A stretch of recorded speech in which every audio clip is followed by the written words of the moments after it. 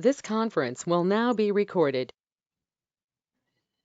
Good morning, everyone, and welcome to the Clatsop County Comprehensive Plan Update Countywide Citizen Advisory Committee meeting.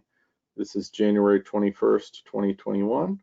It's 11 a.m. and my name is Andy Davis. I am your chair, and I'll call this meeting to order, and we'll start with introductions.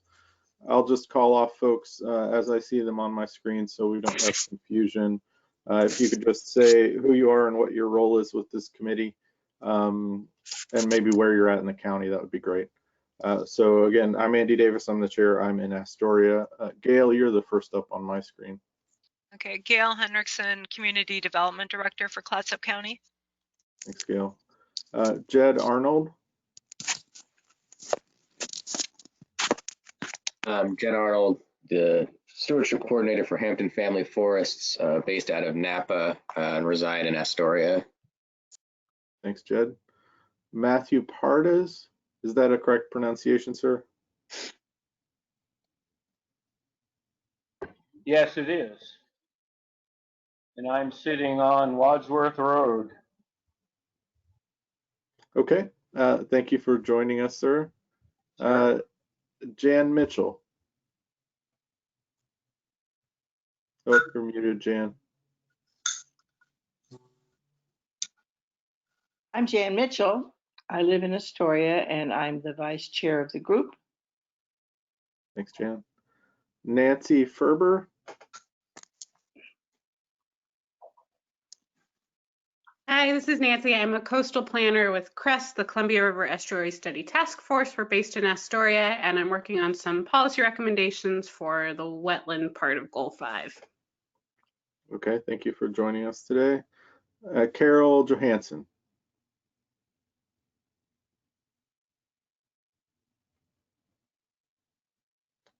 Carol, if you're trying to speak, you might still be on mute.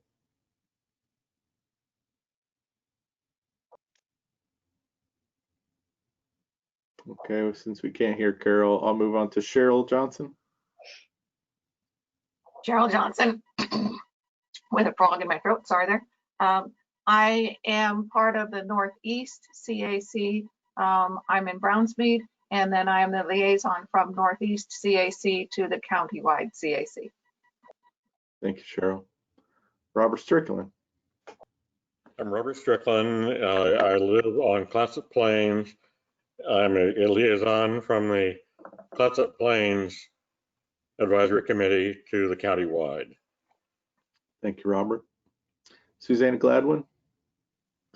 Hi, Susanna Gladwin here. I have a farm in Jewel, and I am now the liaison person from the LC Vine Maple Jewel Seaside Rural Planning Group for the countywide planning group. Thank you, Susanna. And is there anyone that I've missed? I think I got everyone I can see on my screen. Hopefully we may have a couple of late joiners today. We'll see. Okay, so we have a fairly full agenda today. If folks come in, I may ask them to introduce themselves in the order of business. But our next item is review of the meeting summaries. We had the October and November meeting summaries attached to our packet this week. Has anybody had a chance to go over them? Any changes or additions to those meeting summaries? No additions. I'm so sorry. I see no additions. Okay. Susanna? I have a note, and I'm so sorry, but it's right below the minutes thing. And I have a page 35, table 5, water resources policies, and I think it was a month before on the Jewel LC Vine Maple group, my group, where we questioned the maximum beneficial use of all water areas. And we mentioned, I think Pam Birmingham, that beneficial request. She questioned, does beneficial also mean monetary results from using water as a beneficial use? And she was told yes. And we find that very problematic, since developing groundwater or selling water can be a big issue. Susanna, sorry to butt in here, but is that meant to be an addition, something that wasn't caught in the summaries for October or November? I'm just sort of unclear on what you're going over. My recollection, it was probably the December minutes of our meeting and should have been included. I think somehow it was brought up. I don't know. I was not officially on the committee yet in Susanna, wait, hold up. Just to be clear, we're only reviewing meeting summaries for October and November. We don't even have the December one yet. I'm so sorry. And also, Susanna, we're only reviewing the summaries for the countywide CAC meeting, so anything that's specific from the LC Jewel CAC meeting would be covered in your meeting summaries there. Yes, I saw a meeting summary of somebody's meeting at some time and it wasn't brought up, and I don't know which, but thank you. Okay. I don't know that I have any additions or changes, Gail. I would just say I appreciate the summaries as provided, and especially the formatting to make it easy to pick out what the motions were. And I think you've done a good job of recording the votes and such. So thank you. Yeah. If there is no objection, then we will accept the meeting summaries as provided for October and November. Is there any objection to that?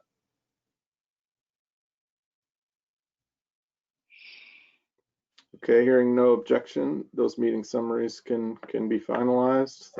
Thank you, Gail, for providing those. I do see that Chris Farrar has joined us. Chris, do you mind introducing yourself and just telling us where you're from and maybe what your role with this committee is, if you have a role?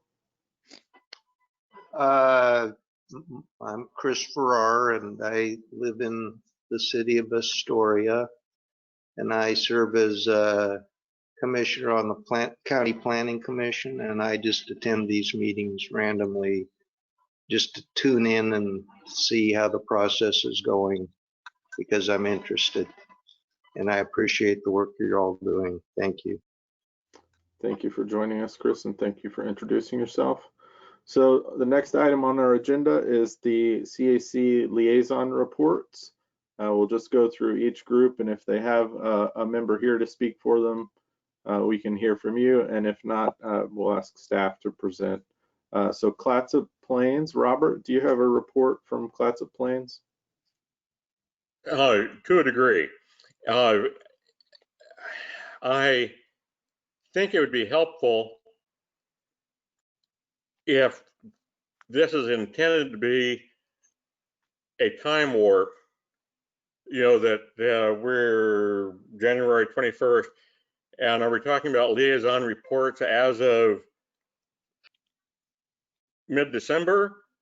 But since I don't have that in mind, I'm just going to make a brief one that's more general from current times. That our county vice chair noted the importance of our being vigilant for new sources of revenue. We, in our current activity on the Clatsop Plains, in the overall focus, it is to keep the area semi-rural, but also, you know, there are other terms. This is under the overall goal And I realize I'm a month ahead because this is talking about what we most recently dealt with. So not only do we want to have eternal growth, I mean, as a county policy, but we also want to keep it semi-rural. And that raised a topic that with which Gail was overly familiar, that, okay, if it's semi-rural, is it also semi-Warrington slurb? You know, so people generally understood a vision of semi-rural, but when we hesitated and said, okay, what's the other half of the picture? Does it mean Warrington slurb? You know, so kind of half rural, half slurb. And I'm not trying to be flippant, because it's I think we're all very good at picking apart the little wordsmithing, but I think it's hard for us to back up and question, you know, say when a jurisdiction says, oh, our top two we have one double priority, infinite growth and protecting the environment. You know, and that's not particularly a misquote. It's just, it's like on this, it's we are striving for well-designed and well-placed development and preserving semi-rural, semi-slurb character of the area. And I just think it's worth our scratching our head collectively and saying, what is our vision for the county? What would be ideal? Do we want a 75,000 population? Gee, shall we go ahead and maintain jobs for everybody and head for 150,000? Or would it just be swell if we kind of stay out of the way or coax it along, that money is really our number one focus in the county, and we would like to hit 300,000, maybe 600,000. And I don't know. I guess I know that we don't have consensus, that we have, I think we all learned a lot about alternative reality in the past month. You know, that we had,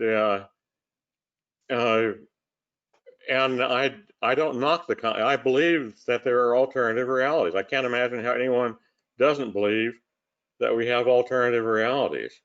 So I don't, you know, Jan Mitchell has been down the pike. You know, she's seen how California did. I don't know what we hope to have collectively in Clatsop County.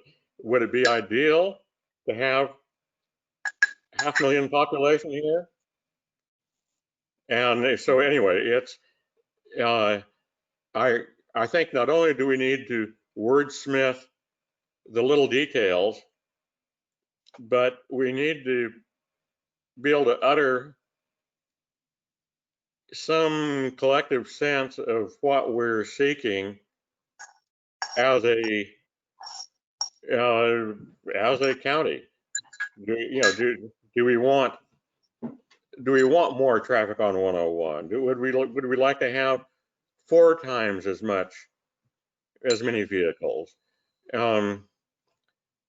You know, because these aren't out of the blue. This is straight from the county commission meeting, that we need to be vigilant for new sources of revenue. And that's, I don't mean that as a rant. It's just I'd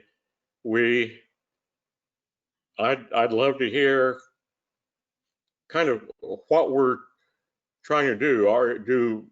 Do we believe that planning has is relevant to these revisions? Or is our role as planners to stay the hell out of the way for the hand of God and see what happens, period? Thank you, Robert. I think my hope is that we'll have some of those discussions when we get to goals 9 and 10 on economic development and housing, especially about whether we want to provide some framework for goals about some of those topics. It was also overall goal on the currently reviewed Clatsop Plains Community Plan policies and goals, overall goals. So it isn't really just off in the future. These are the overall goals under which we're nitpicking.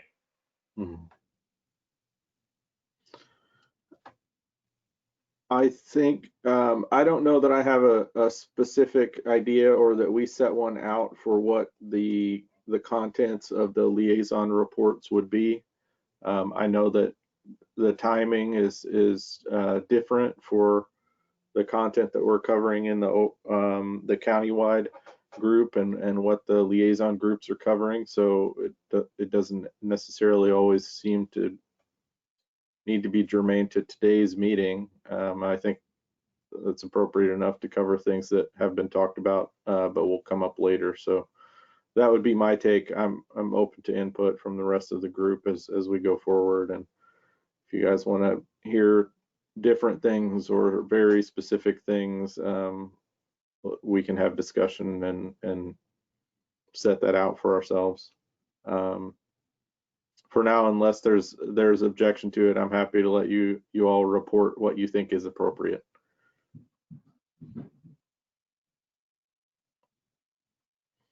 Okay.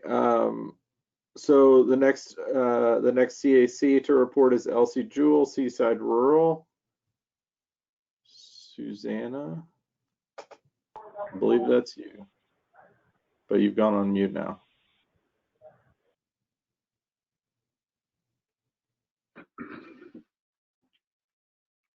Susanna, are you able to report from your CAC?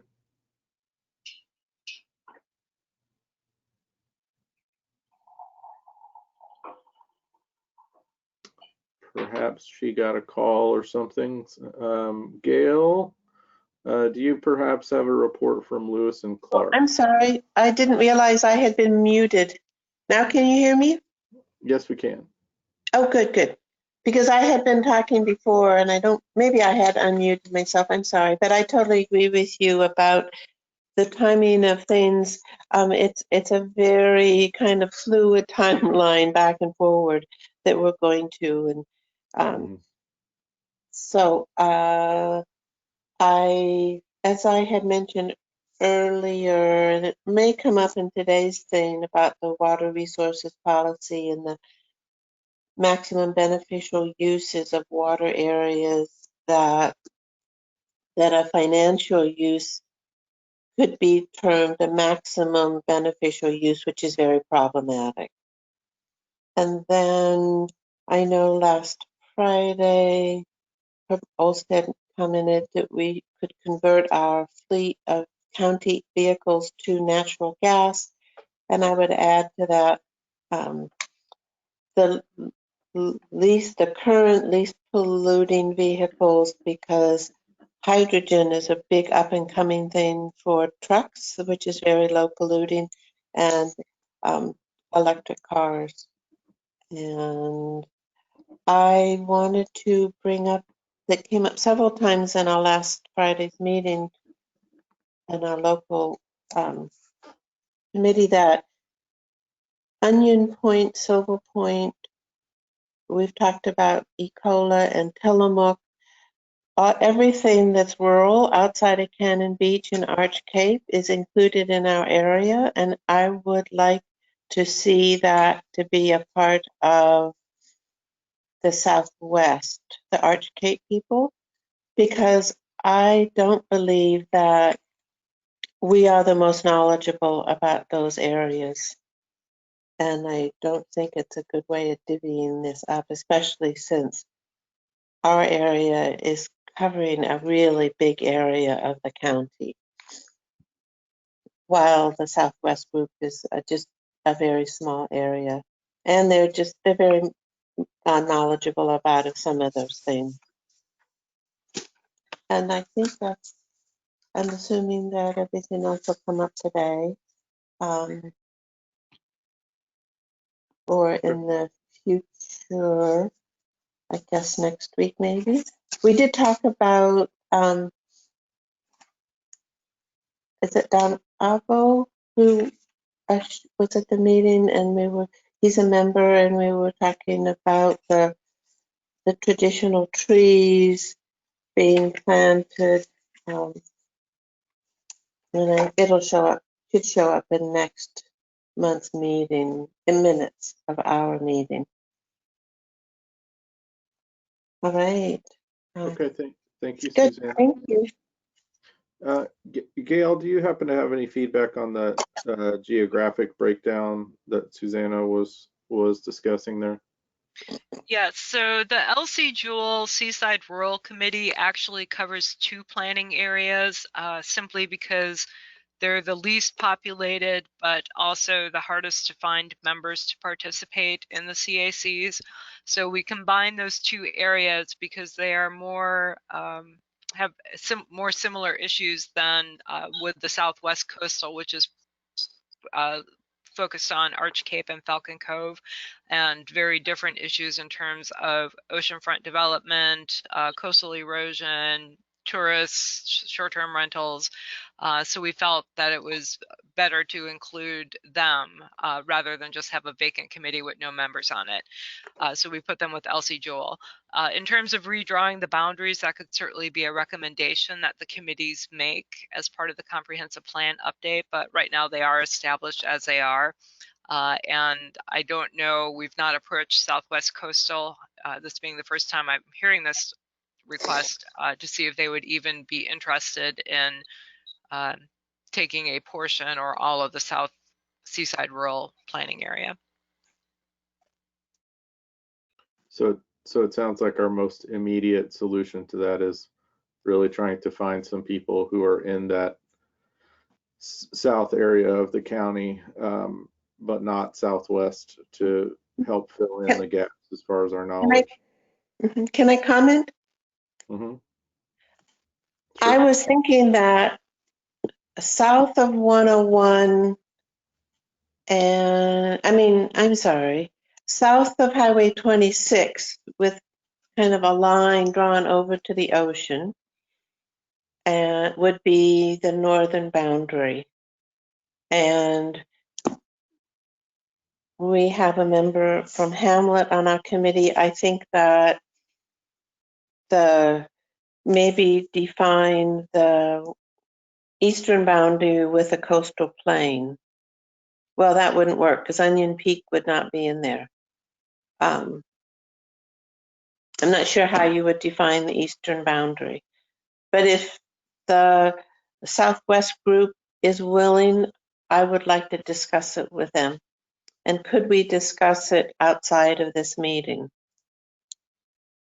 If they don't want to discuss it within the meeting, if there's not enough time for us to discuss it, is it okay to discuss it outside the meeting?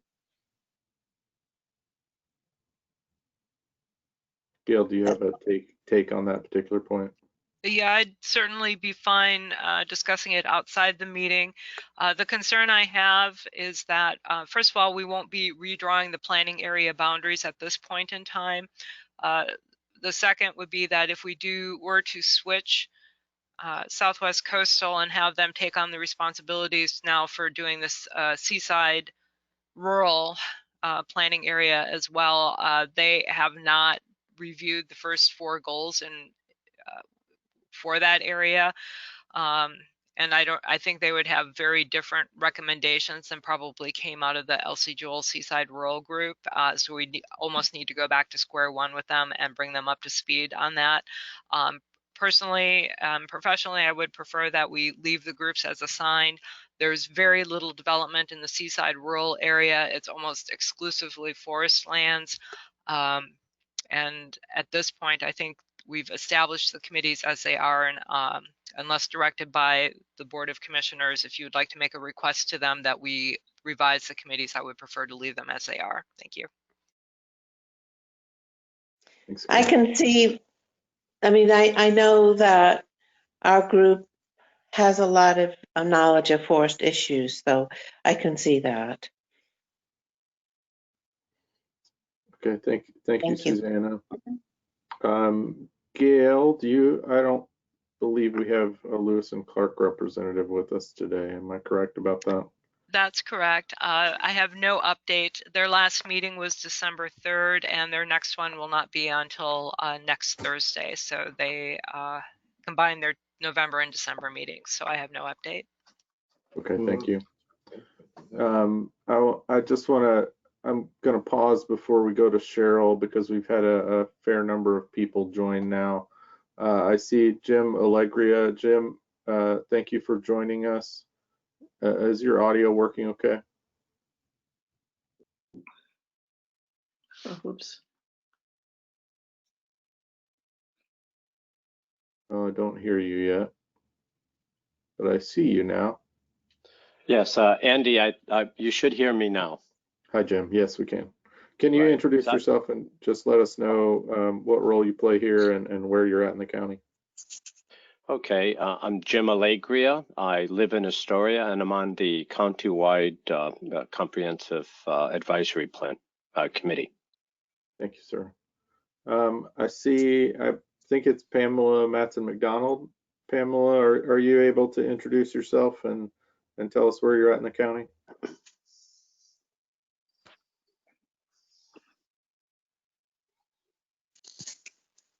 Hello, all. I'm Pamela Matson McDonald. I'm a writer and researcher, and I live in Astoria. Thank you for asking. Hi, Pamela. Thank you for joining us. Commissioner Webb, can you introduce yourself briefly?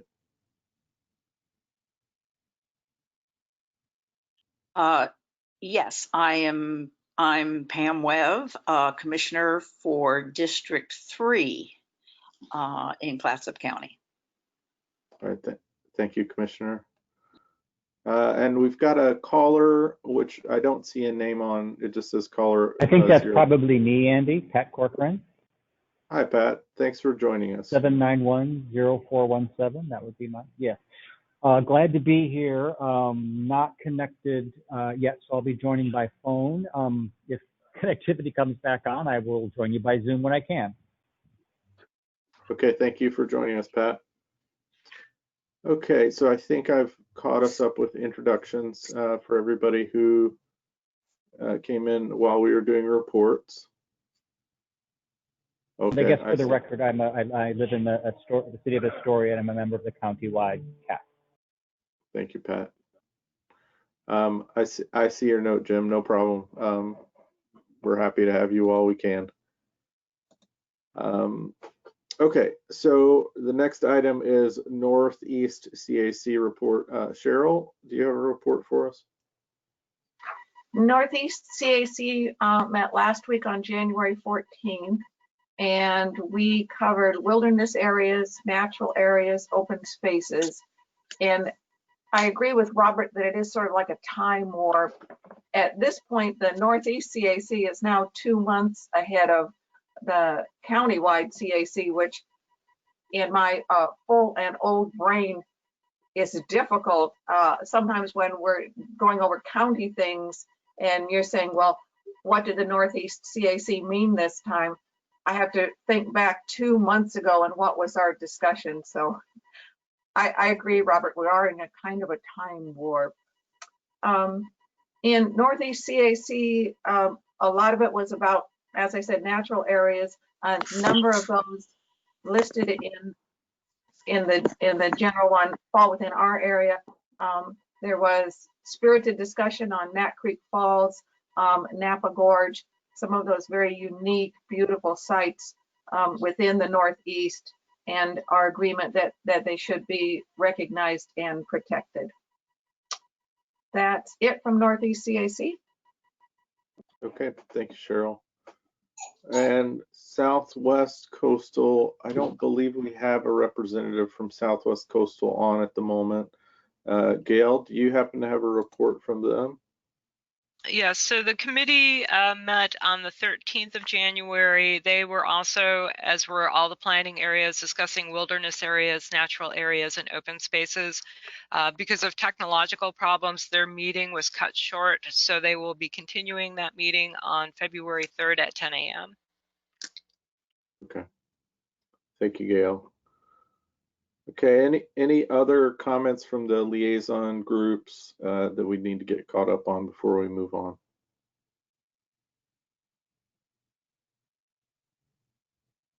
Okay, hearing none. Thank you all for your reports. We now have a space for public comment and input. We actually have several spaces for that today because we may be covering sort of several goal areas, topical areas, and we'll give a chance on each topic as appropriate. But is there anyone, we're about to head into the sort of conclusion of our groundwater resources discussions. Is there anyone with public comment and input at this time, especially if it's germane to groundwater resources?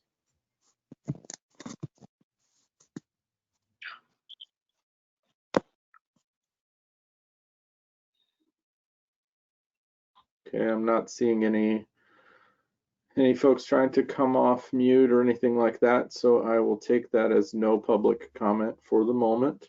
If there is public comment that's germane to a specific topic that we're discussing and you feel like it's important for us to include additional information, feel free to wave at me or try to come off mute and let me know in the midst of our discussion if it's appropriate. I will say we have a fair bit to cover today. We're going to try to wrap up groundwater resources, move into wildlife habitat resources, and then if we can get to rivers, scenic waters, trails, and scenic sites, which is an inventory item toward the end of our agenda. We'll see how we do to get through all of that, but I appreciate it if we can try to stay efficient and get through today's meeting as quickly or the topics as quickly as we can. I'll also note before we really dive in here that we've got a scheduled lunch break at 12:30 p.m. for a half hour. So at that time we'll take lunch. We'll also, if the group feels like we need it, we will take a break mid-afternoon for bathroom and stretching our legs and things like that. With that, we're a little ahead of schedule, thankfully, so let's try to dive into groundwater resources. In the packet PDF anyway, and Gail is bringing it up. Thank you, Gail. I believe it's on page 17 of my packet anyway. We are diving into water resources policies in Goal 5, Policy 3. And just for members of the public or new CAC members with us, typically I'll just read through the policy as it stands, the staff recommendation, and try to summarize what I'm seeing as far as the CAC group feedback, and then I'll ask for additional feedback from staff and the CACs if necessary.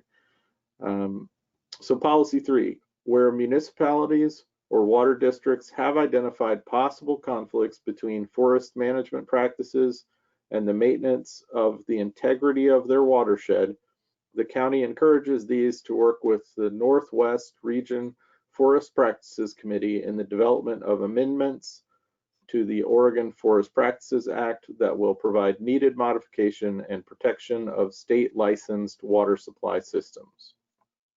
So the staff recommendation is to retain this policy, and that this committee still exists. The regional forest practice committees are advisory committees established to assist the Board of Forestry in developing appropriate forest practice rules.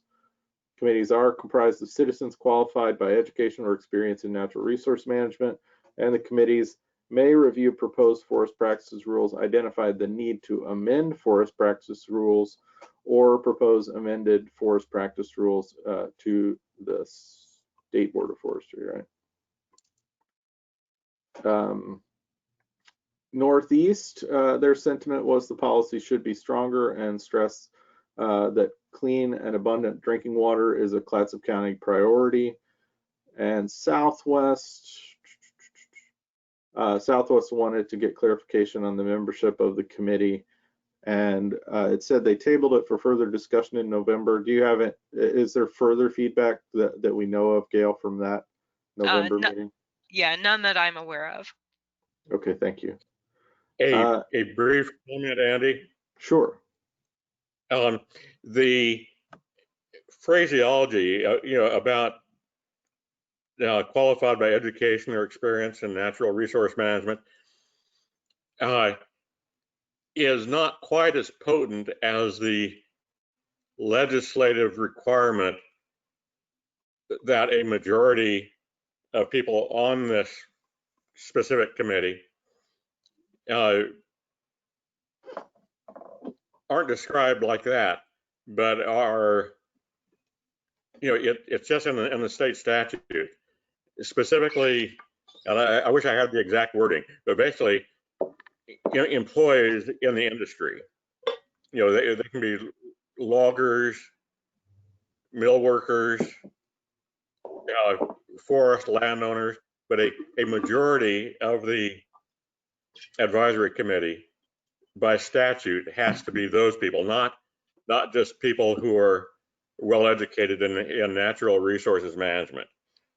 So it's a bit, I think it'd be helpful to slide in there the phraseologies that come directly from the statute as to who is required to be in the majority of that sweet sounding committee, period. Thank you for that feedback, Robert. I will only wrap up the sort of introductory material by saying that the other two CACs seem to have supported staff recommendation to retain the policy. So I'll ask, is there further discussion or preferably a motion on this water resources policy, goal 5, policy 3? I would like to. Okay. Can you hear me? I Yes. can. Good. Yes. I would like a link to that committee, and I would like to look into that committee ongoing further. There's another advisory committee that I've sat in the meetings, and I've talked to people who have gone to the meetings, and there are a fair amount of environmentalists in the meeting, and there were also environmental attorneys and things attending the meeting, and the consensus among those people is the Oregon Department of Forest, who oversees the Forest Practices Act, they don't really listen much. I mean, they take in all the recommendations from the advisory committee, but they don't go anywhere. And I also want to comment that there are, people in Jewel that have less than 500 acres of forest lands who have water systems on their land. They also have water coming off of industrial forest lands. And I think that some of these policies we're going to be discussing today don't address that properly. I think it's more geared to the watersheds, the water catchment for the developed drinking water systems along the coast, mostly along the coast. there are a few drinking water systems. There's one at, above Elderberry Inn for that area. I think 60 members of that water district. I'm not sure. And then Evergreen Acres has one. And I don't know how you would consider the Jewel School. But Jewel School has one. And I think they are, all of that's important to include in thinking through water contamination, because a lot of these systems can be easily contaminated because of their interface with industrial forest lands. Susanna, so I guess a couple of items. I think it's perfectly valid for us to talk about how we would best want policy to stress advocacy and move into that area, and for us to consider the makeup of these boards in relation to that, because it will affect the outcomes that happen. I think the mandate of this committee, though, is mostly to try and find the best way within the comprehensive plan to communicate what will meet the county goals. In this case, preservation of watershed and water rights and water quality, and less about just the advocacy, even though it may overlap in some cases. Yes. So but wait, hold up. Go ahead. Second thing is, I totally acknowledge that this particular policy in no way addresses the comprehensive areas of different uses of land throughout the county and how they're going to affect watersheds. But hopefully those are addressed in other policies, or if they're not, then I would invite you to try and submit policy recommendations to round out areas we're missing. I would say in this case, though, I would ask to limit discussion when we're talking about a specific policy, to limit discussion to that policy. Yes. So I would say in the wording of the staff recommendations is the county should do all that they can to protect clean water in our county, and not just yes, hopefully we can assist the Board of Forestry in developing appropriate forest practices rules as it's stated. I think that's very important, but that also that the county will work in every way it can to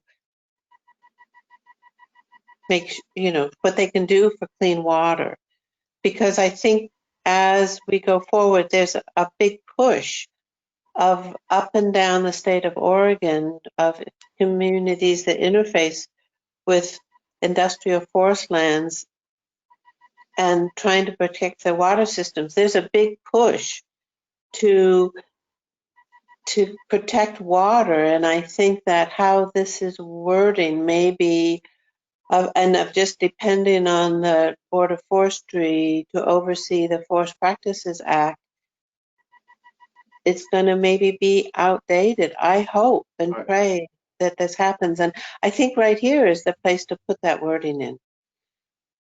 I would stress again that we've already got other goals and policies that are addressing overarching need for and desire for the county to be protecting watersheds and water quality. This, to me anyway, my reading of this policy and of what we should discuss here and move forward on is this particular policy, which is directed toward, since we have so much forest land and it is overseen by the Forest Practices Act, how we interface with that act if it might possibly be impacting our water quality or the quality of the watershed. So right. Okay, I just want to say I could not vote, I think, when it supported staff recommendation, but as a new member, I would not have voted to support staff recommendations totally. I mean, half of it, yes. I just want to have that on the record. Okay, fair enough. Thank you. I've seen hands from Cheryl and then Jan. Cheryl. The Northeast CAC wrote that this policy should be stronger and stress that clean and abundant drinking water is a Clatsop County priority. So that's where we were going. I have proposed changes in the policy in my hand, and I'm ready to present those. The challenge always being for us that county rules and regulations cannot be in conflict with or supersede Forest Practices Act. So that's always our challenge. However, we have been encouraged and inspired to write an aspirational document. So we're trying to balance all of these things. The wording that I have doesn't change anything as how it's written. It just adds some language. Gail, do you want me to go ahead and read that now? Sure, go ahead, Cheryl. Okay. So it stays the same. Where municipalities or water districts have identified possible conflicts between forest management practices and the maintenance of integrity of their watershed, the county encourages these to work with, new words, forest land owners to voluntarily change practices, to address issues, and to work with, then we pick it up where it was, the Northwest Region Forest Practices Committee in the development of amendments to the Oregon Forest Practices Act that will provide needed modification and protection of state licensed water supply systems. Add a new sentence. The county shall support these municipalities or water districts in seeking amendments to the Oregon Forest Practices.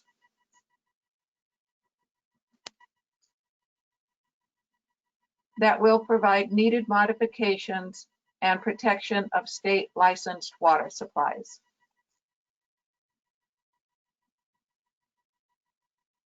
Could you repeat the very last part after modifications, please, Cheryl? It's the same wording as above. So will provide needed modifications and protect. I wrote protect. Is it protection? Yes, and protection of state licensed water supplies. So it's copying what was above. Nothing too earth shaking here. Again, our goal was to strengthen this.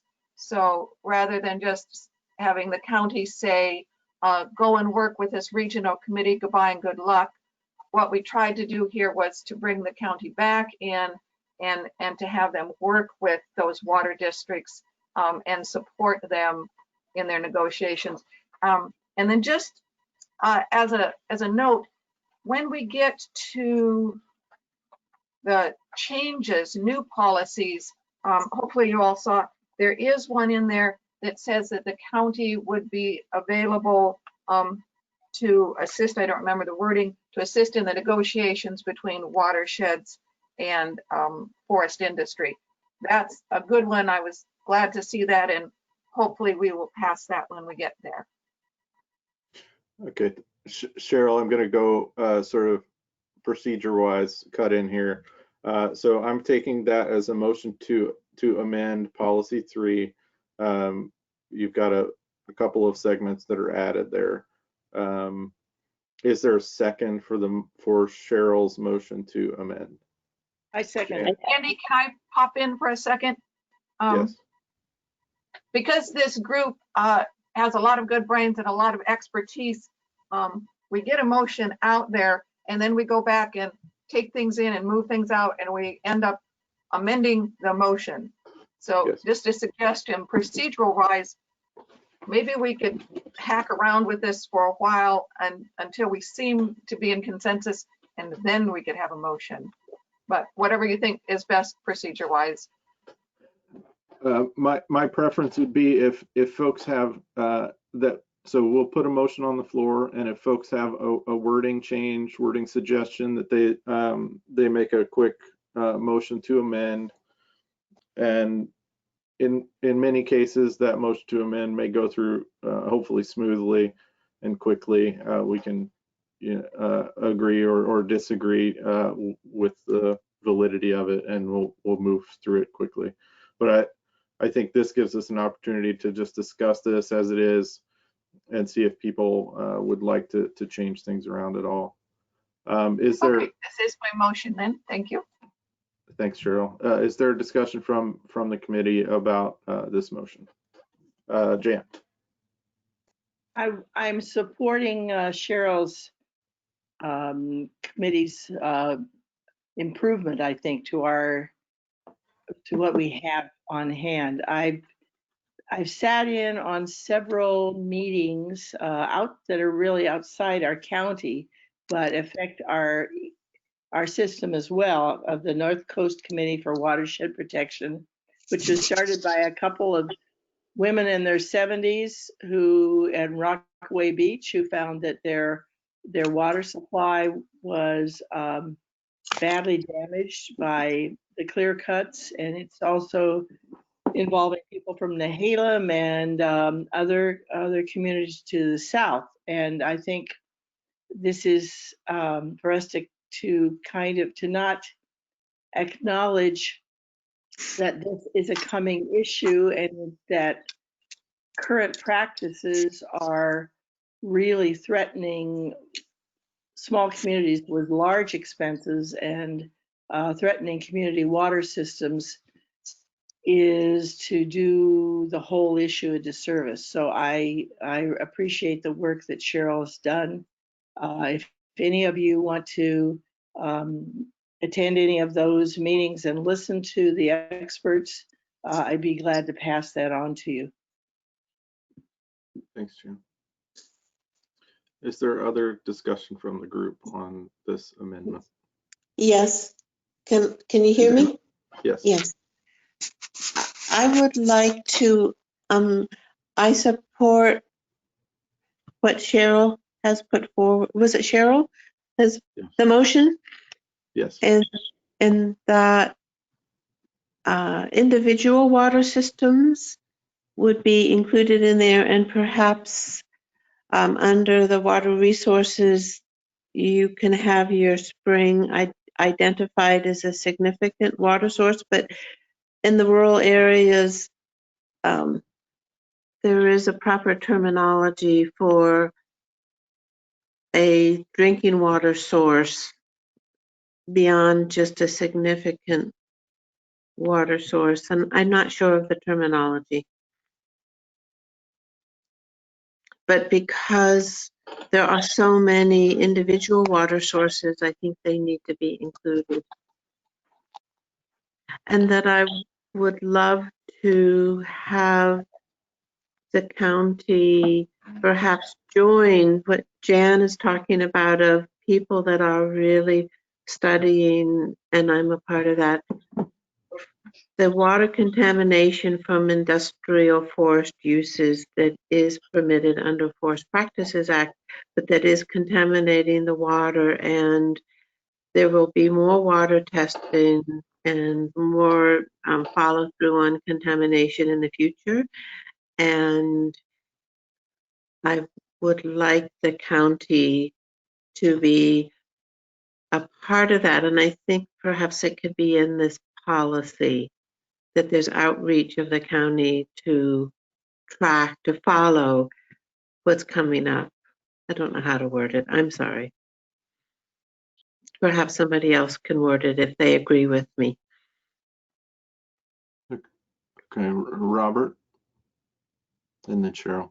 I'm reading the under policy 3, that bottom one, and trying to understand what is meant. Amendments that will require needed modifications and protection of state licensed water supply systems. Am I messing up the because I don't know what we're talking about. Amendments that will require needed modifications and protections of state licensed water supply systems. Am I misreading that? No, I think you're correct there.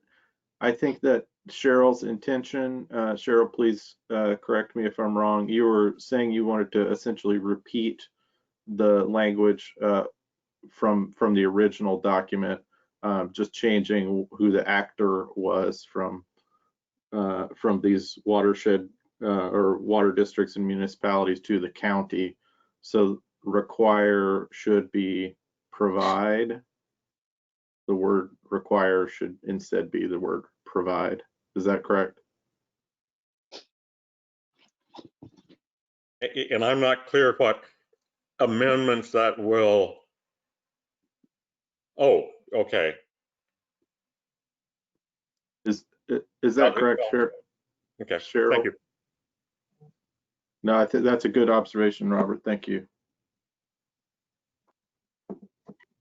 Yeah, I think you're right, Andy. Yeah, and however that wording has to be to get where we were going is just fine. I wanted to do a brief reply to Susanna's concern. What is stated in here twice is protection of state licensed water supplies, and there has certainly been thought go into that. I think that what Susanna is advocating for is individual families, homes who have a stream or an underground water source and are using that for their water supply. And there are people in rural Oregon. Ted and I are on 13 acres in Northeast, and we took water off of our own property for years, for probably 10 years. We were not state licensed water supplies. There are homes and families in rural Clatsop County that are not state water licensed. And I won't speak for Gail, but I would guess that this wording is in here very precisely so that everybody and their dog doesn't get to go to battle, unfortunately, for their water, but instead anyone who has jumped through the hoops and applied to the state and fulfilled whatever the state's requirements were to have a licensed water supply. But just wanted to clarify that it does not necessarily cover all the folks that Susanna would like to have covered. Thank you for that clarification, Cheryl. And Gail, I think if you don't mind to change require to provide, I think that was essentially just a scrivener's error, or I'm taking it as one. Is there further discussion from the group on this proposed amendment? Yes. Okay, Susanna. What Cheryl said is precisely what I did mean. And I know that when the county approves new building in the rural areas, that they need to show a water source, and it might give us a list of these places, because as I say, right now I only know of Jewel School, the LC Elderberry Inn area. It's above Elderberry Inn and the Evergreen Acres water system. There may be others, but a large portion of our rural area are these individual systems, and perhaps the county could have a way where people can can somehow put their water system in on county so that it's protected on a county website, something, or I don't know. My brain fails me, sorry. But there could be a county list of individual drinking water things that owners have provided. Gail, do you know, does the county have a drinking water supply registry outside of state licensed water supply systems? No, we do not. Okay, thank you. Jan, I saw that you had a hand up. This may sound grinchy to Susanna, but I think we're biting off something just with the suggestion that Cheryl has done that deals with community water systems. I think one of the things that people choose when they choose to live out in the country is that they won't have all the urban protections that they have that are are available when you locate closer to other human beings. And I just don't know that that the county staff has the capacity, nor the county government has the will to try to protect every spring and every well that's put out in the rural areas. And you don't have the same fire protection, you don't have the same public sewers, that kind of thing, and that's sort of a choice that people make. And I just think we probably ought to focus on the bigger things we can tackle. And that does sound grinchy, I realize. Can I reply to that? Yes. We do represent a really large portion of the county, and yes, many people have chosen to live in the rural area, but much of our committees do represent rural people because we're outside of the urban growth boundaries. I know the wording to say the county will protect is tricky, and I wouldn't want to put it on the county to search out these things, but I would like to have a place where an individual can put in the documentation. Water Resources has a lot of it. I've been negligent. I haven't registered my spring, and I should. And there are places we can just encourage everybody to register with Water Resources, the Oregon State Water Resources people, because they do register significant drinking water places. And, you put your township range, you identify where that site is, where the water comes from, and perhaps wording in there can be referred to those that are registered with Water Resources Department, the State Water Resources Department. Mm-hmm. Thanks, Susanna. Mm-hmm. Gail, you obviously brought the GIS map up. Did you want to talk to us about something on the map? Yeah, these are just the water districts that are in the county that we have data for. So it's Lewis and Clark, Skipanon, Sunset Lake, Youngs River, Burnside Water District, John Day Water, Wickiup, and then Wana up in the far northeast. And then down on the southwest, we've got Arch Cape and Falcon Cove Beach water. And curiously, the Skipanon was not to provide water. It was a water control district, not a district to provide water. Just for information. And as to whether or not it exists is a matter for Pam and her colleagues to figure out.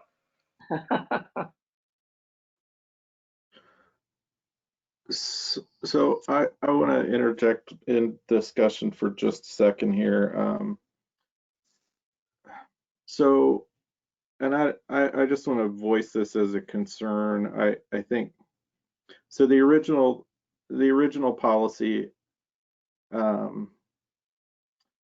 I think it was Cheryl sort of described it as this policy that says if you find this problem, go talk to the Northwest Region Forest Practices Committee, and good luck to you. This sort of sentiment, and it's not, the original policy is not seemingly binding in any way. It's encouraging, like many of the policies we have that deal with Forest Practices Act, because of our inability to forcefully interact with it. The second clause that you've put forward, Cheryl, at least with the language about the county shall support these municipalities and water districts, raises some concerns with me, in that it does it obligates the county to do something, in my reading of it, and it obligates it without any notion of whether this is meritorious or not. You know, I can't imagine there's too many circumstances where a municipality or a water district would want to come forward and bring something to the Forest Practices Committee to say this is a problem and we want change. But wording in this manner reads to me like the county government won't have a choice about whether they follow up on that. And I think, you know, given we know that there are staff limitations and resource limitations, and maybe even reasons why the county as a whole may disagree with a municipality or a water district about the interaction between Forest Practices Act and their watershed, I think that for me that language is pretty strong. So I'm not sure I support it as written, but I'll have a vote like everybody else. So,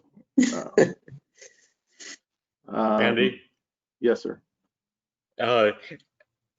In that same area there, I'm still unclear on the meaning of amendments that will provide needed modifications of state water supply systems. I don't understand what that is shooting for. I think my reading of that is provided needed modifications to the Forest Practices Act to so that those state licensed water supply systems will be protected. Provide modifications of state licensed water supply systems? No, that it would provide modifications to the Forest Practices Act. I agree that it's worded counterintuitively. I concur with that, Andy. Sorry to jump in here, but I think that wording's very unclear which requires the modification, whether it's the Forest Practices Act, which is the intention, or whether it falls on the water system to modify what it's doing. So I think that really needs to be cleared, that you're talking about modifying the Forest Practices Act. And protect, if you just changed it to and protection for state licensed water supply systems, maybe changing of to for would help. I don't know. So, wait just a sec, Susanna. So procedurally, I'd like for us to, I think it's totally valid for us to play with the language there. I think procedurally, I'd like to deal with the amendment that's on the floor, and then we can go back to amend this modification language, which I think would be totally appropriate. But if that's okay with the group, that would be my preference, to move in that direction. So is there other discussion on the amendment as offered? I would just add, this is Pat, that I like Cheryl's aspiration to make it more than just, you know, oh well with the Forest Practices Act, and to encourage on the margins what can be done. But I also heard you and your the obligation of the county, Andy, and so I like the spirit, but maybe the implementation. So I'll vote no.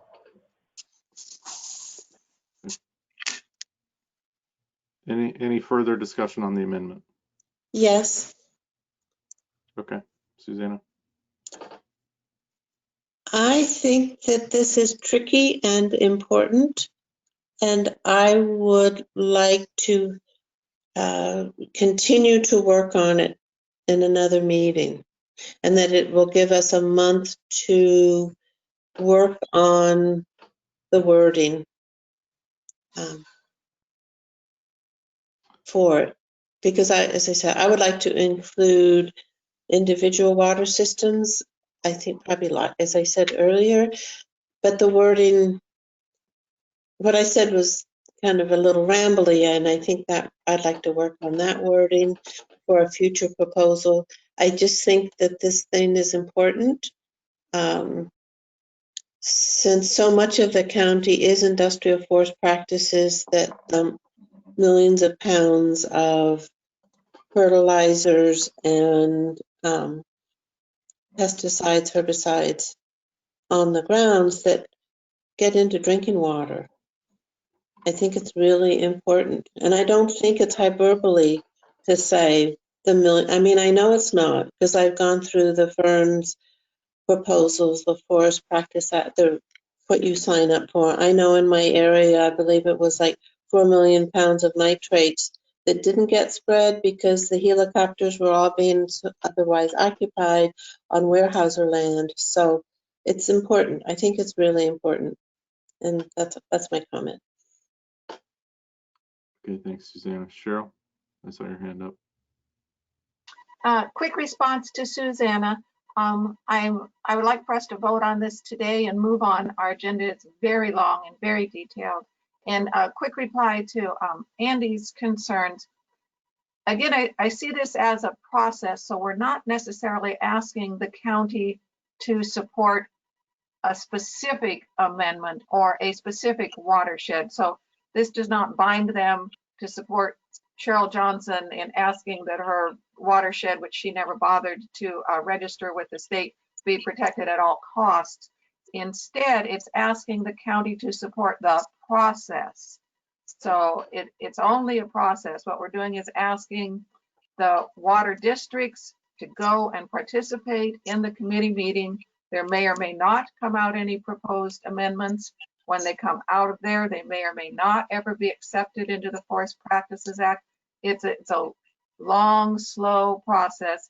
And what the intent is that we are asking the county to work with the districts, the water districts, as they move through this process. Okay, thank you, Cheryl.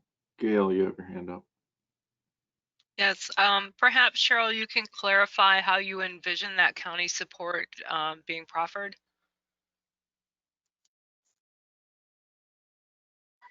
I don't have anything specific in mind. What I was going here was aspirational language, you know, as I said in the beginning, to not just say to the water districts, you need to go and work with this statewide committee, goodbye and good luck, but instead to write aspirational language that the county would participate in the process, that the county believes that clean drinking water is important and will participate in that process. So I don't have anything in mind. Okay, because I would agree with Andy that it's the word shall is going to obligate the county to support every municipality or water district. So shall, there's no leeway in there. And I would also request then if we're going to do this policy amendment, then it should be specified how that support would be offered to the districts. Are we talking financial support? Are we talking staff report? Are we talking legal support? I think that needs to be more clearly laid out in order for us to help implement and actually move the policy forward if it were adopted. That's just my thoughts. Thank you. Hello? I have a finger up from Commissioner Webb, and then I'll come back to you, Susanna. I think that the commission is slightly ahead of this curve. One of our focus areas in our new strategic plan is to create a partnership to address environmental issues throughout the county. And I think that probably we will be addressing the whole issue of water quantity and quality as a first item on our agenda. So I think that we're going to be committing some resources to this. And this whole issue is probably, as I say, is of concern to the board, and is something that we will begin to address very soon. So we may be, this group may be belaboring something that is going to rise to the surface pretty, no pun intended, but in the near future. Thank you, Commissioner. Susanna? I'm unclear. It seems like we will be going back to the wording. That we will review wording at a later time. Is that right? Because I don't see us having that perfected to vote yes or no, other than I'm totally in support of what Cheryl says. I totally in support of Gail's concerns over the county. And I would just like to get wording for individual water sources of just that they can be listed, and the easy list, as I said, is a registered spring. So process-wise, there is this motion on the table of Cheryl's to amend the language here. We would vote on that language. We would vote on then whether to retain policy 3 as amended. That could all happen today, or someone could motion to table that to another meeting. Assuming that does go through today, there's always the opportunity to reopen topics that we've already covered. We're not necessarily bound to just talking about something one time and then moving on. Plus, my understanding is that there will be a sort of final review process, both at the level of this committee and at the county commissioner level, planning commission level as well. Is that correct, Gail? Yes, it goes to the Planning Commission and to the Board of Commissioners. So there are several steps in between us approving language today and final adoption ultimately by the county commission. So, you know, if there, even say in my instance, say I may be hesitant about shall, I would have opportunity to bring that up at other steps in the process if I wanted to get that changed. Does that make sense to you, Susanna? Yes, and if there was a motion to table this, would it come after the vote for Cheryl's motion? Motions to table are privileged motions, so they can take place at any time. So if you wanted to move to table this and have the discussion another day, you could do it at any point in the discussion, including now. Okay, so I move to table it. Okay. Yeah.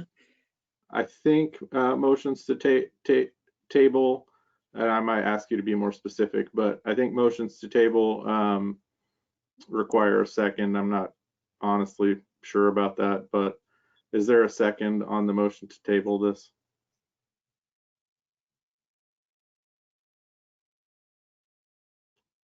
Hearing no second, the motion dies for lack of a second. Okay. I move to amend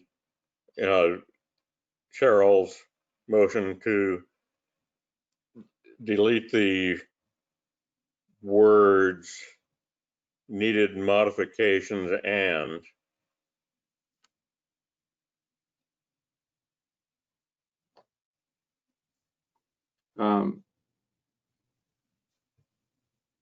okay, thank you for highlighting that, Gail.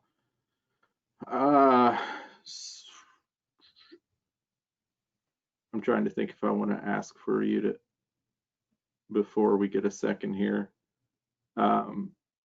Robert, would you care to, well, we'll come back to it. Okay, so there's a motion. Is there a second for deleting needed modification and? Cheryl, I see a hand for a second. Is there discussion on deleting the phrase needed modification and? Is there discussion on that point? Yes. Okay. Susanna?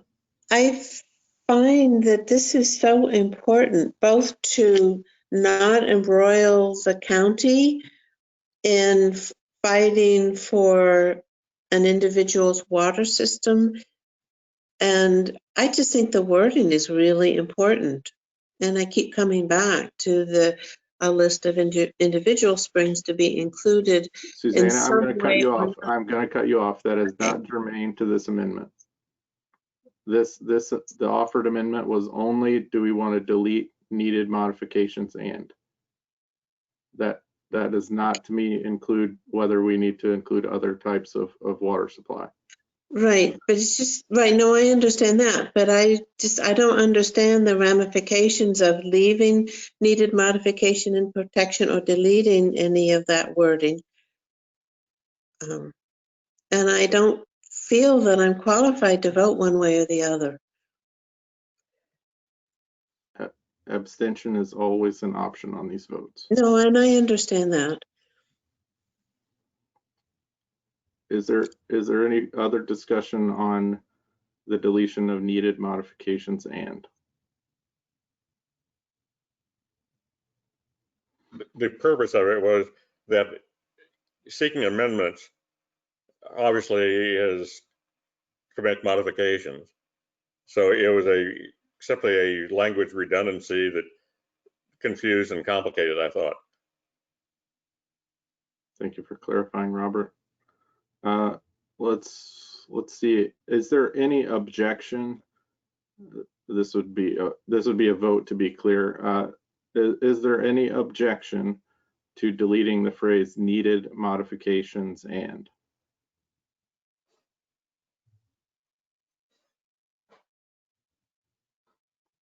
Any objection? No.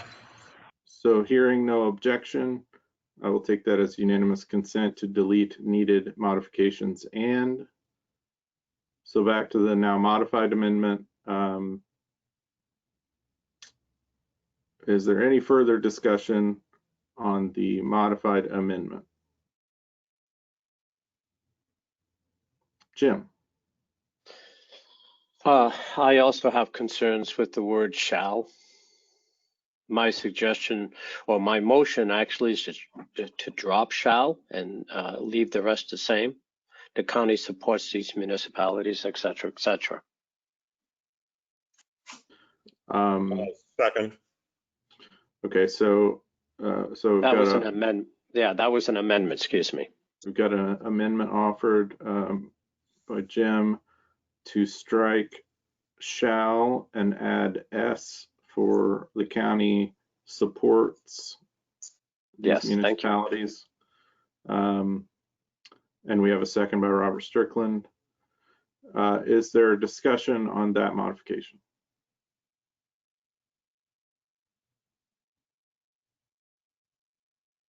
Any discussion on that modification? Okay. Does Cheryl require us to be specific about what that support is? It seems like we're back to that part of the sentence. So it's not shall, but I guess does the taking away of shall reduce the requirement for specifying what, Gail? As I would read the proposed amendment, I would say that it just says the county generally offers support for these, but not in any material sense necessarily, that we're not putting resources into it, but that we agree with the efforts of the municipalities and the water districts to undertake these activities. Thank you. So I don't know if that's the intent that was wanted, but that's how I would read it. Thanks, Gail. Thank you for the question, Pat. Any further discussion on this? Jan, you came off mute.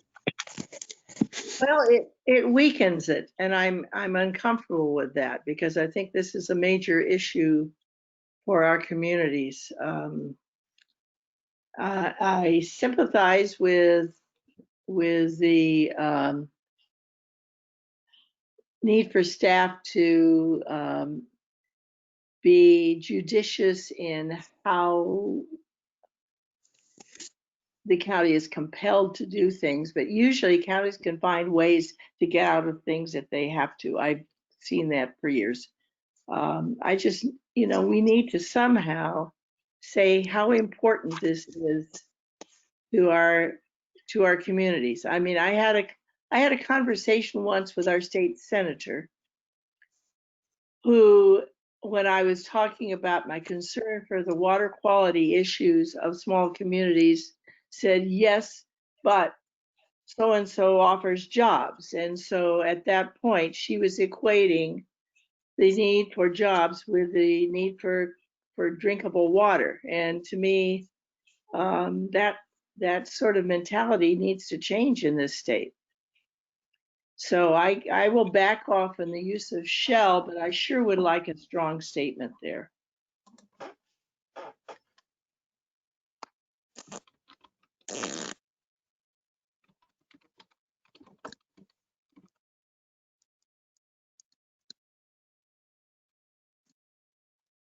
Okay, Jim, I see your hand up.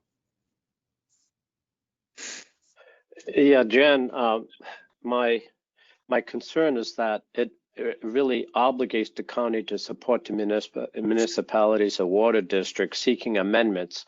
Seems to me, regardless of what those amendments are, because that's what shall means. You must do that. It's even stronger than a word must. On the other hand, I would not want it to be watered down so that the county can pay no mind to this particular policy. I wonder if there's some kind of wording that's something in between that essentially says that the county will participate or somehow or another be engaged in these efforts, but not legally obligate them if push comes to shove, if they're really opposed to it.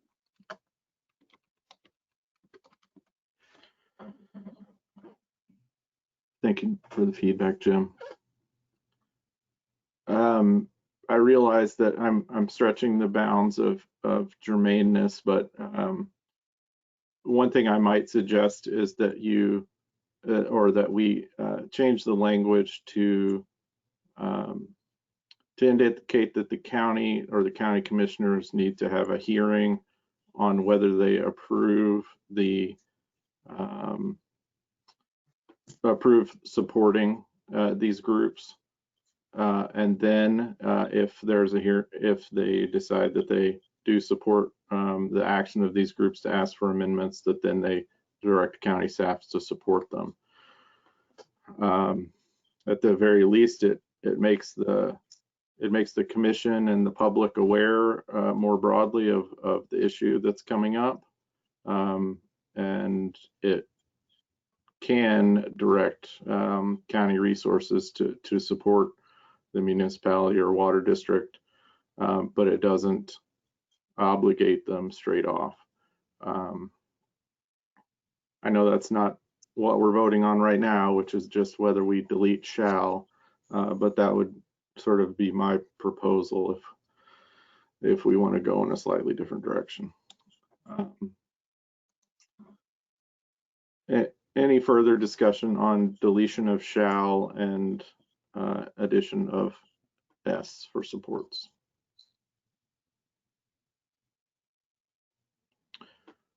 Okay, is there any objection to the deletion of shall? Any objection to this amendment? Okay, so I hear no objection, so the amendment sticks. We'll delete shall and change support to supports. Is there any further discussion on the modified amendment? Which is? So now we'll just be discussing what appears on screen under policy 3, which represents the amendment offered by Cheryl that's now been modified a couple of times. Could you please read that for me, Andy, just once? Sure, Pat. So now policy 3, this is under goal 5, policy 3, where municipalities or water districts have identified possible conflicts between forest management practices and the maintenance of the integrity of their watershed.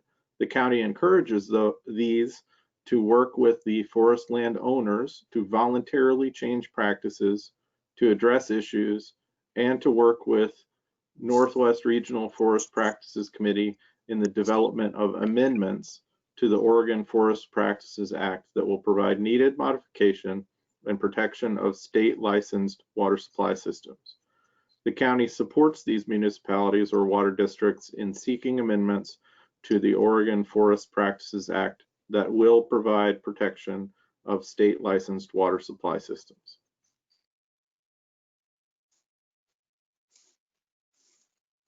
Is there further discussion on this amended language? Okay, hearing none, let's go to a vote. Okay, I think this time let's do a roll call vote. Jan Mitchell, how do you vote? Yes. Jim Allegria, how do you vote? Yes.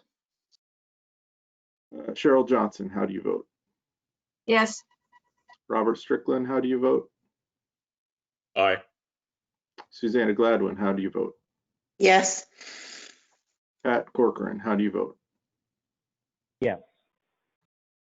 Okay, 1, 2, 3. I believe by a vote of 6-0, the ayes have it.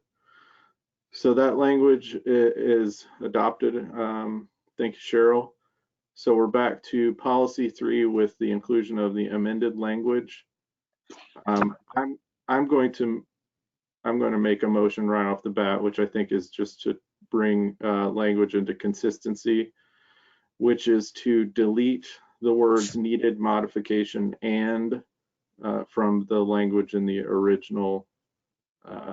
So I'm moving to delete needed modification and to try and clarify that language in the same way that Robert moved on the amendment. Is there a second for that motion? I second. Okay, thank you. So there's a second. Is there a discussion on that deletion?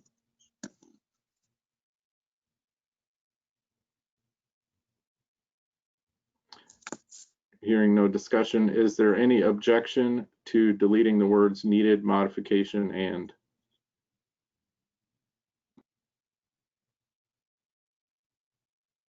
Any objection?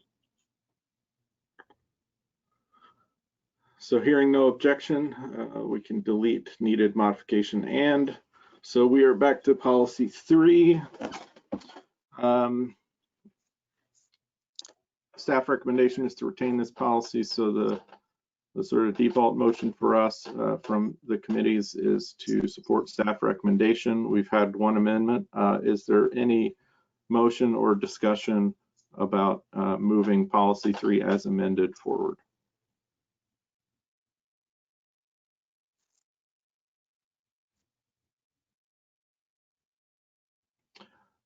Okay, I will make a motion. I move that we accept policy 3 as amended and forward it with our recommendation. I second. Jan seconds. So there's a motion and a second. Is there any discussion of accepting policy 3 as amended?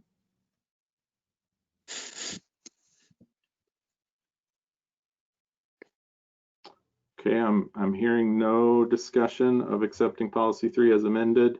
So I'll ask, is there any objection to us accepting policy 3 as amended?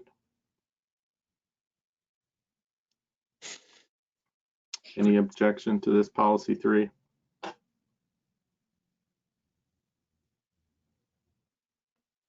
Okay, and hearing no objection, Policy 3 is passed as amended. Thank you all. The bad news is we ran a little bit over for our slated lunchtime, which was to be 12:30. The good news is that we were supposed to come back to some of groundwater resources, and we've at least finished policy 3 there. So that's off of our 1 p.m. Section, but we do have some groundwater resources, new policies work to do when we come back. My suggestion would be that we still take a half-hour break. So I have 12:37. That would have us coming back at 1:07. Any objection from the group to us reconvening in a half hour from now? No, can I ask a question? Sure.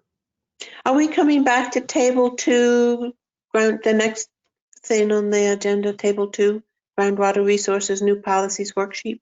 That's correct. Since we have finished the old policies, we'll get to the new ones. Yes. Thank you. Sure. Okay, so I've got 12:38. I will plan to come back in 30 minutes. Hope to see you all then. Have a good lunch. Okay, thank you. This conference will now be recorded. Thank you, Gail. So this is a continuation of the Countywide Citizen Advisory Committee for the Clatsop County Comprehensive Plan update on our meeting of January 21st. We're just coming back from lunch.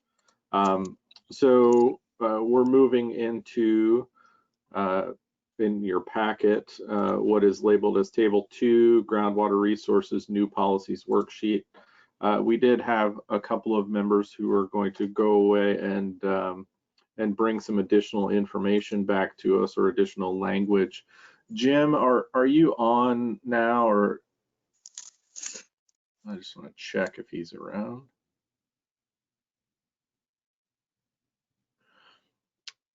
So given that Jim is not back, Pat, were you bringing language back to us on the groundwater resources? Let's see, it's this: Clatsop County should require and or undertake all investigations, supply and distribution of groundwater throughout each drainage basin of the county. The county shall collect and make publicly available all results from studies. I think that was the language we had last time, and it has a note that we needed to tighten and clarify the language. Was that something you were able to work on? I have brought no new material like Jim's, but I can, as we talk through it, hopefully I can help with the language. Okay, fair enough. So, and Gail, is that an appropriate place for us to start in your mind? Yeah, that would be fine since Jim's not here yet. Okay.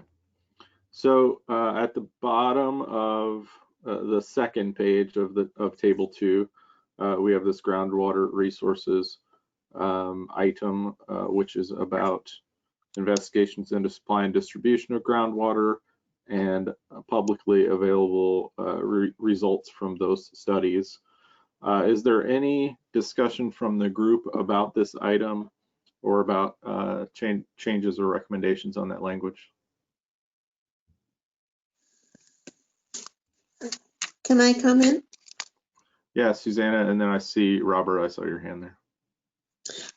I like this. I also have not heard about the Clatsop Water Soil Conservation District, which can get a lot of grants, and I would like to get them in the loop and perhaps a resource for county for some of these studies, possibly. Okay. So a very short snark, just from experience, that sometimes those who are from the Willamette Valley who are capable of filling out forms and applications have no sense of the hydrology of the area, especially with Clatsop Plains. So it's really great to have some local elemental knowledge rather than necessarily people who have the qualifications to fill out federal applications. Period. Thanks, Robert. And was that the entirety of your comment as well that you got your hand up? It is. It related to when the county was trying to do whatever is called to counterbalance the business park development. You know, the wetlands options, and so it was like a $10,000 application process, and the county got involved with that, but the consultants who typically get hired were from the Willamette Valley and really had zero understanding of local hydrology. They were good at filling out forms and getting, and being technically qualified, but I think it's important to have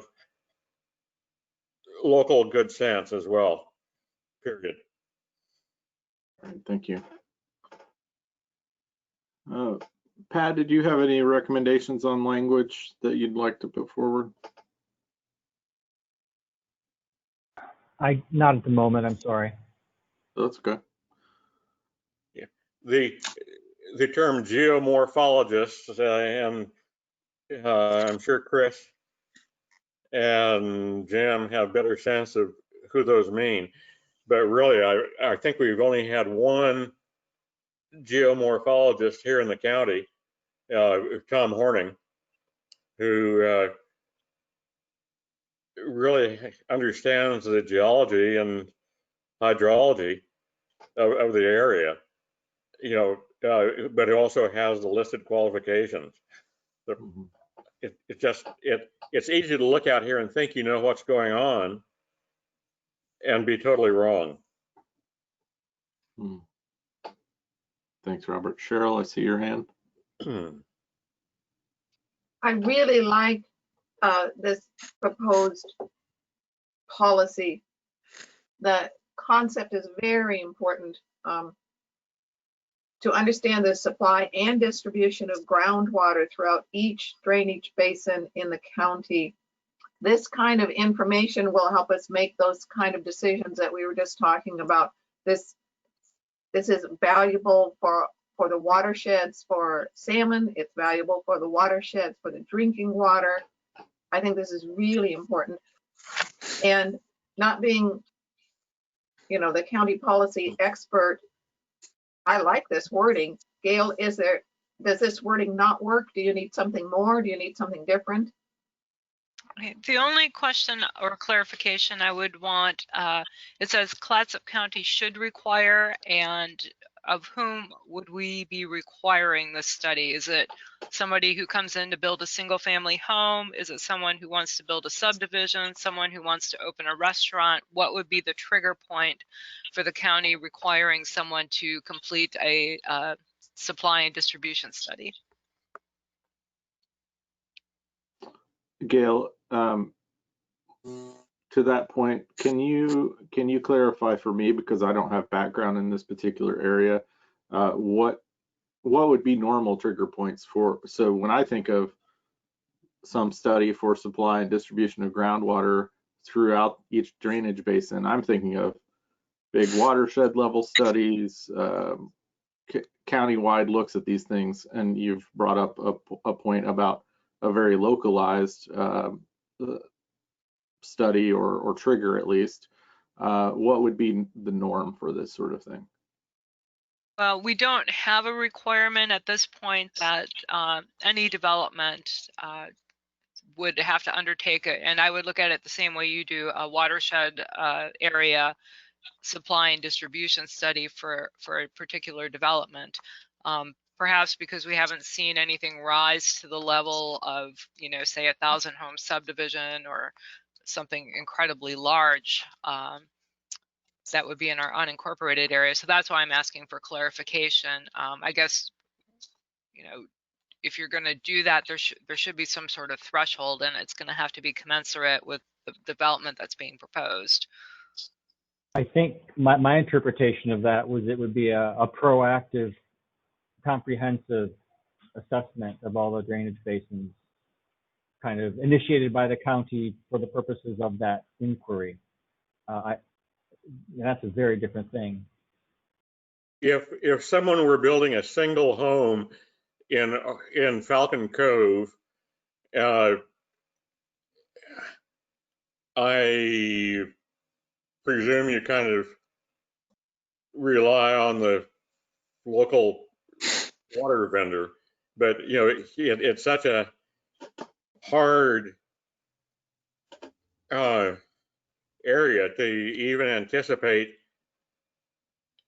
that your little creek is going to not be dry by July. I think there needs to be some flex, even if that means hauling in jerry cans of water from up on 26. That there just isn't water there, even if someone signs off and says we'll provide it.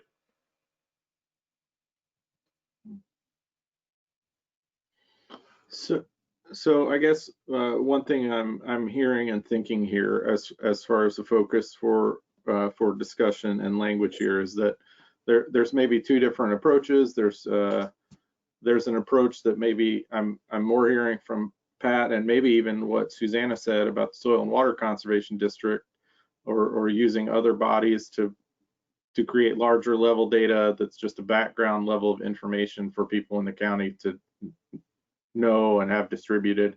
And then there's this development level. Do we trigger someone needing to do a study and find out about a particular piece of land through whatever procedure we choose? So I think, to me, this language is not clear which direction we're wanting the county to go in. So I would just encourage, at least for us to choose, for staff to make, if we want to choose a direction, or even say we want both of those things, but that we make a choice about those directions so that staff can know what way we're sort of intending here. Jim? Well, I was tasked the last time to do a review of climate change potential policies. And in the process, I did run across a great study in 2018 on groundwater, and I reviewed some of the climate change assessments at the state level, which actually came down to like the coast as one subdivision of their review, as well as a more local review. And in general, they said that groundwater supplies across the county is not really a concern at this time. Now, that sounds contrary to our current discussion, but yet I'm also aware of very site-specific areas that is a concern. So my suggestion is, to me, we need to fashion something that does not require everyone to do a study, but at the same time, target areas that has had concerns. Like I know Arch Cape and the Jewel area has had concerns with groundwater. So I don't know how we can do that, but that would be my suggestion, is somehow tailor it to known areas of concern, at least at this time. I'd like to hear the discussion, but where Flint, Michigan relies on cases of bottled water, I certainly see a lot of it sold out of Costco. We may have a requirement that you can't build a house without having a sign off from water being piped in. And I'm thinking maybe in reality we're beyond that people, if they choose to, wittingly, ought to be able to build something and not expect to get water piped in, period. I'm going to go to Gail and then Jan. I'm not sure if that was the right order, and then back to Jim. Okay, so the county already has a requirement in its code that before any permits can be issued, they will have to, a property owner has to document a source of 250 gallons of potable water per day on an annual basis. So there already is a requirement established, and we have to get those sign-offs either from the water district or water resources department or whatever entity oversees the water source. So there is, you know, again, the entity signing off on that form is verifying that they're going to guarantee to provide 250 gallons of water per day to that house. Can it be trucked in? What research is, No, it cannot be trucked in. and I guess, it's Pat here, I can't really raise my hand. So as how that relates to this policy language, is one middle ground being the county shall collect and make publicly available all investigations into the supply and distribution of groundwater throughout each drainage in the county, shifting it just to making research available as it comes together in ones and twos, and if bigger projects can be funded, that would be great. I don't requiring investigations. I mean, I don't see the county spending money on just documenting regulations. So I'm not sure where we are in the process, Andy, but I would shift that to the county makes publicly available all investigations, and maybe as with regard to what Jim said, highlighting those areas of special concern. Does that completely disembowel what the original intent was? Well, I think that's a substantial change to language anyway. But we could, I don't see any reason why we couldn't amend that if that's the. Well, for me, it's part of the conversation of requiring the county to do expensive studies that will never be done versus having, I don't know, maybe they already do a staff, but the studies that are done to be collected and a database collected on the watershed, studies done in all of the drainage basins in the county. Can I come in? No, I was next. I think I've got Jan and Jim also in line, and then Susanna. Jan. I had two things. One is a question.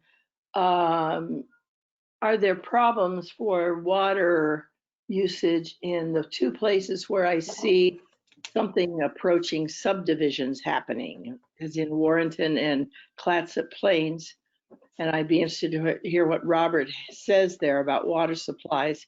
And also, I could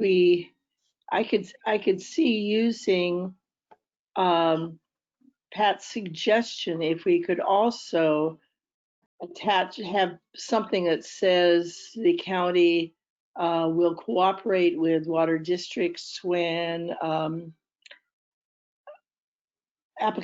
when further studies are necessary, something like that.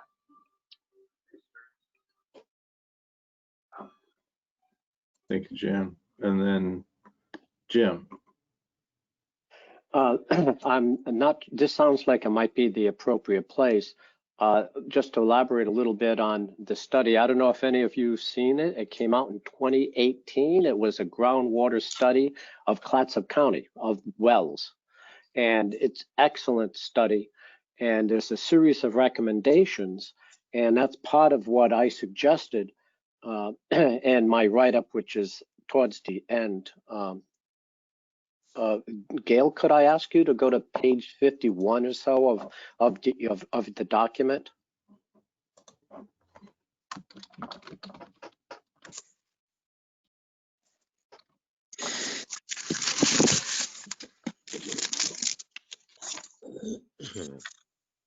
Oh yeah, this is the end, but this would be good for the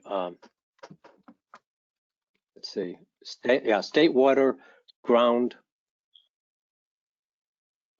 study. Yeah, that's an excellent. Let's see, North Coast report. Oh, came out in 2018, but they took the information in 2015, 2016. Now, if you can go to your document that you sent out, Gail. I'm around page, yeah, just page up now. Oh. Now page up from there to the beginning of what I sent. Okay. Oh, down just a little bit. This is the area right there. Groundwater, just a little bit more, starts there. And they had a series of suggestions. They make a distinction between really not the quantity, and in general, the quantity is fine, but they found some quality problems, and predominantly it was in the Clatsop Plains because of the sandy soils. They didn't have a separation between the aquifer and surface water. And that allows the pollution to go from anything you put on your lawns, although eventually works down into your drinking water. There's also danger, of course, of seawater coming in. And they recommended several things that I have as potential draft policies. But one of the things is they suggested, and this is right from their recommendation section, is coordinating with them to do some further analysis. Apparently, they didn't go into detail, but there was some further analysis that they could do with the existing data. And that seemed to me to be a pretty easy thing to accomplish. Now just go down just to the next page. What are you have 10 pages, page what of 10? Oh, I'm not sure. What page are we, Gail, on your? Page 2 of 10. Oh, 2 of, yes, okay. Or but it might be page 3. No, it says page 2. Okay. But the upshot is like their concern was more on Clatsop Plains for quality of the water. And so from their recommendation, now these are straight from, it was in paragraph form and I converted them into policy statements. But the point here is these may be a little bit too specific, but the idea is that Clatsop Plains for the quality is an issue. And it seems to me this is a direct health issue that at least should be in a Clatsop Plains area, district recommendations. And you can read them here. It's there, but to me, I think there's a distinction between quantity of groundwater and quality of groundwater. And in certain specific areas, there may be a quantity issue, but in terms of the quality issue, that's what this document was focused upon. And there are occasional wells outside of the Clatsop Plains that had some potential issues, but it was quite clear that Clatsop Plains is where the issue is. And they suggest additional well monitoring with permission, of course, of the landowner, reaching out, just educational outreach to make people aware of these things, and what they put on a lawn is what they're going to be drinking eventually, because of the nature of the sandy soils. And then, well, so that's it. I think I'll stop here. Now, just like to add this to the mix, like I said, that these are maybe too specific for the comprehensive plan, but I would suggest definitely something in here is directed towards Clatsop Plains issues that they've identified, the state's identified. That's it.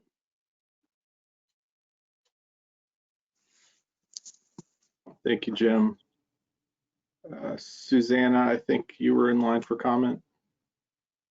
Oh my goodness, I got all wrapped up in that last one. I want to comment on the last one, what Jim said, that I do want in my area on the Clatsop Soil Water Conservation District, which is pretty much my same committee area, that we do community outreach for just, what can damage the Nehalem River wetlands, heavy equipment, all that kind of stuff. And under DSL, Department of State Lands, all that requirement, and do a outreach. And it might also be under water soil conservation where we can do a grant outreach information campaign also for Clatsop Plains.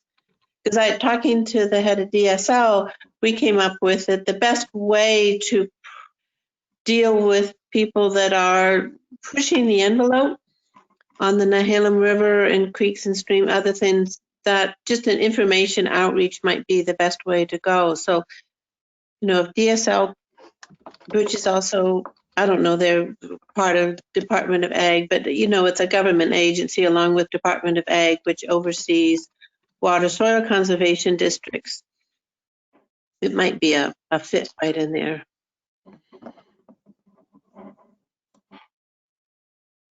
Commissioner Webb. Yeah. I think, Susanna, as you serve on the Soil and Water Conservation District, you'll correct some of the misinformation that you just espoused. DSL is a separate organization from the Department of Agriculture, from OWEB, which is actually who funds soil and water conservation districts. But I would really like to encourage the use of the document that Jim has just put forward, because it's the latest real hard data that we have about water conditions in the county. I think that a lot of the recommendations are probably not appropriate for the comp plan, because they are like public information issues. That's a program detail. But I would certainly encourage this group to recommend policies which do a couple of things, or research. One of them is to understand our conditions locally. We're finding in all of the work throughout the comp plan that we don't have enough information about the geography of Clatsop County. But this document, the groundwater document, does highlight, even though it focused a bit on Clatsop Plains, and I do agree with Jim that it's heavy on on water quality, which is great, which is wonderful. But we also have quantity issues in the county, so I think that it would be very useful if there was something in the comp plan about doing the kind of research that helps us understand what conditions are. And I think that's a very appropriate comp plan recommendation, is that we need to know more. And we're learning, well, we know that the state has a lot of information and also some capabilities to research conditions on the ground. We just, the board just wrote a letter to the governor about funding for Dogami, because in her budget she has recommended that Dogami be broken apart. When in fact, and Gail can probably attest to this, Dogami provides us with some of the best on the ground information. And we think that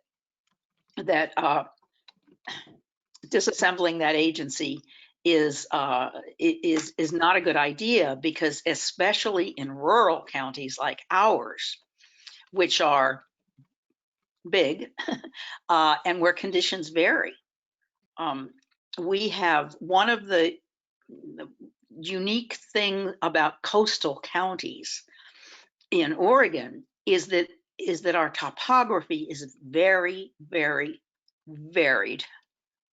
You know, we go from sandy beaches to upland areas, to the Coast Range, to rainforests. You know, it's a whole lot to understand. It really is. So I would very much welcome, one of the things that my environmental group is going to be focusing on is an assessment what information we do have, and then what we need to probably pay for or partner with state agencies to help us with. So that's my piece. Hi. Hi, Todd. Do you want to introduce yourself and say where you're from, Todd? We all did that earlier in the day, but I appreciate that you just joined us. Yeah, I was misguided. I thought it was 2 o'clock we started. So my name's Todd Lundy and Astoria, and I'm representing the Southwest CAC. Thank you, Todd. Jim.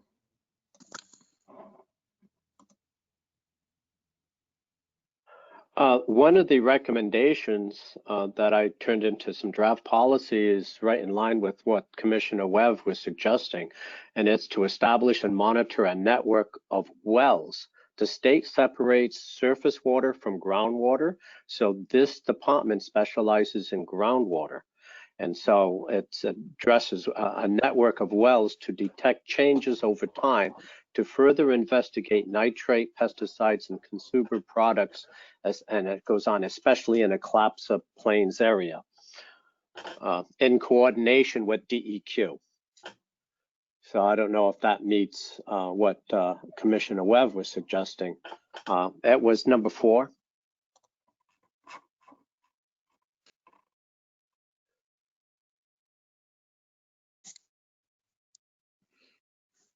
And then as you can see 5, it's sort of in order, is once you have more information, then you can come up with a strategy on how to prevent further degradation. Not to say that we can't begin now, but obviously it would be updated with better information, with a network of information, a network of wells providing that information.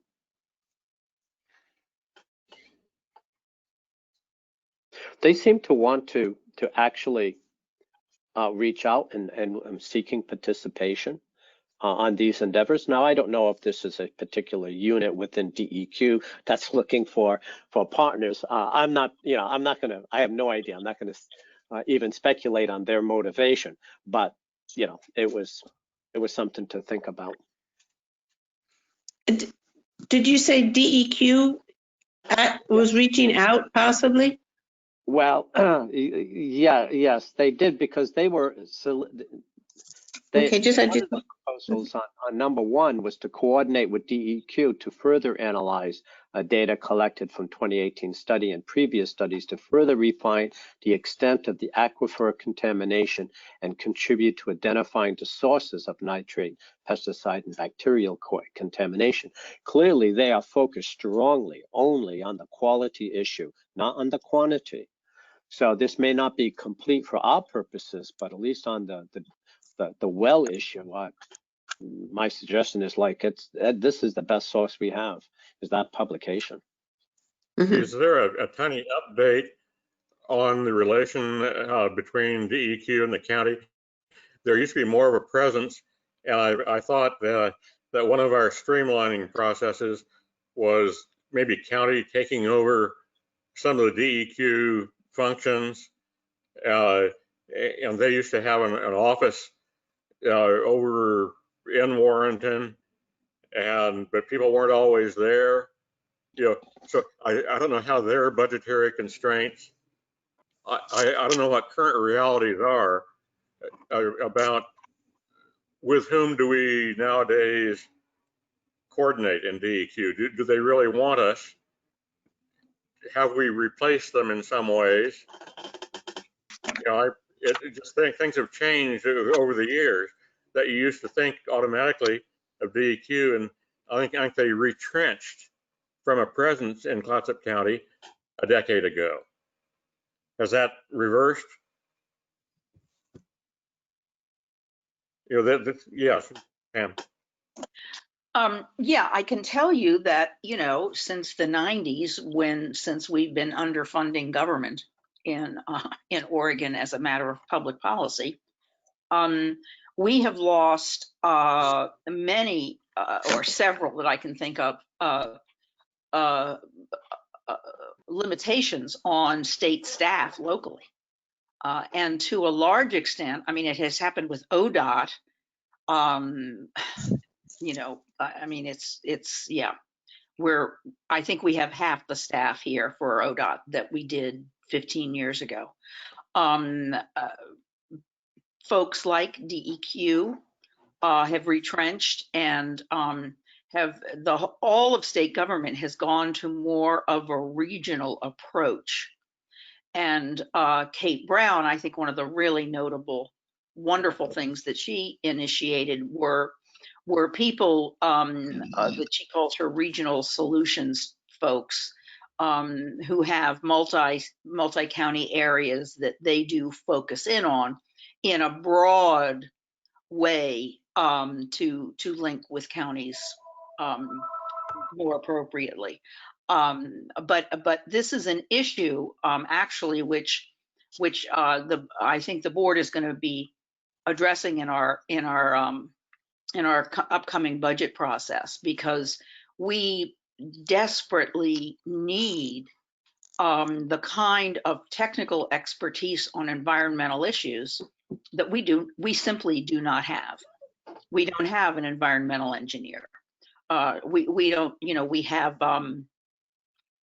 we sorely lack that kind of expertise. And when we have to go outside of government, we pay a whole lot more for it than we can. And so, so we tend to engage with the state to the maximum extent possible. And we also rely heavily on the Extension Service. They are, you know, they are our resident research group, and so yes, your perception is absolutely accurate. So I want to draw us back a little bit. We're having a wide-ranging and interesting conversation, but I want us to draw down to language that we can discuss, and that we intend to go directly into the comp plan document. I think Jim, you brought forward a list here of languages that you might recommend. My preference would be that if we have discussion like we just did, that it be in the context of do we need to modify this language around DEQ to be conscious of the situation on the ground in Clatsop County, but not broadly. But Jim, do you want to make a motion on the items that you just brought up, or on one of them? Yes, I would like to suggest that we discuss points 1, 4, and 5. Okay. Because I think that's in line with, and we can, these are just my approach upon reading it, and then collectively we can further refine it or expand the scope or do whatever we want. Okay. But seems like 1, 4, and 5 would be more consistent to what discussion has been. Are you happy to consider those as separate items? Yes. Okay. So let's, if can you reference, what does he mean 1, 4, and 5? What part, what page? In the packet that we have received, he is talking about, it's on page 52 of the PDF that I got from Gail. At the bottom of the page, item 1 under groundwater, and I'll read it off here. Page, how many, what page of 10? It's page 1 of 10 in the document, in the sub-document.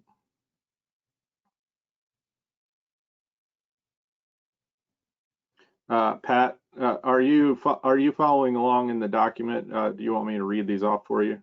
Yes, no, I'm following along the document, and I agree. I think coordinate with DEQ, get the wells 1, 4, and 5, the monitoring network of wells, and develop strategies.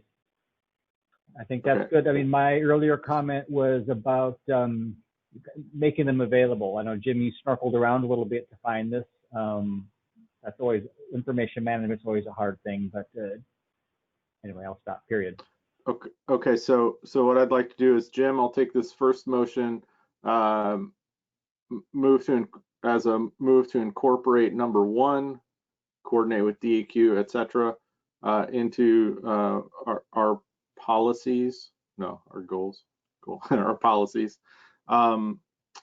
Is there a second for incorporation of number 1? Second. Cheryl has a hand up for second.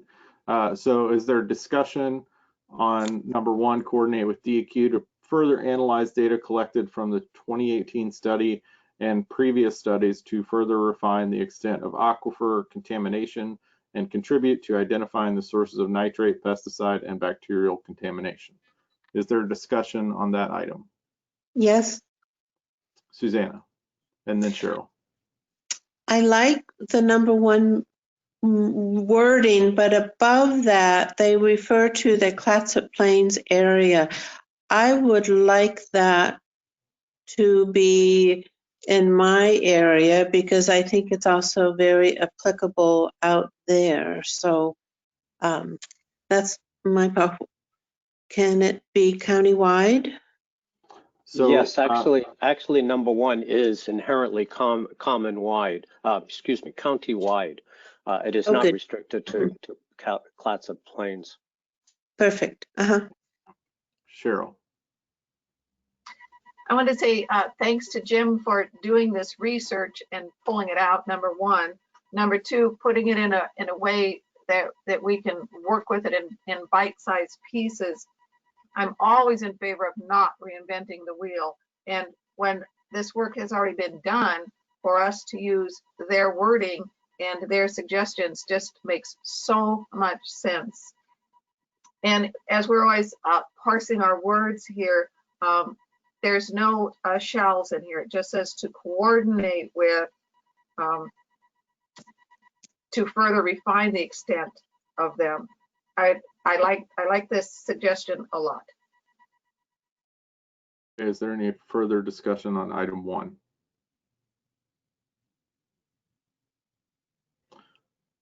Okay, hearing none, I'm gonna go with whether there's objection or not, and then we can break down to votes if we need to.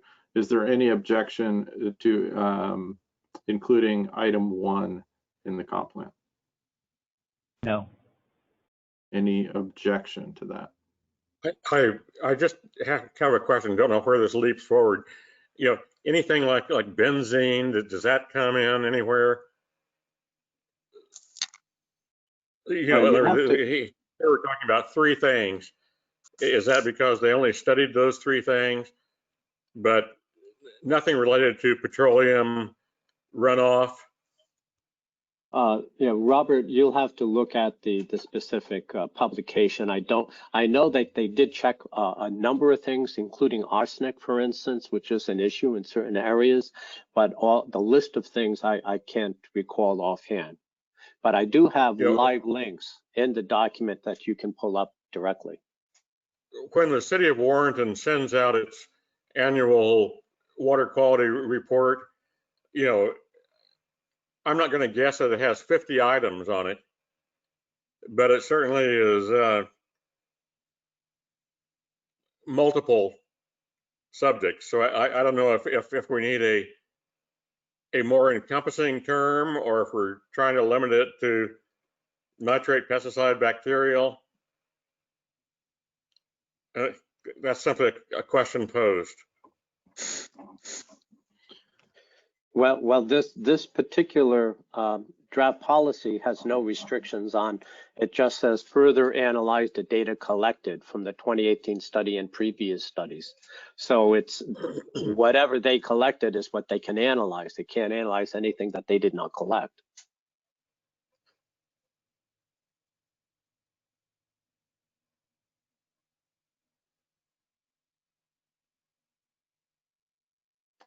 Good. Hearing no further discussion on that. Robert, do you have an amendment to suggest, or are you happy to go ahead for a vote here? I'd love to hear a intelligent mind say a tiny bit more. Todd, tell me something. I could. So let me make an amendment here real quick, because I think this is I'm valid. here. But I don't want us to get too sidetracked by something I think we can solve, which is I'm going to move to amend that we modify the last part of the sentence to be identifying measured sources of contamination, and delete nitrate, pesticide, and bacterial, and that allows us to just anything that's measured in reports like this for us to include that information. Good. Is there a second for that motion? Yeah, I second that. Thank you, Todd. Is there any objection? Can I just clarify? So it would be sources of contamination? Identifying measured sources of contamination. Okay. Is there any objection to us making that change? Measured sources, or just sources of measured contamination? I accept it. Sources of measured contamination. Thank you. Any objection to changing it to identifying sources of measured contamination?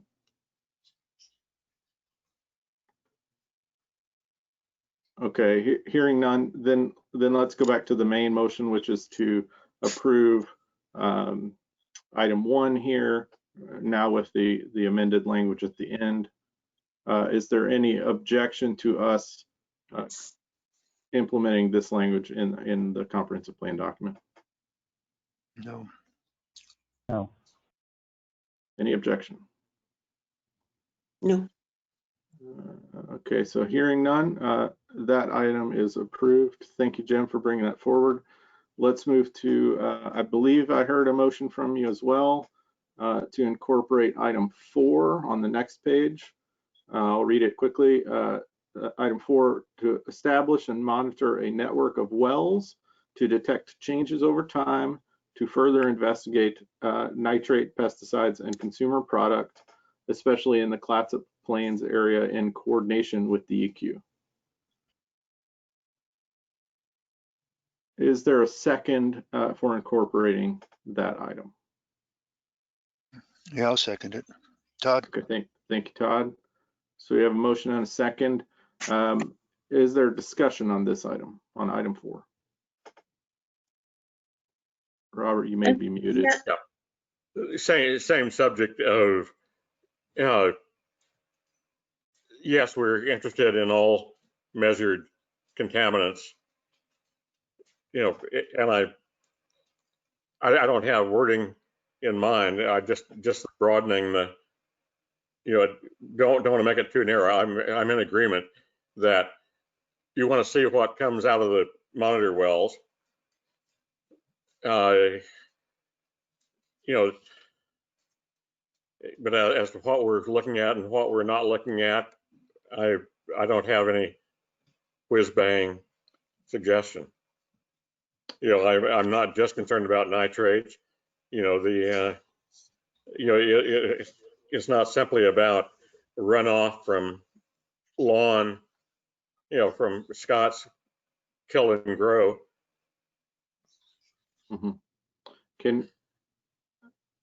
I might make a motion to amend this language to further investigate contaminants of concern, especially in the Clatsop Plains area. Contaminants of concern, to replace the language there. Second. Okay, that's a motion. Is there discussion on that motion? I have a question. Sure, Todd. Does this include volume as well as quality?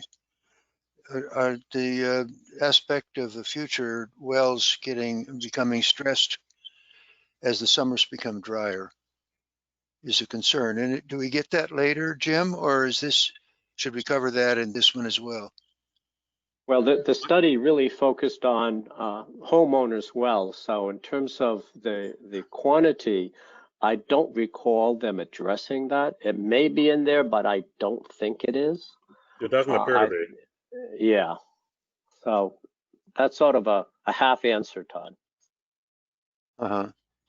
Are we concerned about quantity? Todd, I will say that this discussion kicked off in relation to an item that really was more about distribution and quantity of groundwater. So we may end up going back to that item, though I don't see any reason to specifically exclude it here if you want to put language into that on that front. I would say, I would just say monitor quantity and quality that of a network of wells. I think they're massively different analyses. You know, you can take the water samples, but that certainly doesn't transfer into figuring out what kind of volumes you have. I grant that. Yeah, it is. You have to. It takes much more time. But if you're establishing a network to monitor wells, I think there should be a place in there that if indeed the production of the wells, the water quantity can be measured, it's a way to perhaps follow that.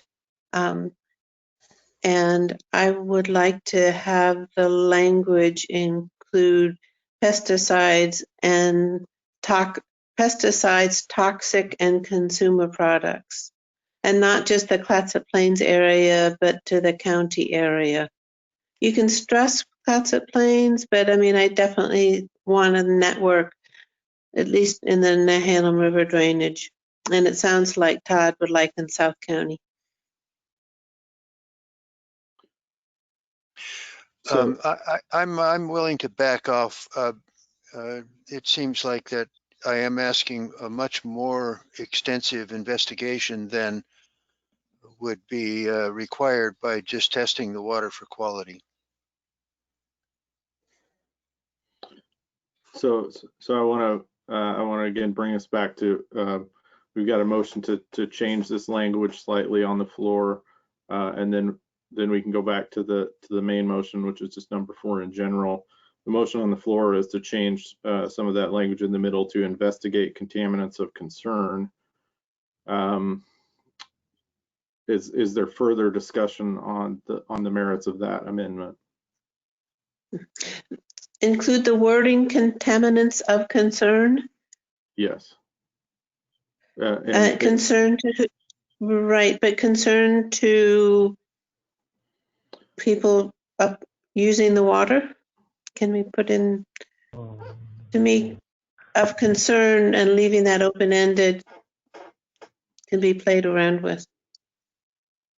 And I'm coming back to Jim, you know, if the study is designated as changes over time, it really isn't so much a study of how bad things are in any moment in time. You know, our focus is as much how bad is the water as how is it changing. Andy? Yes, Pat. Give me a cue when it's okay, when I can chime in. I think you can now. That's fine. Okay. So something that structurally might help would be, as I'm thinking about this, nested. We're talking about quantity and quality again, as we do. Something that could go before this is Clatsop County shall improve its understanding of the quantity and quality of water in each of its drainages through things like DEQ partnership, well monitoring, and that again would be more of an umbrella statement saying we need to learn about all of this and then put some particular bullets underneath that can even get fleshed out more as this process evolves. So that would kind of be in addition to those, but it's a way I'm thinking for us to get away from this either or quantity or quality and having to list all the pesticides we're worried about. Just to have contaminants be a category of continued understanding. Thanks, Pat. And the term potable water needs to be in there, and that sets the requirements. Yeah. Okay, so I'm gonna again pull us back to I want to try to get feedback on this specific amendment. So we've got this amendment to replace nitrate pesticides in consumer product with contaminants of concern. I'd like to just go to a vote on that, and then we can go into all these other items: quantity, potability, Yep. etc. So let me go quickly through, or I'll just try. Is there any objection to replacing nitrate pesticides in consumer product with contaminants of concern? Is there any objection to that change? Mm-mm. I would just like contaminants. Okay, is Maybe. that an objection? For me? Yes, is that an objection, Susanna? Well, then we can move on to, I forgot, was it It's a particular wording about changing the, wait. It's a specific yes or no question. Is that an objection? but does that, me approving it, does that preclude changing the whole wording of the whole thing at a later date? Like later today? Not necessarily. Nope. Okay. It just means we're back to the full thing instead The of motion, just part right. of it. Yeah. Yeah, So, I approve. Yeah. Okay, so is there Yes. any objection? I'll just ask one more time. Is there any objection to replacing nitrate pesticides in consumer product with contaminants of concern? Any objection? Okay, hearing none, that amendment passes. So we're back to this amended language on item 4, which is to incorporate the language, establish and monitor a network of wells to detect changes over time to further investigate contaminants of concern, especially in the Clatsop Plains area in coordination with DEQ. Is there any discussion of this motion? Yeah. I motion to amend, and what I'm trying to kill is to detect changes over time.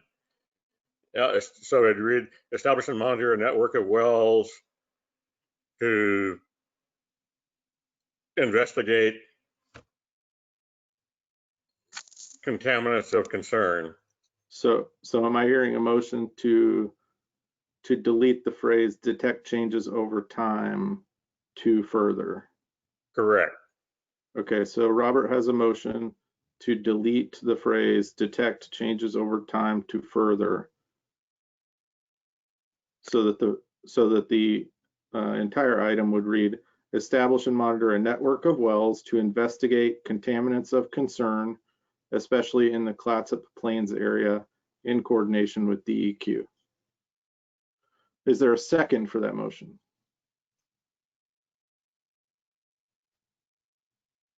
I second it. Jan seconds. Discussion on that motion. Jim? By eliminating changes over time, you're essentially negating the monitoring aspect of this particular policy. And that is really, really important rather than having snapshots. So that is the reason I object to that change. Jim, not arguing with you at all. Not arguing with you at all. I wondered how you would interpret establish and monitor at the beginning of that item, because I would take that as that there was some ongoing responsibility. Well, technically, yes, it should be. Monitor does mean trend over time. It's just being very explicit to have change over time. So I suppose it's just it's to be clear to any reader. If it's well understood that monitor means over time, then the changes would be acceptable. Okay, thank you, Jim. Any And- other discussion on this amendment? Susanna? Yeah. Oh, I would just, for my busy little brain, I would say monitoring is stronger than over time, because maybe what is your time frame over time of a 10-year thing of just every once in a while you dip your toe in the water? I don't know. That's just a comment. I would like to see it not just to be the Clatsop Plains area, but that's probably another motion, right? Yes, thank you. Mhm. Okay, any other discussion on this amendment?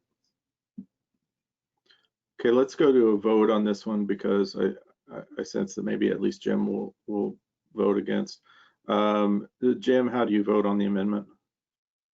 No. Jan, how do you vote on the amendment? Yes. Todd, how do you vote on the amendment? No. Thank you, Todd. Cheryl, how do you vote on the amendment? No. Robert, how do you vote on the amendment? Aye. Susanna, how do you vote on the amendment? I don't know. I'll abstain. I don't know. Okay. And Pat, how do you vote on the amendment? No. Okay, by a vote of 2 to 4 with 1 abstention, the motion fails. So detect changes over time will be retained.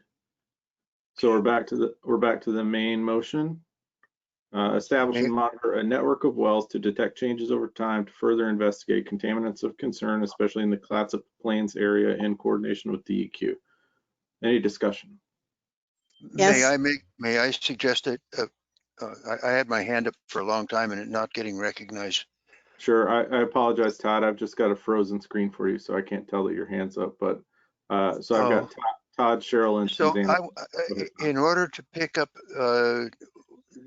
the idea that changes over time, I just like to put the word "and" after the word "time," so that it reads: establish and monitor networks of wells to determine changes over time and to further investigate contaminants of concern.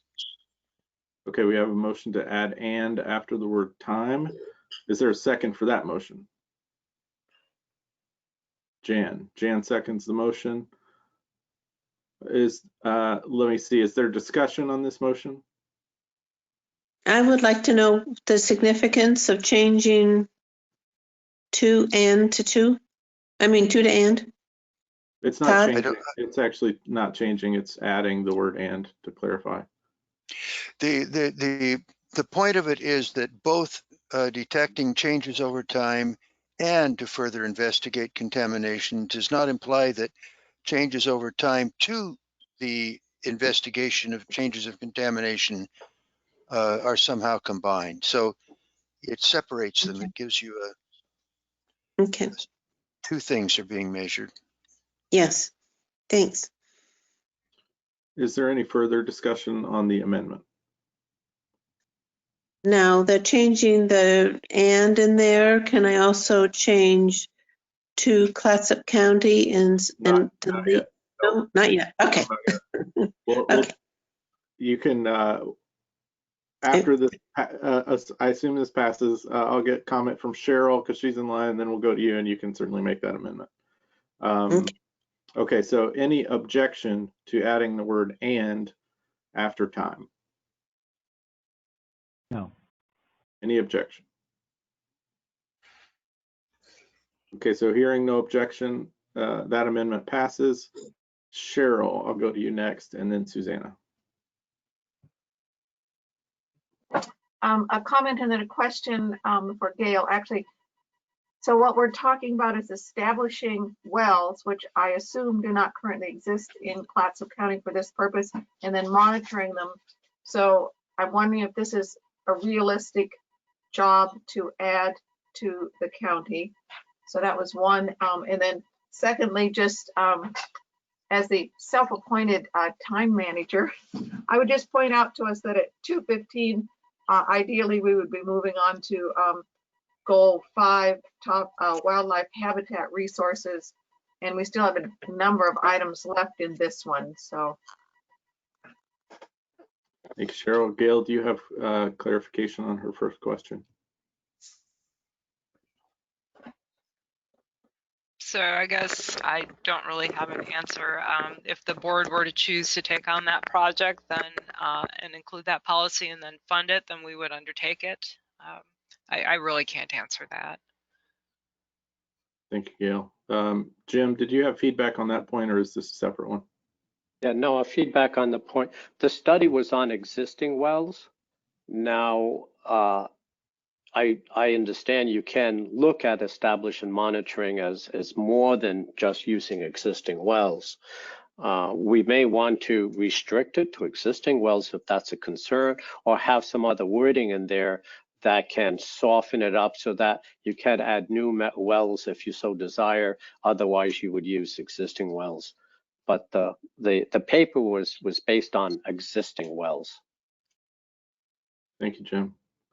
I would say, especially if reference to that paper is included in the document, and it probably should be, given item number 1 makes direct reference to it, then hopefully future readers can put 2 and 2 together on that and make the same reading of it. Susanna, you had the next item. Well, I see the problem with establishing a network. I think that wording is not quite accurate, that it's monitoring wells, and the network is including all the wells past and future. I think something to that effect. I don't want to put in the wording. My brain isn't up to it today. And I just, again, can I now say Clatsop County, not just Plains area? I keep coming back to that. I don't know when to interject that. No, this is a fine time to do it. Do you have recommended language for that? Are you wanting to just change it to delete, especially in the Clatsop Plains area? Yes, I think it should be countywide. Okay, so I've got a motion from Susanna to delete the phrase especially in the Clatsop Plains area.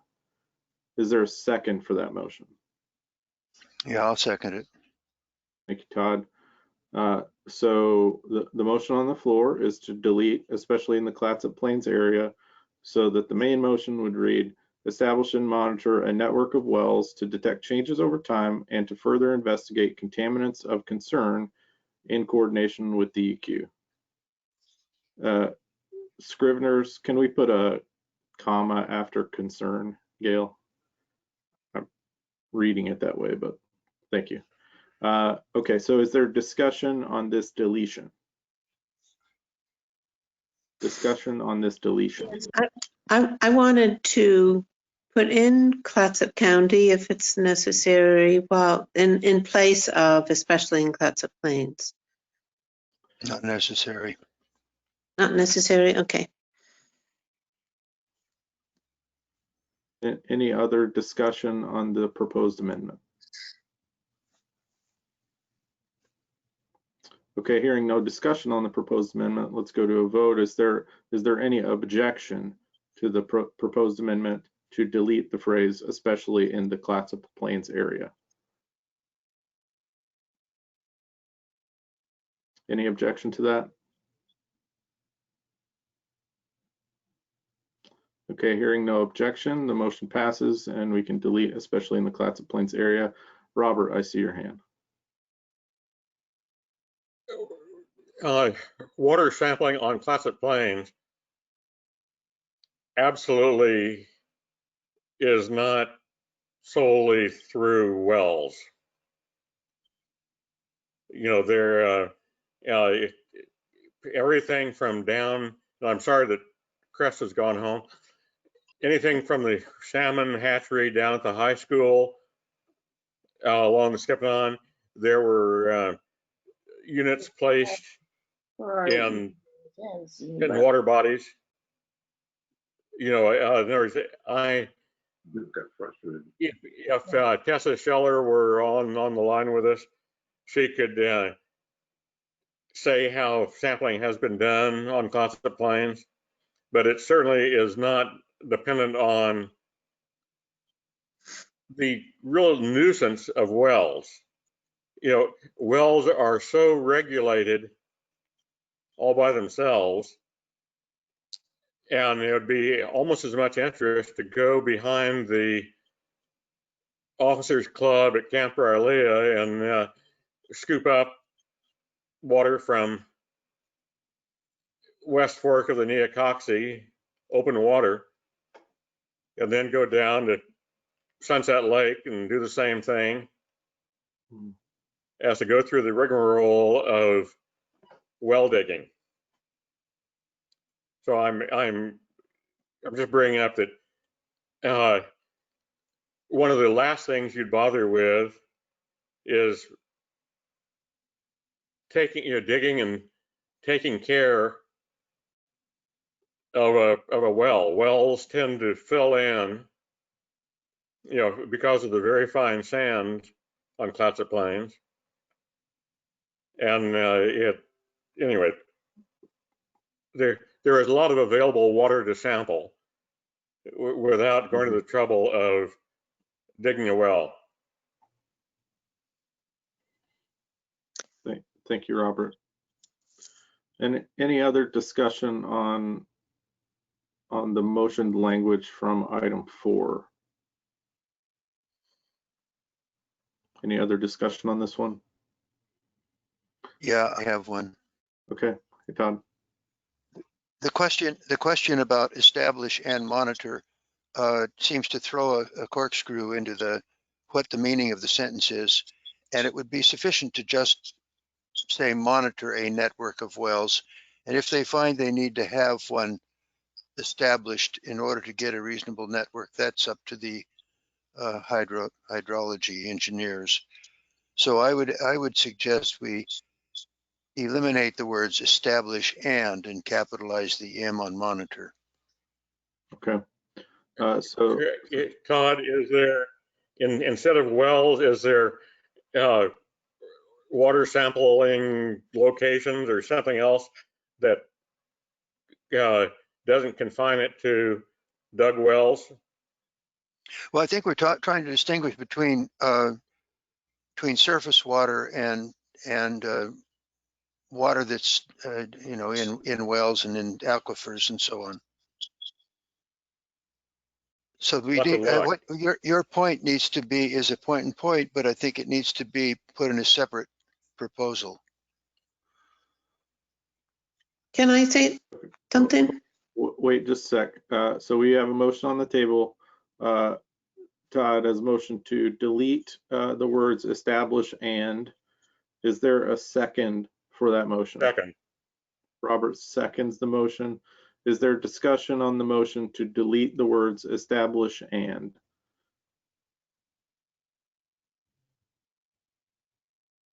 Okay, I'm not hearing discussion on that motion, so let's go immediately to a vote. Is there any objection to deleting the words establish and from the beginning of item 4, which would then read monitor a network of wells to detect changes over time and to further investigate contaminants of concern in coordination with DEQ? Is there any objection to that deletion? Any objection? Okay, hearing none, that item is deleted. So back to the main motion, monitor a network of wells to detect changes over time and to further amend that we eliminate the word wells and say water sampling locations. So I have an amendment to replace the word wells with water sampling locations. I'm second it. And I have a second, thank you.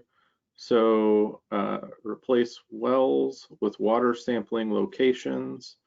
So it would read monitor a network of water sampling locations to detect changes over time and to further investigate contaminants of concern in coordination with DEQ. Is there discussion on that motion? Jim? Robert, I'm not against what the intent is, but I think that it's very nebulous now. If you want to do something like that, I would suggest something along the lines of wells and surface water locations, to be very clear that these are two separate sources of water that you're sampling. Water sampling location, to me, doesn't do very much. Agree. So normally I'm loath to allow tertiary amendments, but in this case, Jim, if you want to motion to add wells and to the beginning of that. Yes, well, my suggestion is in my mind, I make a clear distinction between surface water and groundwater. And so it'd be wells and surface water locations. Okay, so I'm gonna go for the tertiary motion this time. Sorry, everybody.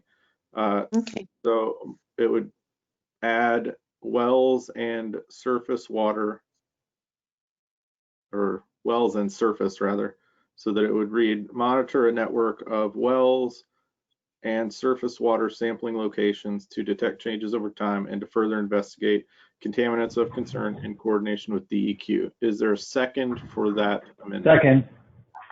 Okay, Pat has seconded. Thank you. Is there discussion on this tertiary amendment? Again, this is just discussion on wells and surface. My only comment is that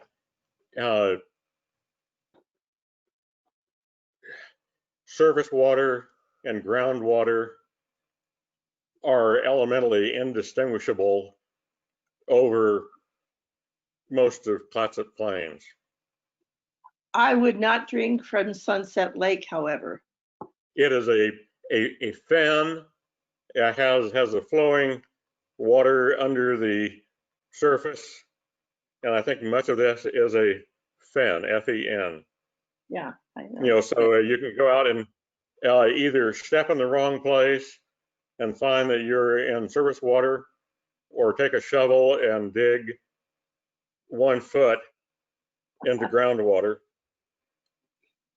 And anyway, that's what is out there. Go ahead. I comment. Yeah. I think it covers quite well that which the whole thing is studying water, drinking water, aquifers, all of that, and surface water affects number 5, strategies to prevent further degradation of aquifer water quality. I think it all ties together and covers it all well to put in the wells and surface water testing. Okay, thank you. Is there other discussion on wells and surface? Okay, hearing none, let's go to a quick vote on this. This is just on the addition of wells and surface. Jim, how do you vote on wells and surface? Yes. Jan, how do you vote? Yes. Todd, how do you vote? Yes. Cheryl, how do you vote? Yes. Robert, how do you vote? Aye. Susanna, how do you vote? Is it surface water? It will read surface water, but this vote is only wells and surface. Yes. Yeah. Okay. Yes. Pat, how do you vote? Yes. Okay, by a count of 7-0, the ayes have it.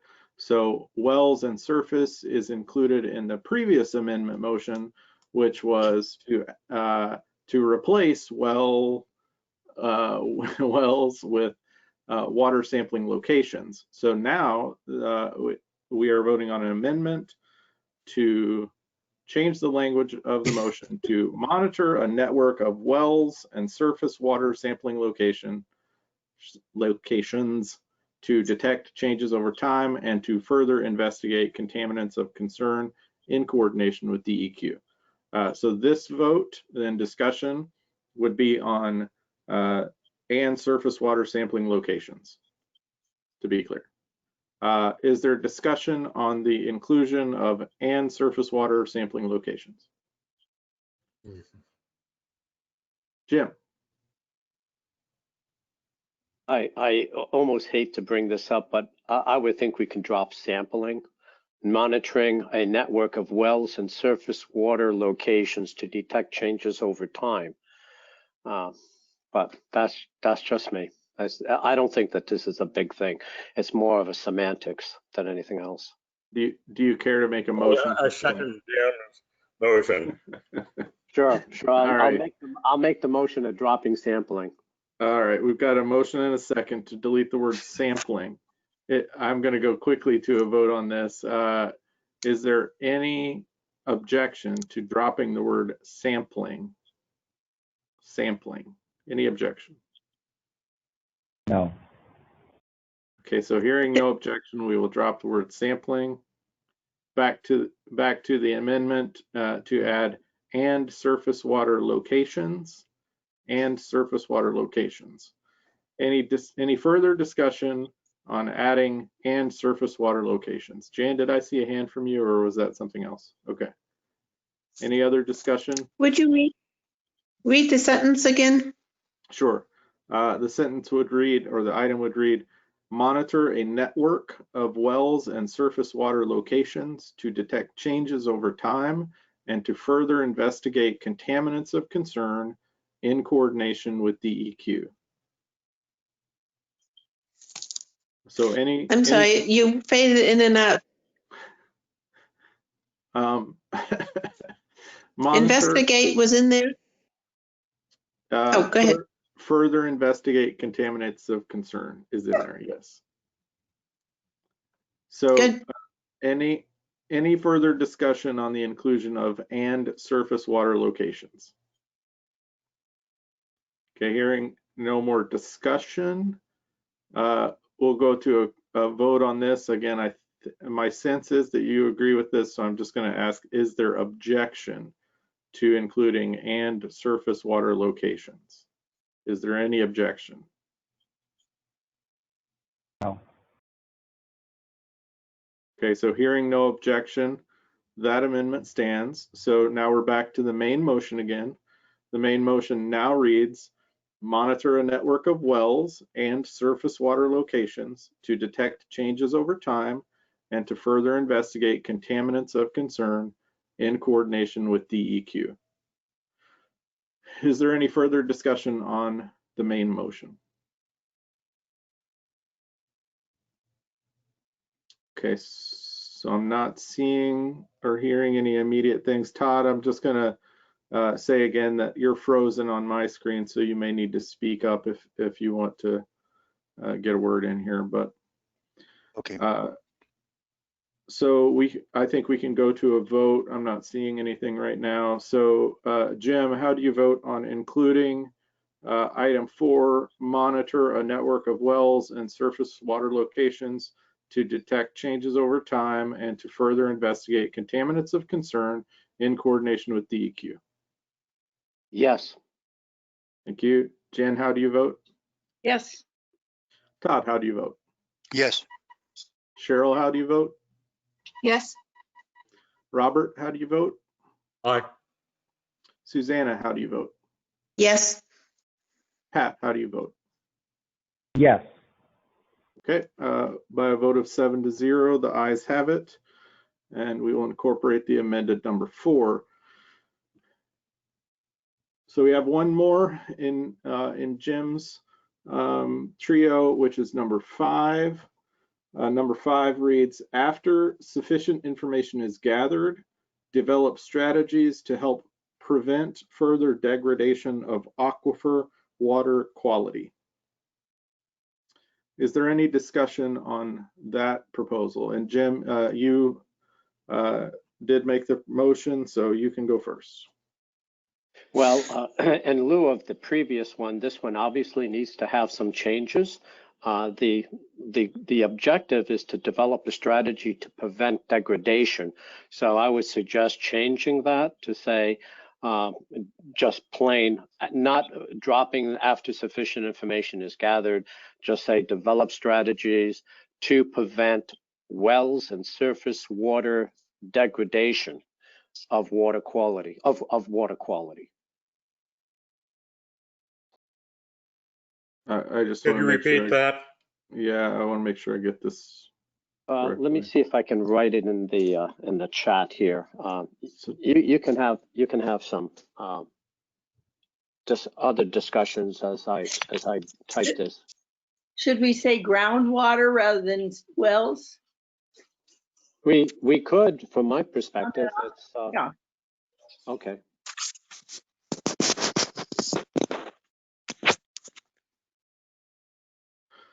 We're referring to wells in the item above. It seems we should be consistent. I take Jan's point to be that once you're getting to the level of strategizing over water quality, that there's less reason to differentiate between wells and surface waters. But yeah, and I want to clarify that Jan is not concerned about Sunset Lake now.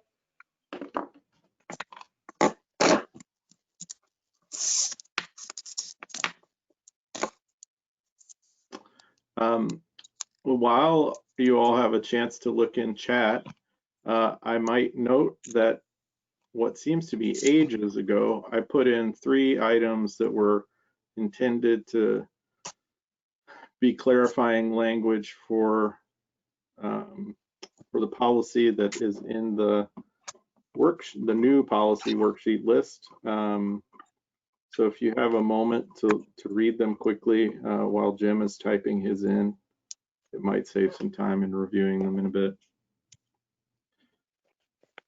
Okay, everybody should receive that. I believe I sent it to everyone. I see it, Jim, and I'll read it for those on the phone. So Jim has made a motion to amend the main motion to replace existing language with develop a strategy to prevent degradation of wells and surface waters. That would be and just to clarify, Jim, that would be the entire policy, correct? Correct. Would it be the same thing to say ground and surface water instead of wells? From my perspective, that would be fine. I don't have any objection to making a change like that. Okay, so given that we seem to have interest from a couple of people on that item and we don't have a second yet, can we change wells to ground, Gail?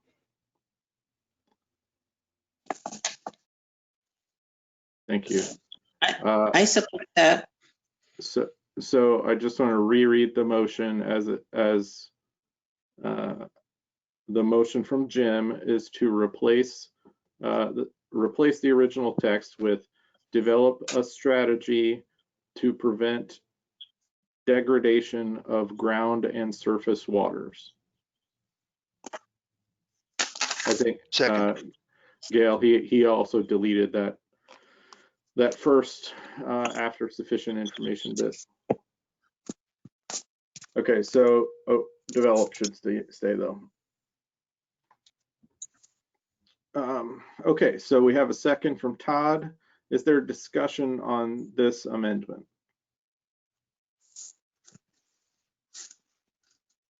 So Jim. A discussion on what I just proposed. We should probably add quality to right at the end to be clear in what we're talking about. At the end, okay. Develop a strategy to prevent degradation of ground and surface water quality. I will take that as a scrivener's error because I believe that when you first said it, you include the word quality. You just left it out when you typed it in. Does degradation clearly imply a degrading? What it is. I would only say my interpretation is that there might be other types of degradation than water quality. Degrading. But okay, so we have a motion on the table that is to replace the original language with develop a strategy to prevent degradation of ground and surface water quality, period. Is there any further discussion of that motion? Okay, so I'm hearing no further discussion. Is there any objection to the amendment as offered by Jim?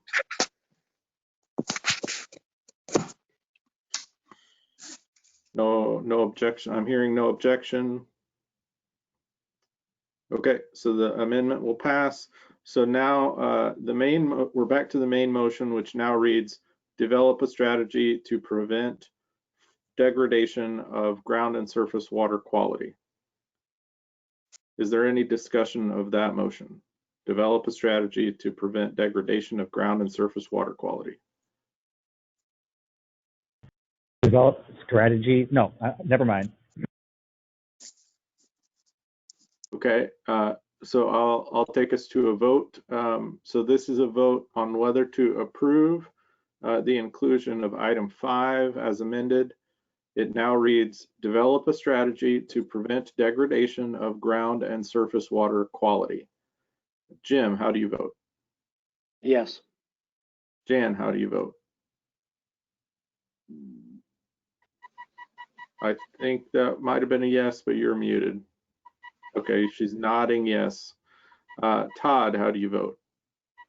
Yes. Cheryl, how do you vote? Yes. Robert, how do you vote? Aye. Susanna, how do you vote? Yes. Okay, and Pat, how do you vote? I vote yes.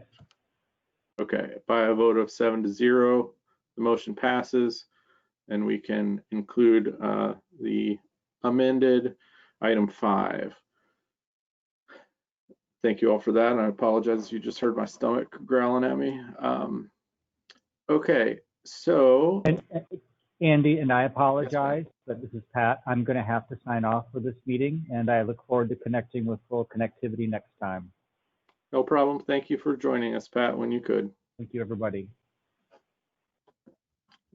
Okay, so so I want to bring us back to we had an item which is on the bottom of page 20 of the packet, which is Gail has it up on her screen. Things have shifted around a little bit because of spacing in the worksheet, but it is this groundwater resources item. At present, it reads, Clatsop County should require and or undertake all investigations into the supply and distribution of groundwater throughout each drainage basin in the county. The county shall collect and make publicly available all results from studies. Gail, I'm gonna be a pain here, but starting at 133, I think I made 3 comments that I would like to move to replace the language that is there with those 3 comments. Thank you. I will say, even though she is offline now, part of this came up because Nancy Ferber from Crest sent me a message or 2 when there were other discussions going on about this language, and so I was trying to clarify, in addition to her feedback, some of the feedback that I was hearing from the group. So I'm making this motion to replace that language and try to bring in some specific triggers, but also to bring in the concept that in the 3rd section there anyway, that the county would work with other entities to try and establish the same same information outside of the triggered information that would come from development. Todd, to your earlier questions, this is really more concerned with supply, quantity, supply, and distribution in the county than to do with water quality. So this is my motion that we replaced the paragraph that we had with these 3 items. And so the paragraphs where I'm a little lost. Sure. So the paragraph in the packet that we were given is the last item on page 20. It's part of table 2, groundwater resources, new policies worksheet. And the existing one, it's labeled for groundwater resources, and it's just 2 sentences long. Yes. So I'll check. Is there a second for this motion? Cheryl, was that a second? I think I got a hand up from Cheryl. So Cheryl, if that was a proper second, then we can head to discussion. And I'm happy to, I will also say anybody can make a motion to say, consider these as paragraph by paragraph, so that we don't do it all at one time, or we can try to do it all at one time. It's up to you all. But that would be a valid motion if you want to break up the discussion, is to consider by paragraph. But is there discussion on these 3 items? And I will give plenty of time because I know that this just got put in front of most of you. So can I ask? Go ahead, Suzanne, and then I see your hand, Jim, after Susanna's question. So is this under the purple heading? I think the purple heading CAC, identify issues. Correct. It's meant to replace the 3rd item under the purple heading. So the 3rd item reads groundwater resources, and it starts with Clatsop County should require that one. Andy, yeah, I don't think Susanna can see what's on the screen. Oh, I'm on my telephone. The go-to meetings on my telephone, but I'm on the download policy on my computer. Right. I'm trying to make reference to the packet that you sent us, Gail, because I think Susanna has that in front of her. Yeah, I have that on my computer easily. She can't see what you're proposing, Andy. Okay. Correct. Could you read it again? I can read it again, but I'll email it to you really quickly because it's kind of long. I think I've got your email anyway. Okay, I can send it to her, Andy. Okay, thank you, Gail. That would be nice. But I will read it off. So the text starts with, the county may require investigation of groundwater and drainage for development in a geographic area of concern, of size which may necessitate significant groundwater draw, or that triggers a review from Public Works related to groundwater or drainage. Good work on her part. Second paragraph, the county shall collect and make publicly available all results from studies and investigations into the supply and distribution of groundwater throughout each drainage basin of the county. Third paragraph, the county shall work with and/or encourage watershed districts, soil and water conservation districts, and other entities to perform their own studies and investigations to supplement the information available to the county on groundwater supply and distribution. Andy. I move we adopt all 3. I second. Okay, thank you, Todd. And then Robert, did you have discussion? Yes, that first line, the county may require investigation of groundwater and drainage for development. Yes, sir. Could you reorder those words so I have an alternate understanding of what in the world it means? So drainage for development. My intention with that, I can tell you that is really to require in a case where there's development happening, that the county may require investigation of groundwater and drainage. Good. Could you perhaps do that instead so it's not drainage for development? Or groundwater and drainage for development? Why not? Why not do it? I mean, why not leave it as it is? Like, what are you offering? Okay, Dan, what is the meaning of drainage for development? What is the meaning of groundwater and drainage for development? Well, as I read that when somebody comes in with a development proposal, you may require investigation of all the underlying. That's a great interpretation. Cheryl, do you have a point germane to this? I do. A point to this and then a point to the bigger picture. I think what Robert is asking us is if we just move the words for development so that it reads, the county may require for development investigation of groundwater and drainage. Yes. Okay, so I've got a motion to move the words for development to after require. Or for development, comma, the county may require investigation of groundwater and drainage. Yeah. So Cheryl's motion's in the queue first. So let me see, is there a second for Cheryl's motion to move for development to behind require? Is there a second for that motion? Okay, that motion fails for lack of a second. Robert, do you want to make a motion? I'd prefer that a better wordsmith do it, but what I'm trying to say is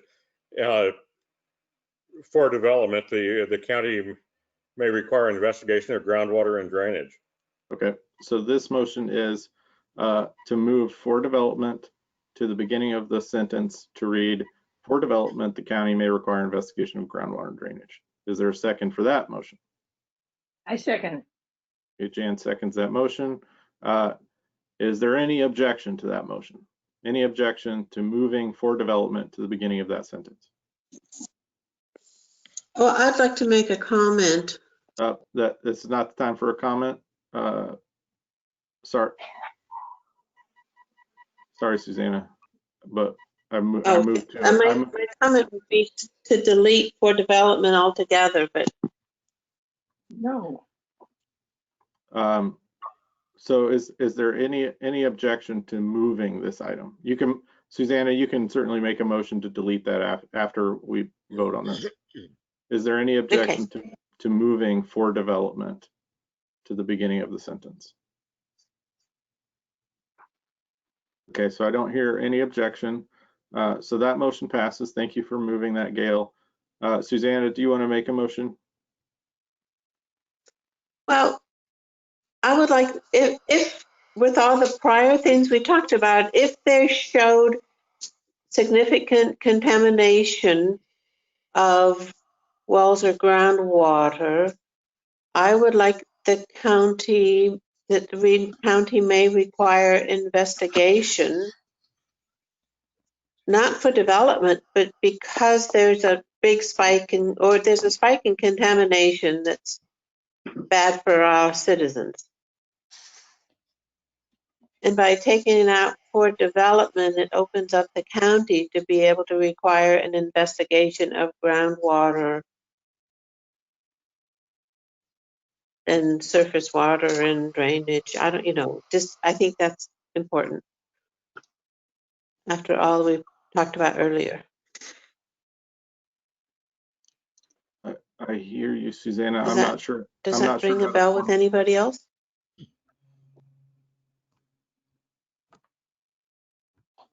So I will say my interpretation is that this is a that this is a somewhat separate area, mostly concerned with water supply and distribution rather than quality. Though I hear what you're saying, and I think the reason that I'm interested anyway in the trigger around development is just what's some of the things that, like Gail brought up earlier, where we might have certain types of development that we want to make sure that we get this kind of feedback on before they go forward. Yes, I totally agree with that. Yes. Okay. Cheryl, you did have your hand up a second ago, so I'll go to you. Andy, did I hear correctly that these 3 paragraphs suggestions were suggested by Nancy Ferber from Crest? Let me. Yep. The first section is from Nancy. The first section is largely from, well, two out of the 3 are from Nancy in the first section. She suggested something along the lines of, well, she suggested the may language. She also suggested that an area of concern. I added geographic. She also suggested the public works trigger. Okay, I just wanted to remind us that Ferber is a coastal planner. She is a professional, and I just wanted to point out to us that if she is suggesting these, that we would be in support of them, and hopefully, because it's almost 3 o'clock, we would not need to make 5 word changes in each and every paragraph this time. That we would perhaps instead trust the professionals who suggested them to us. The frustration is. Thank you, Cheryl. She also worked for a city, so she knows about development projects. Thank you, Jan. Gail, I saw your hand up a second ago. Yeah, so first of all, county public works doesn't have anything to do with groundwater. It's different than a city because we don't maintain our own water supplies. So I would ask that that be removed. Okay. And then a little bit of clarification would really be helpful. So I understand may require, what is, or is it just going to be completely at staff discretion to the scope of the investigation? And how are the areas of geographic concern being identified? And is there any particular threshold in terms of size that would necessitate that, or you just want to leave that blank? But at a minimum, please take out the public works because our public works department has nothing to do with groundwater. Also on that last one, there is, to my knowledge, only one soil and water conservation district in the county, the boundaries of which are identical to the boundaries of Clatsop County. And that's the Clatsop Soil and Water Conservation District. Okay, fair enough on that. So I'll move to delete or that triggers review from Public Works relating to groundwater or drainage. Is there a second for that deletion? Jim has a hand up. Is there a discussion on deleting that item? Speaking for it, since I'm suggesting it, I'm just doing that based on the feedback we just got from Gail, that may not be a possibility. So I'm happy to delete it. Any other discussion on that item? Yeah, you might want to delete a little more up front, like the or. Yeah, I think I did say or, but I'll take that as a Scrivener's as well. Thanks, Todd. Is there any objection to deleting the line that starts with or that triggers review? Any objection to that deletion? Okay, hearing no objection, we can take that one off. I'll say for the sake of discussion, Gail, just to address your questions about that geographic area of concern, size, may require, etc. Part of my intention, honestly, was I don't have the expertise to make the calls at the moment about what should trigger those going forward. So I left that language sort of open for staff or for the commissioners to make determinations in the future about how they would want to classify those things or measure those things. More than anything, I wanted to give the tool to do this within the comp plan to say that this is, something we support, that in the process of development or with these agencies, we would like to get more information. Okay, thank you for clarifying. Sure. Is there other discussion or other amendments to offer? And Robert, I would take as a Scrivener's error the change to district in the third paragraph. Yes, to Clatsop Soil and Water Conservation District singular. That's fair. Thank you. Jim? On the second paragraph, I have 2 comments on it. I think I understand what the intent is to make any information on studies on water available, and I'm going to interpret that to mean quantity and quality. I'm also going to interpret it to mean not only groundwater but surface water. So that brings me to just say something that I believe the county would do anyway, but the county shall collect and make publicly available all results from studies and investigations into the supply and distribution of ground and surface water, period. Because when you say in each drainage basin of the county, then you get into how do you define the drainage basin? Like USGS, they use hydrological units. Is it 4th order, 5th order, 6th order, 7th? You know what I mean? It gets really fuzzy. Yeah. So if we have something a little more generic, but also include ground and surface waters, then any information on studies that they have, it will be made available to the public.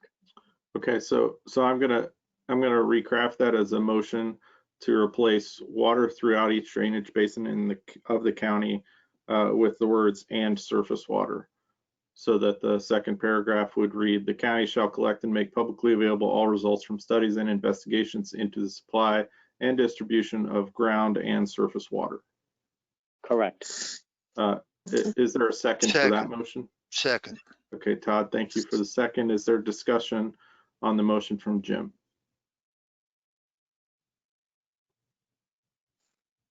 Okay, I'm not hearing any discussion on that.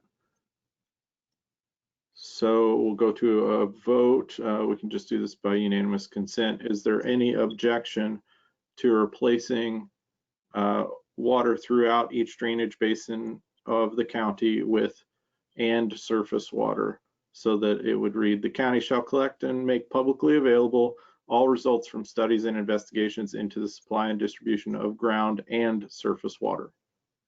Is there any objection to that motion? Okay, thank you, Jim. That motion passes without objection. Any other discussion on back to the main motion here? I think you can just sneak in an S at the end. Waters, ground and surface waters. I could take that as Scrivener, sure. Very minor, but wouldn't there be a couple commas in there? One right after the word "and," so that you make that make publicly available, comma. Am I wrong about that? Collect and make publicly available. Sure, we can do that. And while we're adding commas, the first one should have "for development, comma, the county may require." Thank you, Todd.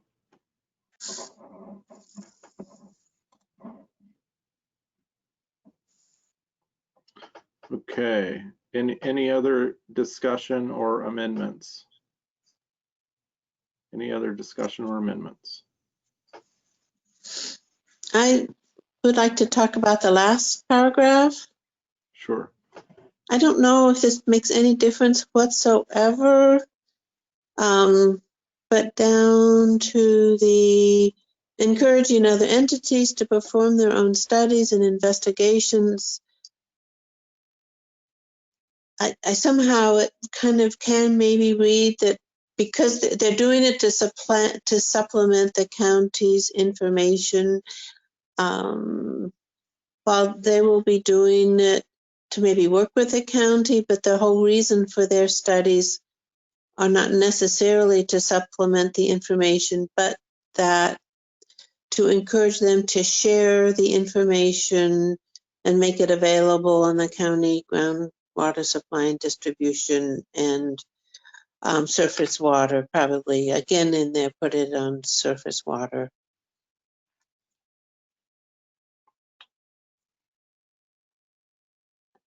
I can see somebody in a watershed, soil, whatever, a district saying, why are we supplementing this for the county? And it's all our work and money and da-da-da. I don't know. It might be just silly. But we should add in groundwater and surface water. Okay.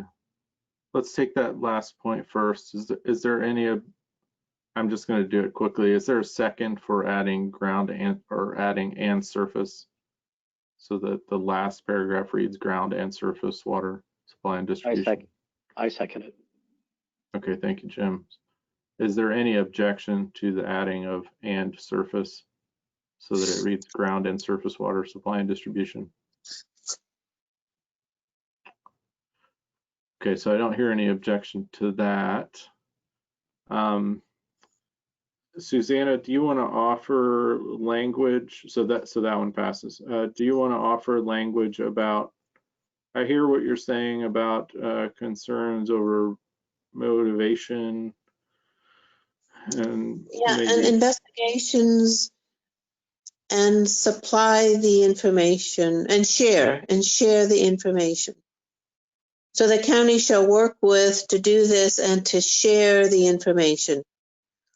Okay. Which will be available to the county on, well, I think to actually the share part might just make sense. So I'm going to take that as a motion to amend to delete to supplement and replace with comma and to share, comma and to share. All right, I'm sorry, I'm not following along. That's okay. Just that and can be retained, and investigations, and to share the information available. Could you put a comma in after investigations though? Thank you, Gail. and I think a comma after to the county, and then we have on ground and surface water supply and just maybe. Can you take out the comma after share, Gail? And share the information available with the county. With the county. So there's two. So I've got two. Can you replace available to with available with, Gail? Sorry.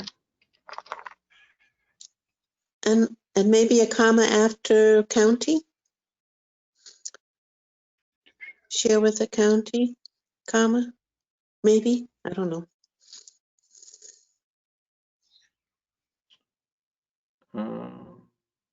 Okay, yeah, I could see that comma.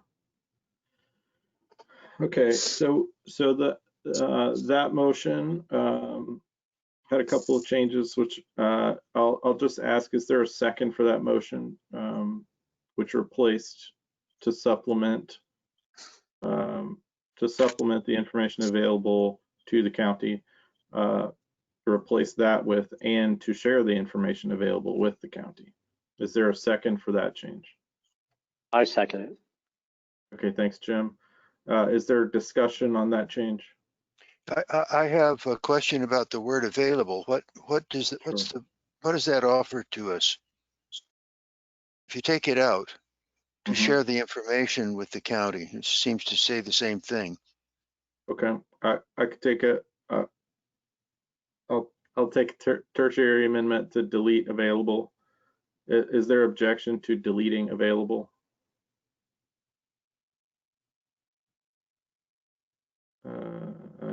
I don't hear objection to that, so we can take the word available out.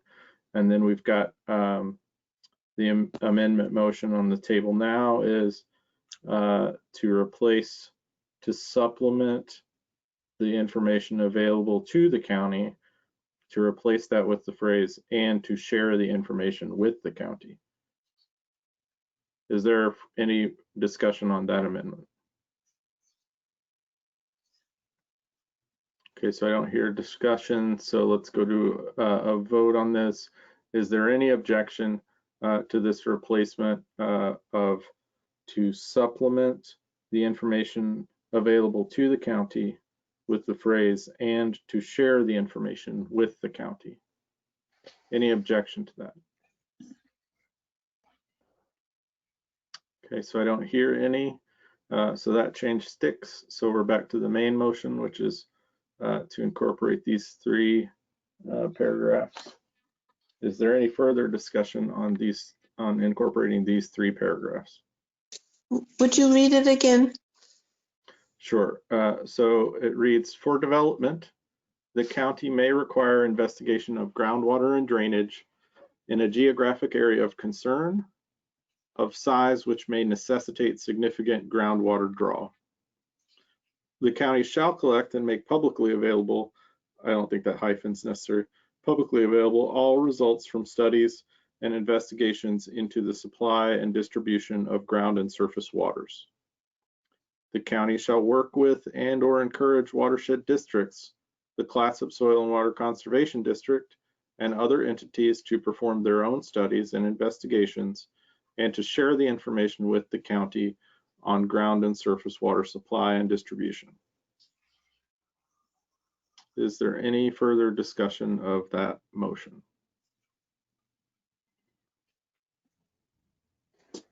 Okay, so I'm not hearing any further discussion. I'll move this one to a vote then. Jim, how do you vote on the motion on the table? Aye. Jan, how do you vote? Let me come back to Jan in a second. Todd, how do you vote? Aye. Cheryl, how do you vote? Aye. Robert, how do you vote? Aye. Susanna, how do you vote? Yes. Okay. Jan Mitchell, how do you vote? I think I saw a yes, but I didn't hear it. She's nodding. Is that sufficient for everyone? Yes. Okay. Okay, so by a vote of 6-0, this motion passes. Thank you for your patience with all of that, folks. And thank you for your feedback, Gail. So we have one other item, I think, in this section. Is that correct, Gail? One other item at the bottom of table 2, which is system development charges. Hold on. It's not quite at the bottom of yours anymore, but or do we, oh, actually, we need to go back to the climate change broadly. Correct? Right. Okay. So it was just those two we needed. The ones that had the purple text were the only two that we needed to finish Okay. today. Thank you for clarifying that. Yep. Jim, can you give us, well, let me ask quickly. So we've been at it a little while. Normally we make the option of a break available around now. Are folks up for a 5-minute break? Do we want to power through? What's the sense of the group right now? A break. Yeah, break. 5 minutes. Break, everyone? Mm-hmm. Yeah. Okay, so let's take a 5-minute break.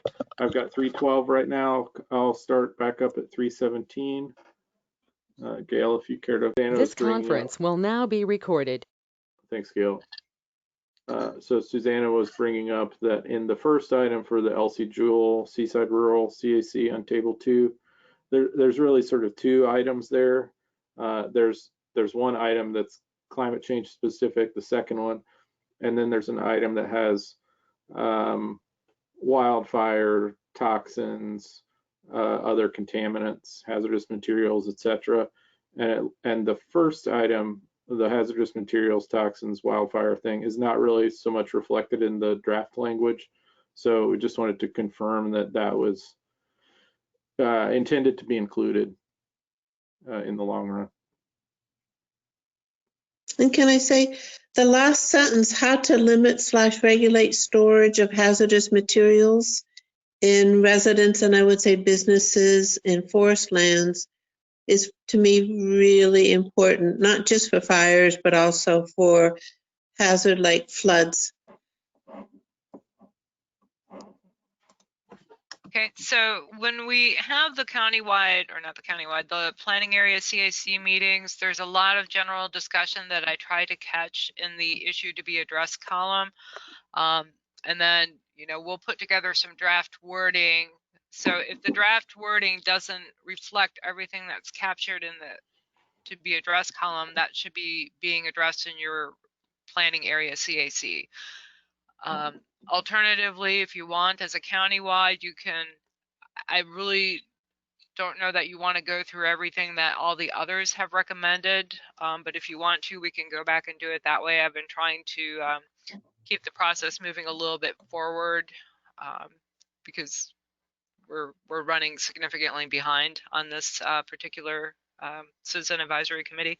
But if the consensus of the group is that you want to go back and re-review each of the proposed policies from each of the planning area CACs, I can just stick another column in here and we can start at the top. So however you'd like to go.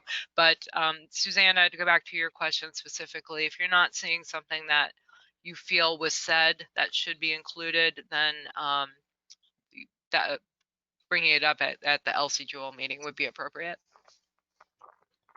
Okay. Okay, thank you, Gail.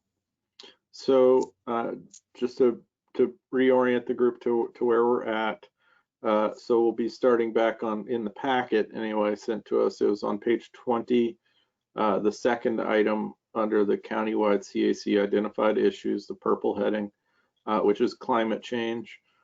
So there was going to be some reporting back, which I think primarily is coming through Jim on this item. Jim, do you want to just present for us here and talk us through what your findings were? Yeah, I'd like to just talk us through some of it we actually already accomplished. So if Gail, if you could just go down to the top of what I wrote up higher. Okay, just scroll down just a second. Everybody has this. This would be on your page 51 or so, plus or minus a page. The very first one, it's really more of a question for Gail, is that the first section is from the multi-jurisdictional natural hazard mitigation plan, which is out for review. Actually, the reviews are technically due, but I've been told that we could still provide comments until January 29th, I believe. So this is from the draft policy. They have other things in their objectives. The hazardous mitigation plan is renewed every 5 years, so it is shorter than the comprehensive plan. So that's part of what I'd like to know from Gail is like, what I want to do is to be able to just adopt the plan, the mitigation strategy, but would that mean every 5 years that the county would have to adjust the comprehensive plan to accept the next mitigation plan? That's correct, Jim, and that's actually a good thing. We shouldn't be waiting 40 years to update our plan. So I think that's a good idea. And that's actually what I plan to do, is just take our hazard mitigation plan when we get to goal 7, and that's going to be our groundwork. And that basically will become our goal 7 to a large extent. Okay, so in this regard, these here are literally a copy and paste from that draft mitigation plan that has to do with natural resources. They have other things in there that are good stuff, but it's not directly related to our goal, the goal that we're in right now. So for Gail, is it appropriate to try to put some of these things into the comprehensive plan? Or should we just adopt it by reference or whatever? I think because the ones that you've pulled out, Jim, are dealing specifically with Goal 5 resources, I think it'd be more appropriate if we just pull them out. And I know you've added some tertiary bullet points here. So I think we probably just want to adopt them as they are instead of by reference. I did have one question though about historical wetlands. Do you have some sort of clarification for that? Well, I don't have any magic sauce, but what I was thinking is that since the area has good LIDAR coverage by the state, we could use that to see what is the, and they've been able to be able to do that. We have a lot of dikes in the area, and so some of the areas behind the dikes were historically wetlands, and that's why they diked it up, and now it's pasture or even agricultural or plantations or tree plantations out towards Westport. That's what I was thinking of doing to be able to identify those. So it'd be a variety of means, and I think the experts would have some idea on how to approach that. Okay. There are a lot of old USGS topo maps, from many decades ago that clearly mark marshlands, et cetera. Okay. Yes. Well, there are multiple sources. The first bullet, trying to move us along, the first bullet is essentially support the implementation. That may not be necessary here in a comprehensive plan, and if it would be helpful, we keep it in. Gail, this is really a question for you. Yeah, well, the county board is going to decide whether or not to approve the plan. If they approve it, then it's going to be our job throughout the county to support the implementation. So it doesn't hurt to put it in. It doesn't not hurt to put it in. This one I can go either way on. I see. Well, I'm not too sure either, but I'm just going to continue on. We can talk about that in a bit. The second bullet and the three sub-bullets, the ones with the clear circles, this is verbatim from the objectives of the current draft policy. And you can read them here. I'll read them because not everybody has may not have access to the internet. Identify and develop strategies to protect natural and cultural resources. And there's a reference to a page number, and then sub-bullet, historical sites, consider hardening or elevating protective structures. So these are very broad. Personally, I like this being broad because we don't need to get in the weeds at this stage, but it's in there. The second is identify high-valued wetlands. Oh, excuse me. The second is watershed/wetlands, consider purchase or other conservation measures taking into account past, present, and future changes in the climate. To me, this is like, no pun intended, a watershed moment for the county. This is incredible. And I'm delightfully surprised that something like this is in there. What I've done is just to add some sub-bullets to help the county, guide the county a little bit further. Sub-bullets to that would be identify historical wetlands for potential restoration, identify high-valued wetlands. Now, that's very nebulous, but we all know that there are some wetlands that they have a higher level of biodiversity, maybe have a wider floodplain so that it would act as a more efficient temporary water storage due to flood events, in the case of flood events. So these are the kinds of things that the county could look at and identify them. The last one I would suggest dropping, because we essentially covered that in another policy, and I'll read it just for everybody's sake. In conjunction, Can I interject? Is your 10-page report? If so, what page? Well, if you're on the what Gail sent out, it'll be on page 51. It's page one. It's page one of his sub-report section. Okay, 1 of 10? Right. Yes. Thank you. Right, correct. Okay. And then the last one that I suggest dropping is in conjunction with appropriate agencies and organizations, increase the number of stream gauges to better understand stream dynamics.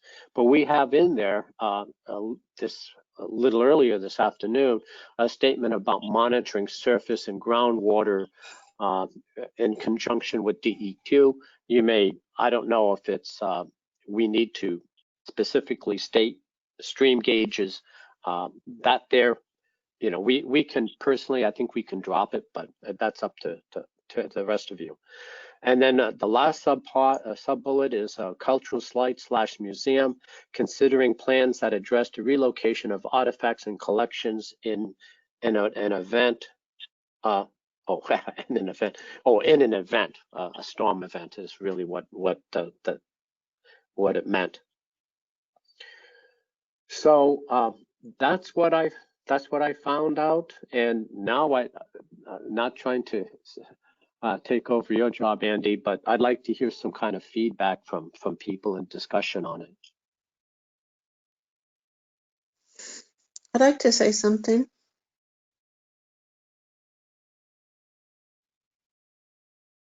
Can I comment? Am I on here? Andy, that's it for me. Sorry, just a second, Susanna. Let me just as far as structure. Thank you, Jim, for presenting this. I want to just lead us in with taking this like it's something coming out of committee for us, and take these directly as motions to the floor. But I want to handle them as two separate ones, just to make sure that we have sort of discussion on each point. So let's start with treating this as a motion to include support the implementation of the Clatsop County multi-jurisdictional natural hazard mitigation plan from the intergovernmental agreement to adopt the MJ-NHMP. So that would be the first motion. It doesn't need a second because it's sort of coming out of a subcommittee.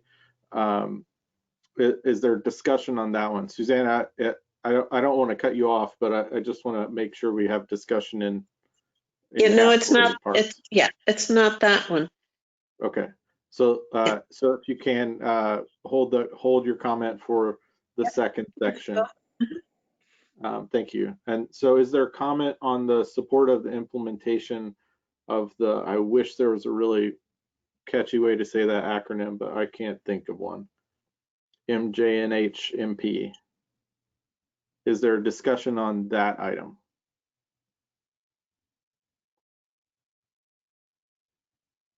Okay, I'll take that as people are happy to support that implementation, but let's have a vote on it. So this is a vote toward the motion to include as a policy, support the implementation of the Clatsop County multi-jurisdictional natural hazard mitigation plan from the intergovernmental agreement to adopt the MJNHMP. Jim, how do you vote? Aye. Jan, how do you vote? Yes. Todd, how do you vote? Oh, I took that as an aye. I still couldn't hear you, but that is an aye. Okay. Sorry. Cheryl, how do you vote? Yes. Robert, how do you vote? Aye. Susanna, how do you vote? Yes. Okay, by a vote of 6-0, the first motion passes. So we'll go to the second one. This is a motion to adopt the language, identify and develop strategies to protect natural and cultural resources, with the reference, historical sites, consider hardening or elevating protective structures, watersheds, wetlands, consider purchase or other conservation measures, taking into account past, present, I'm going to take Scrivener's on that, present and future changes in the climate, identify historical wetlands for potential restoration, identify high-value wetlands, in conjunction with appropriate agencies and organizations, increase the number of stream gauges to better understand stream dynamics. Cultural sites, museums, consider plans that address relocation of artifacts and collections in an event. Okay, so discussion on any portion of that item. Susanna, did you have a point on that? And then I see Cheryl. Yes, in all our other discussions about surface and groundwater, et cetera, and here we talk about number of stream gauges, I want to add really following water gauges, not just stream gauges, but track on levels of creeks, the stream gauge, what they're measuring with how much it's been raining, and track on rainfall.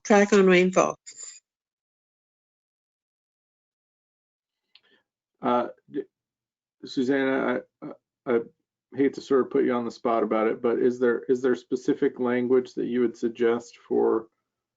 Are you wanting to add language to that third bullet there, or do you want to? Yes, in better understanding stream dynamics.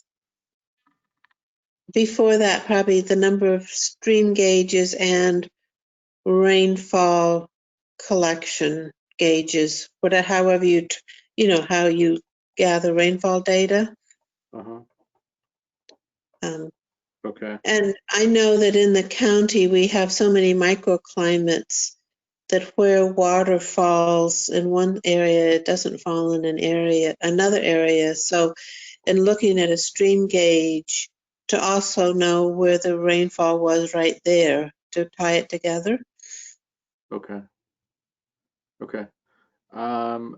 So I'm gonna put forward a little language here, but then especially maybe Chris, if you could comment, since I see you're back on the line. So I'm thinking, in conjunction with appropriate agencies and organizations, increase the number of stream gauges and rainfall collection gauges to better understand stream dynamics and rainfall levels. Does that make sense? And I guess B, is there a second for it? It really. Second. Chris? Anyway, there's kind of no end to the amount of data that's helpful in trying to understand natural resources. And so rather than getting real specific about the different kinds of gauges and everything, you could just keep it more general and talk about collect enough appropriate hydrologic data to better understand our groundwater and surface water systems in the county, or something to that effect. Because I'm all for data collection. That's what I really did. That's what I enjoyed most in my work. But it's very expensive, and you have to be practical about it. So in a county this size, realistically, there's only ever going to be a few real stream gauges run, because they cost about $20,000 a year just to operate. And even simple precipitation gauges, if you're going to do it right, it costs a few $1,000s. Somebody has to go out there and maintain them, and make sure they're in a good location that means something geographically, and all these kinds of things.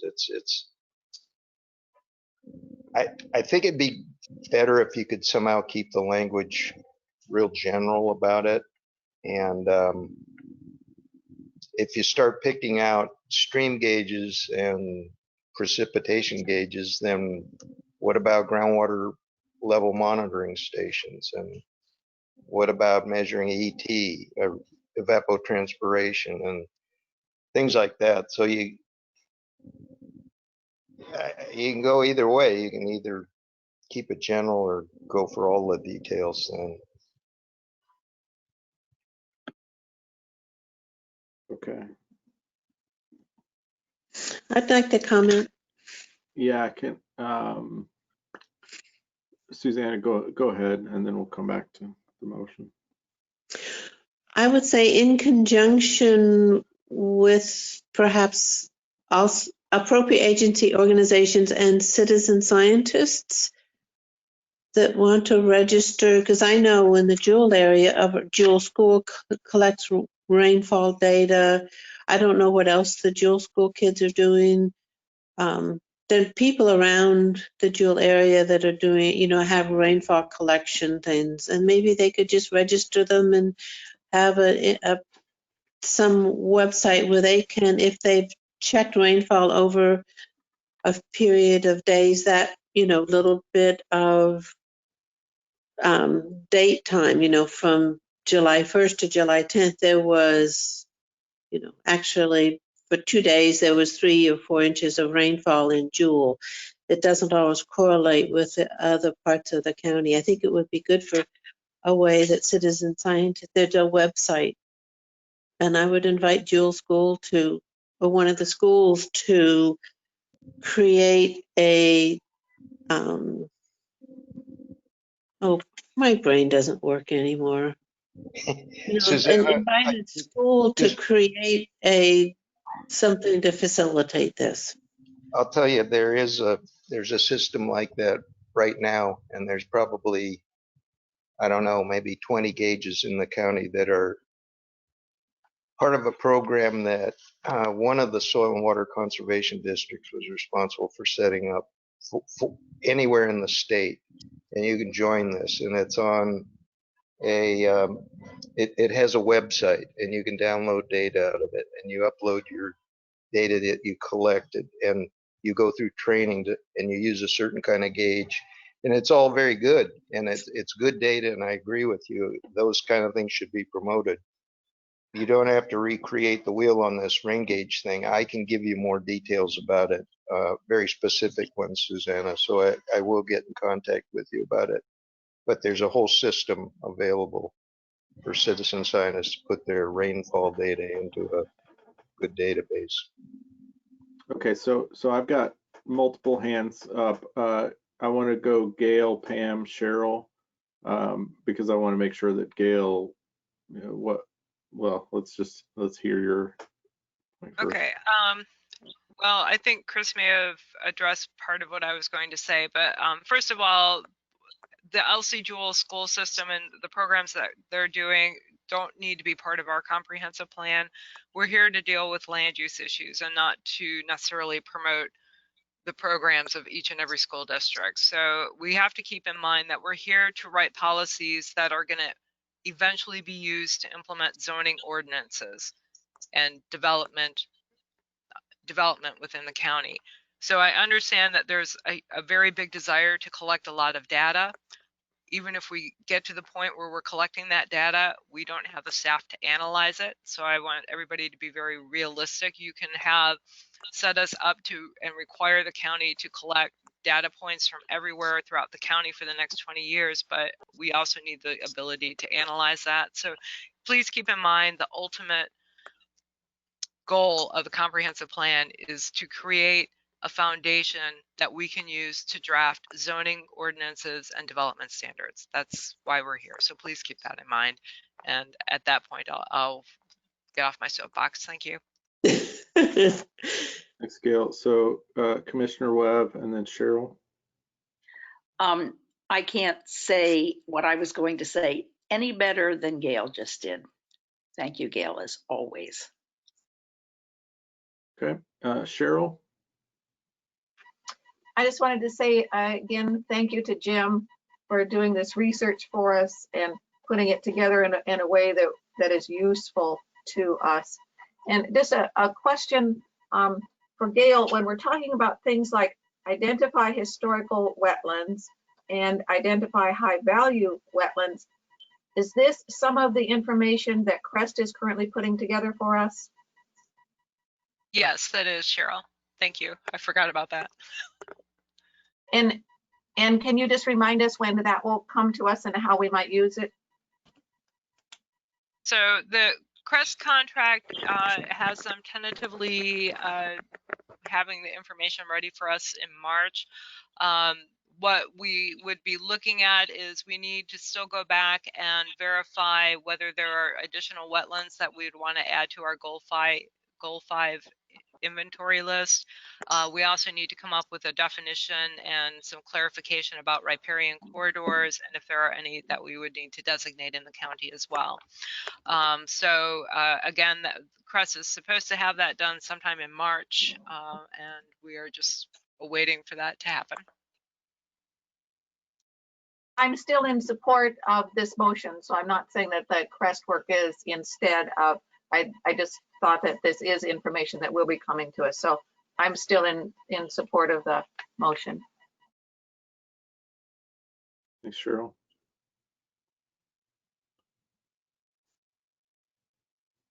Any other discussion from the group on this item?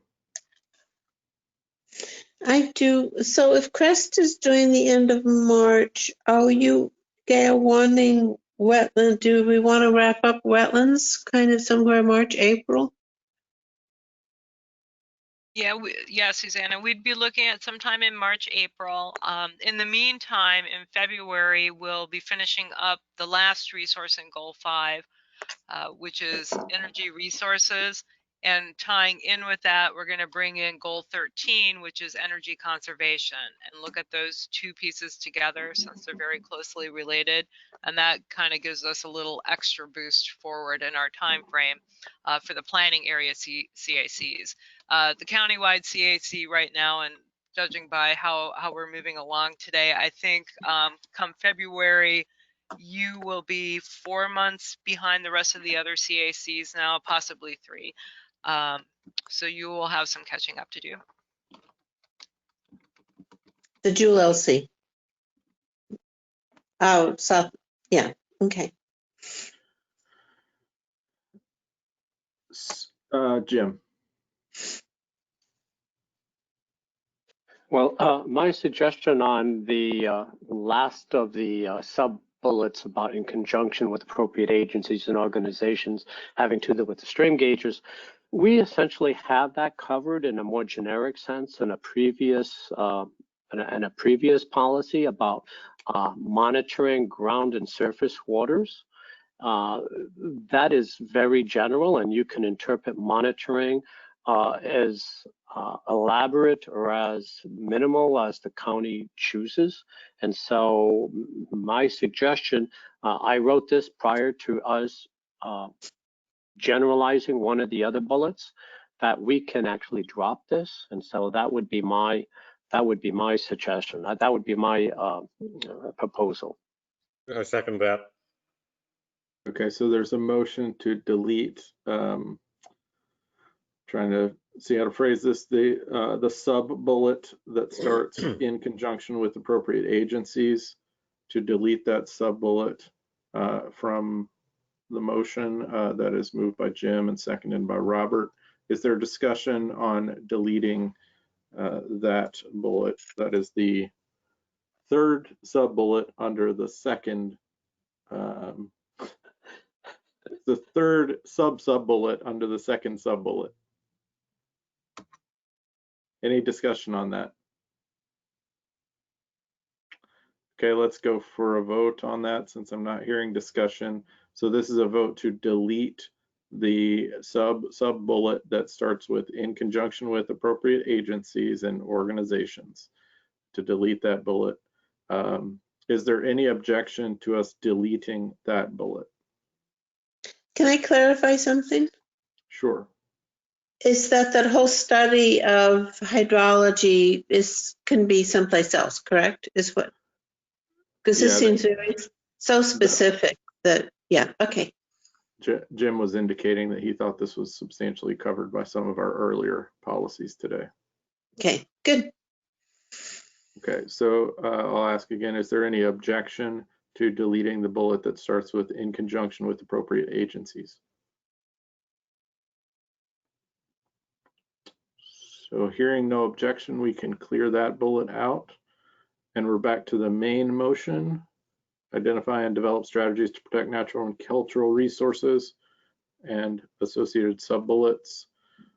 Is there further discussion on this item? Can I ask you a question? It says Sure. C3D page 495. What is that reference to? I believe. That's in the mitigation plan. My suggestion is we can delete that page number. Okay. Okay. Thank you, Jim. And FYI, Susanna, Gail had not included the page number in the policy as presented on our screen that as we're amending language. So I'm thinking it's going to be dropped at this point. Okay. Mm-hmm. Okay. So any further discussion on including the identify and develop strategies to protect natural and cultural resources section and associated 3 sub-bullets and 2 sub-bullets? Any more discussion on that? Okay, let's go to a vote for that. I'll do roll call on this one. So this is to include in our policies, identify and develop strategies to protect natural and cultural resources, including, and I'll just do the sub-bullets, historical sites, watersheds, wetlands, cultural sites and museums, and the associated text and sub-bullets for those. Jim, how would you vote? Aye. Thank you. Jan? Aye. Todd? Aye. Cheryl? Yes. Robert? Aye. Susanna? Yes. Okay, by a vote of 6-0, the motion passes. Thank you, Jim, for bringing that information to us, and especially for the well-researched report you gave us. That's great information. There is one section that I'd also like to comment on. Yeah, of course. Okay, that's just go to the top of that one that you have on the screen, Gail. This Okay. is page 2, Susanna, climate change action item. You know, I realize it's now up on my screen on my phone where I can read it. Very exciting. All right, this one here came from 2015 Clatsop County mitigation strategy that had a participation of nearly all of the municipalities. Too bad Patrick isn't on because he was actually part of this group. But my opinion in terms of going through it, I encourage you to look at it. There is a great deal in here. Quite a bit of it we could not actually implement because of the Forest Practices Act or stepping on other agencies' toes. There is good stuff. My suggestion here is that originally I was to work with a subgroup, and because I was so late getting this out, we as a subgroup did not have enough time to deal with this. So my suggestion is that we punt, and the subgroup now has something to work with, and then we'd be able to come back the next month with something that's probably a lot smaller, a lot more condensed and more appropriate for policy. These are a whole series of action items. I like to look at it as, quite frankly, a wish list. So, you know, I think we can actually do quite a bit of paring down. Okay. I'd like to make sure that Cheryl, Todd, and Gail or a designate agrees with that. Yeah, I agree. The rest of the group. Okay. Okay, if I could have your list of materials then by February 10th, that way the packet will go out on the 11th and everybody will have a week to review it, please. Okay. Okay. Cheryl, are you willing to help out? Yes, I stuck my thumb up, but I don't think it showed. Oh, okay. Sorry, I may not have seen it. All right. So with that ends my section. Please look at it. I have links to almost all of the documents that I've mentioned right at the end. Yes. And the Clatsop, the NHMP update. Oh no, that's I don't have a link to that. Then the one right above it that you can partially see. There was a great deal of mix-up that was finally figured out today. There are two websites that are nearly identical. One has the link to the download of the entire document. The other one does not. So, so that's just you're going to have to just hunt for it. I suppose that's it.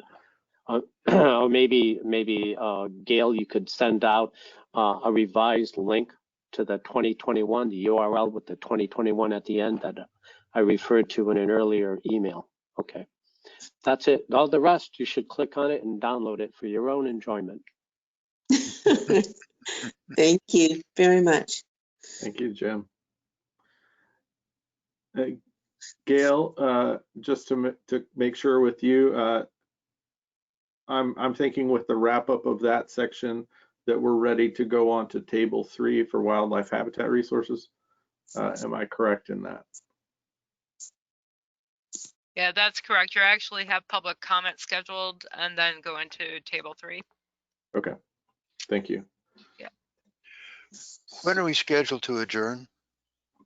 So our meeting agenda today goes until 4:55. I mean, 4:55 is the last item, so effectively 5. Okay, so what page are we going to? The next page in the packet is, by my estimation, 22. It's the start of table 3, wildlife habitat resources, the red worksheet. So at this time, we're wrapping up groundwater resources and moving into goal 5 topic, wildlife habitat resources. This time would be appropriate for public comment if there's any comment from the public on wildlife habitat resources.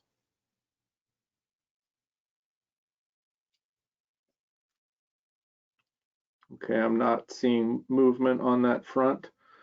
So we can move into the table, which is the existing policies, table 3, wildlife habitat resources.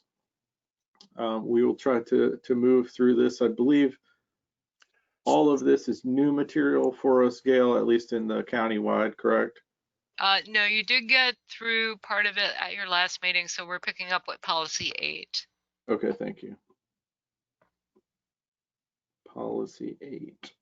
So that is page 25, it appears to me. Policy 8. New developments shall not restrict existing public access to rivers, streams, or lakes.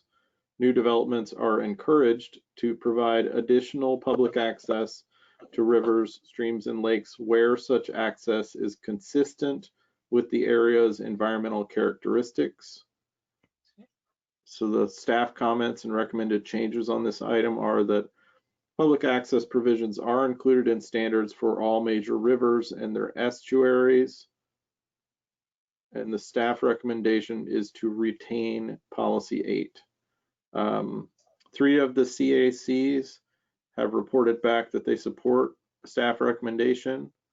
The Southwest Coastal CAC has noted if public access is affected, a development shall replace or restore the access. Revised policy 8 to read, new developments shall not restrict existing public access to rivers, streams, or lakes. New developments are required to provide additional public access to rivers, streams, and lakes where such access is consistent with the area's environmental characteristics.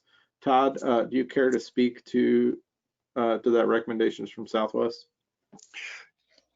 Yeah, these are really just elaborations on the wording that is proposed, and I'm not sure just how we could build this into the structure of the paragraph already as it's stated, but it's a point of trying to make sure that there are no kind of ways around blocking public access to streams, lakes, and rivers. Is it incumbent upon me to make a recommendation as how this should be phrased? I think it would be appropriate for you to make a motion coming out of Southwest CAC. If you've got language that you'd like to recommend, or if you'd like to just motion the language that's presented there. I would, it'd be easier. I would have to restructure the whole paragraph. Otherwise, if we could just, if we just use that language and add it to the end of the paragraph, how about that?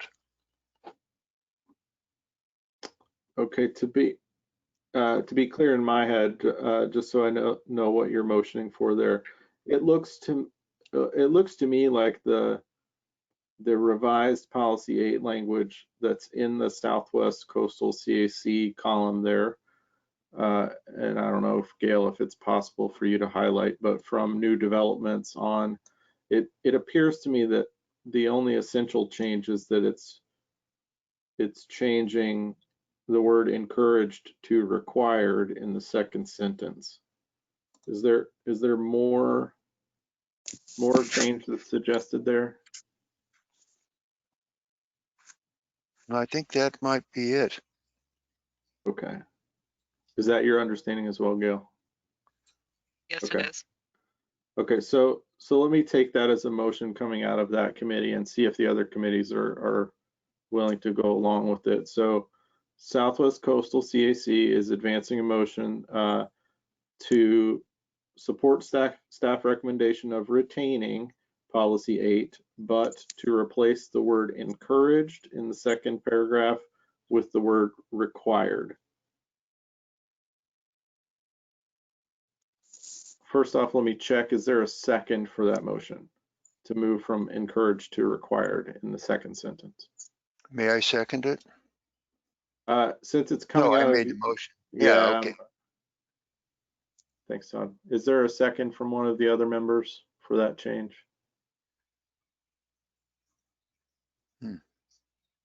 Cheryl. Okay. Cheryl has raised her hand for a second. Okay, so we can have discussion on this point. Todd, do you want to lead off discussion just on the effect that you're going for changing to required there? Right. Well, it's fairly simple that required is required, and we're not offering it as an option to preclude the public from access to rivers, streams, or lakes. The developer is required to provide it, and I think if you encourage it and don't provide it, it's likely not going to happen. Okay, thank you. Is there other discussion on this item? Robert? What's the idea of additional public access? Additional to what, Todd? The additional part is providing that the geography or something requires that there be a path or a route to a lake, for instance, that doesn't exist now, and because of the development gets blocked or something. I'm not sure what that has. We could delete that if the committee wants to do that. That wouldn't harm anything. No, I think it's good. I would like to add something. Okay, what's your motion, Susanna? I move to also add wording about protecting any riparian areas. It's probably in there somewhere. I'm not sure, but. Yeah, I think that would be in another area we've already done or we should do.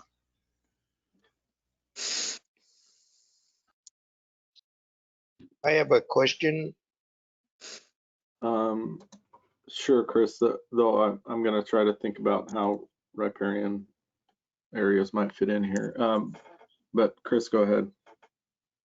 When you say new developments, is that any development, any size, or are you thinking more like a large development where there's significant acreage involved, a subdivision or something. Because if it's just a home site on a 2-acre lot or something, I kind of question requiring somebody to make an additional path or access to some feature. That's a good point. So what size are we thinking of here? I think the thought was it was fairly large development. I mean, more than one house anyway. I'm not real comfortable with the idea of additional public access because that's kind of vague. And if there's an access there, then it cannot be blocked or any way kept from the public. That's the idea of it. Pretty much what is in here, but required instead of encouraged. Yeah. One other thing on that, just generally, if you read the state laws on access to rivers and streams anywhere in the state, they have a lot more latitude of individuals to walk along the high water line of a stream across anybody's property. You can't restrict it. It's for fishing or just hiking. And it's very interesting to read, actually. I think Fish and Wildlife Service may be the one place where you see that. So a lot of that access is protected right at a state level. But I kind of agree if you're actually calling for new access points and to some other feature, that's kind of really a big deal if it's on small parcels of land, I think. Gail, could I ask you for clarification on a couple of items, maybe? So development as a term of art used in a comprehensive plan document, would it refer to any particular size of development, or how would that be read by, or how could that be read by developers and planners?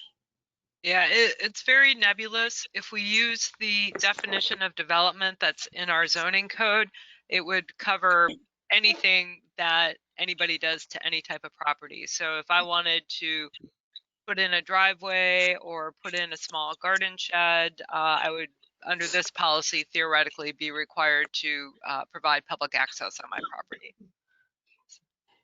So I don't think staff would read it that way, but an attorney could nitpick it apart that way. Yeah. Okay. Well, we can specify in new developments involving more than 2 or so houses, more than 2 houses, shall not restrict existing public access. And then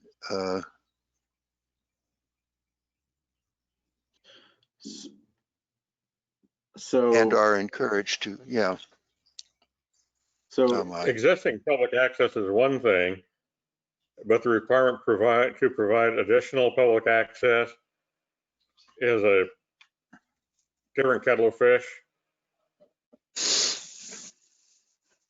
Yeah. So we've got some notions in the air here. Gail, I want to also ask you about the appropriateness or necessity of including anything about riparian areas in this policy. Would they be handled effectively in other parts of the comp plan? Yeah, so we do have a separate policy that you reviewed last month, which is policy 4, that does talk about protecting riparian vegetation along streams and lakes that are not covered by the Forest Practices Act, and that the county will have a setback for those streams and wetland areas. And so your recommendation last month was that the county should establish a buffer distance that would align with the Forest Practices Act with a minimum buffer width of 35 feet. And that as science changed and buffer requirements might increase or decrease, then we should review the comp plan accordingly. So I think we've covered riparian areas. So I think we're okay on that one. Okay. And Yeah. one thing that you might want to consider, so for new development, we don't want to pick up the single family homes that are just coming in. Up to 3 parcels a year can be considered a partition. So you may want, I don't know if you want to, every time somebody splits a property into three lots that's along a stream, are we going to require a new public access point? You may want to do it for properties that are more than 3 parcels and maybe limit it only to residential or certain types of commercial. But for example, where we've got some industrial land along the Columbia out past Wanamill, at Wanamill and out past Wanamill in Bradwood, if you had an industrial development and say Wana comes in now and wants to put up a new building, do we really want to have a public access point through an industrial site? I think there's a lot of things to consider there. I know it's an existing policy, but we could probably refine it a bit more. Can I comment? Sure, Susanna. I discussed with locals about the Nehalem River, and because people really want to be able to get into the river and put boats into the river.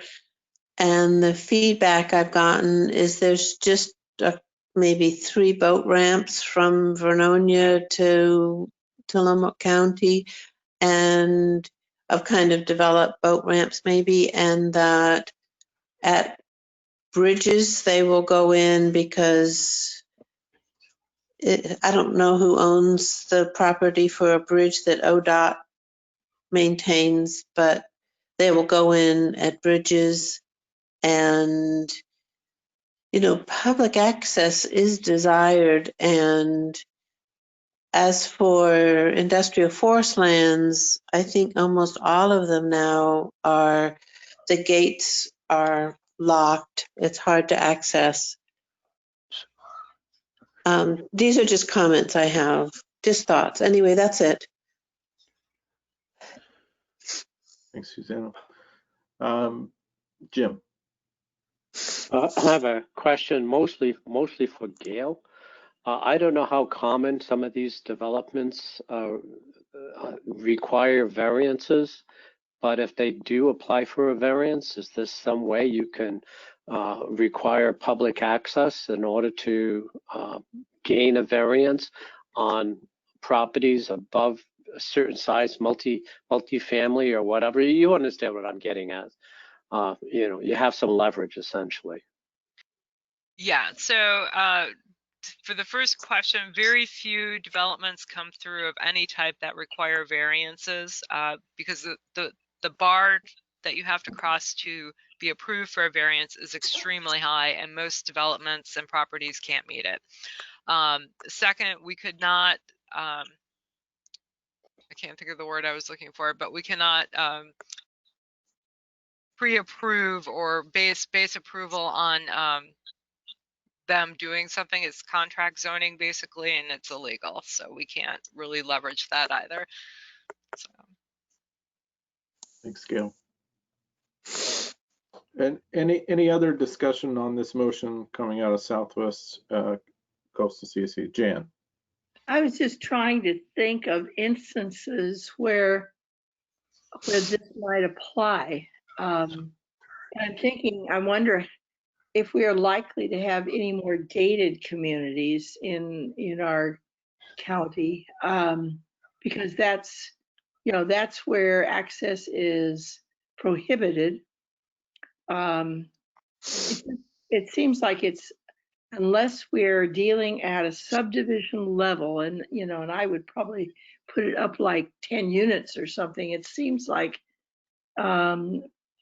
requiring additional access is an onerous kind of thing. And I just wonder if we can think of examples where it really is an issue. And I know it is an issue down in the southern part of the county along the coast, but that's almost at a,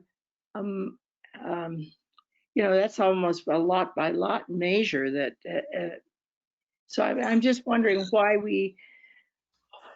how we can do this so we keep public access, but not puts a requirement that staff's really not going to be able to deal with.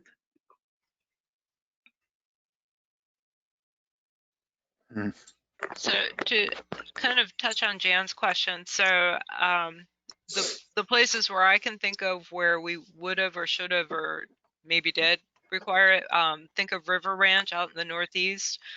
There's a new subdivision out in that general area called Coyote Point, which has submitted applications on and off, but never gone anywhere with them. And then Clatsop Plains is where we see a lot of other subdivisions, and there could be some opportunities there. I think deleting the word additional is probably a good thing, because if it's new development, chances are there may not already be a public access point there. People may be trespassing on the property to use the resource, but if it's just a vacant piece of property, chances are there's not a designated public access point. And then beach access along the ocean would be covered under goal 18, which is beaches and dunes, would be the place to address that. So if in the second sentence, we said new developments of and the blank number of houses or more, and I would say, okay, new developments of 3 or more residential units are required to provide public access to rivers, lakes, and streams where such access is consistent with the area's environmental characteristics, which I'm not sure what the last part of that means. So we might just take that out. So my proposal is leave the first sentence as it is. The second sentence is new developments are required to provide access, public access to rivers, lakes, and streams, or vice versa. And nothing about new additional, like I'm losing the text as it jumps around. I can't see it anymore. Did you have the screen? You could bring it down. Somebody there. So Todd, when you repeated that, I think we lost a little bit, which was initially you had pinned a number on it, new developments of 3 or more houses. Yeah, correct? I guess we don't want to modify the one over right under the policy 8, do we? New developments are required. So this is the one that says new developments shall not restrict public access to rivers, lakes, and streams. And there we would say new developments of 3 residential units or more, are required. Right there, put 3 residential units or more than 3 residential units.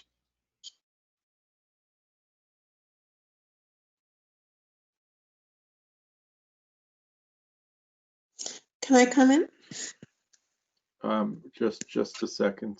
Are required to provide public access to rivers, lakes, and streams. That's good. Let's see how that flies. So we're deleting the where such access is consistent with the area's environmental characteristics bit. Yes. Okay. Hey, Suzanne. Small question to Todd. I used to have a friend who had land where the Pacific Crest Trail went through. The state wanted a big, wide thing. He said, no, you can have 8 feet and it can't be motorized. And that's all you're going to get. So it was access, but it was intentionally heavily limited access. You can't take your motorized vehicle. You can't run your pickup down there. So I guess I'm not trying to get too deep into access, but it's like we have a Pacific Power easement that is 2 feet wide that was granted, where they'd kind of expect 20 feet. Yeah, that's So a good point. There's. Yeah. So let me make sure, Susanna, was your point something that pertains to the language that is being amended here? Perhaps, in that when there is an existing public access, it is often because of terrain, and there can be a variety of things that have created an existing public access, including surfing at Tillamook Head, if that's a proper way to designate it, or where is it Surf Pine Sunset Lake, where you can go down and just drive straight down and you access south of Camp Rylea, the ocean. And I know that's in further on beach, both maybe on beaches, but they're examples of established public access points that I don't know if somebody could develop along them and then cut off where the road ends and people would want to walk down. I just think it's policy that needs some really looking at. And, if it's with terrain where it's an easy access to something and somebody wants to build a house right there, if they were to create it someplace else, it might not be easy access, but could they build a house just 4 feet further over so somebody could walk down with a canoe and walk down, but not drive down?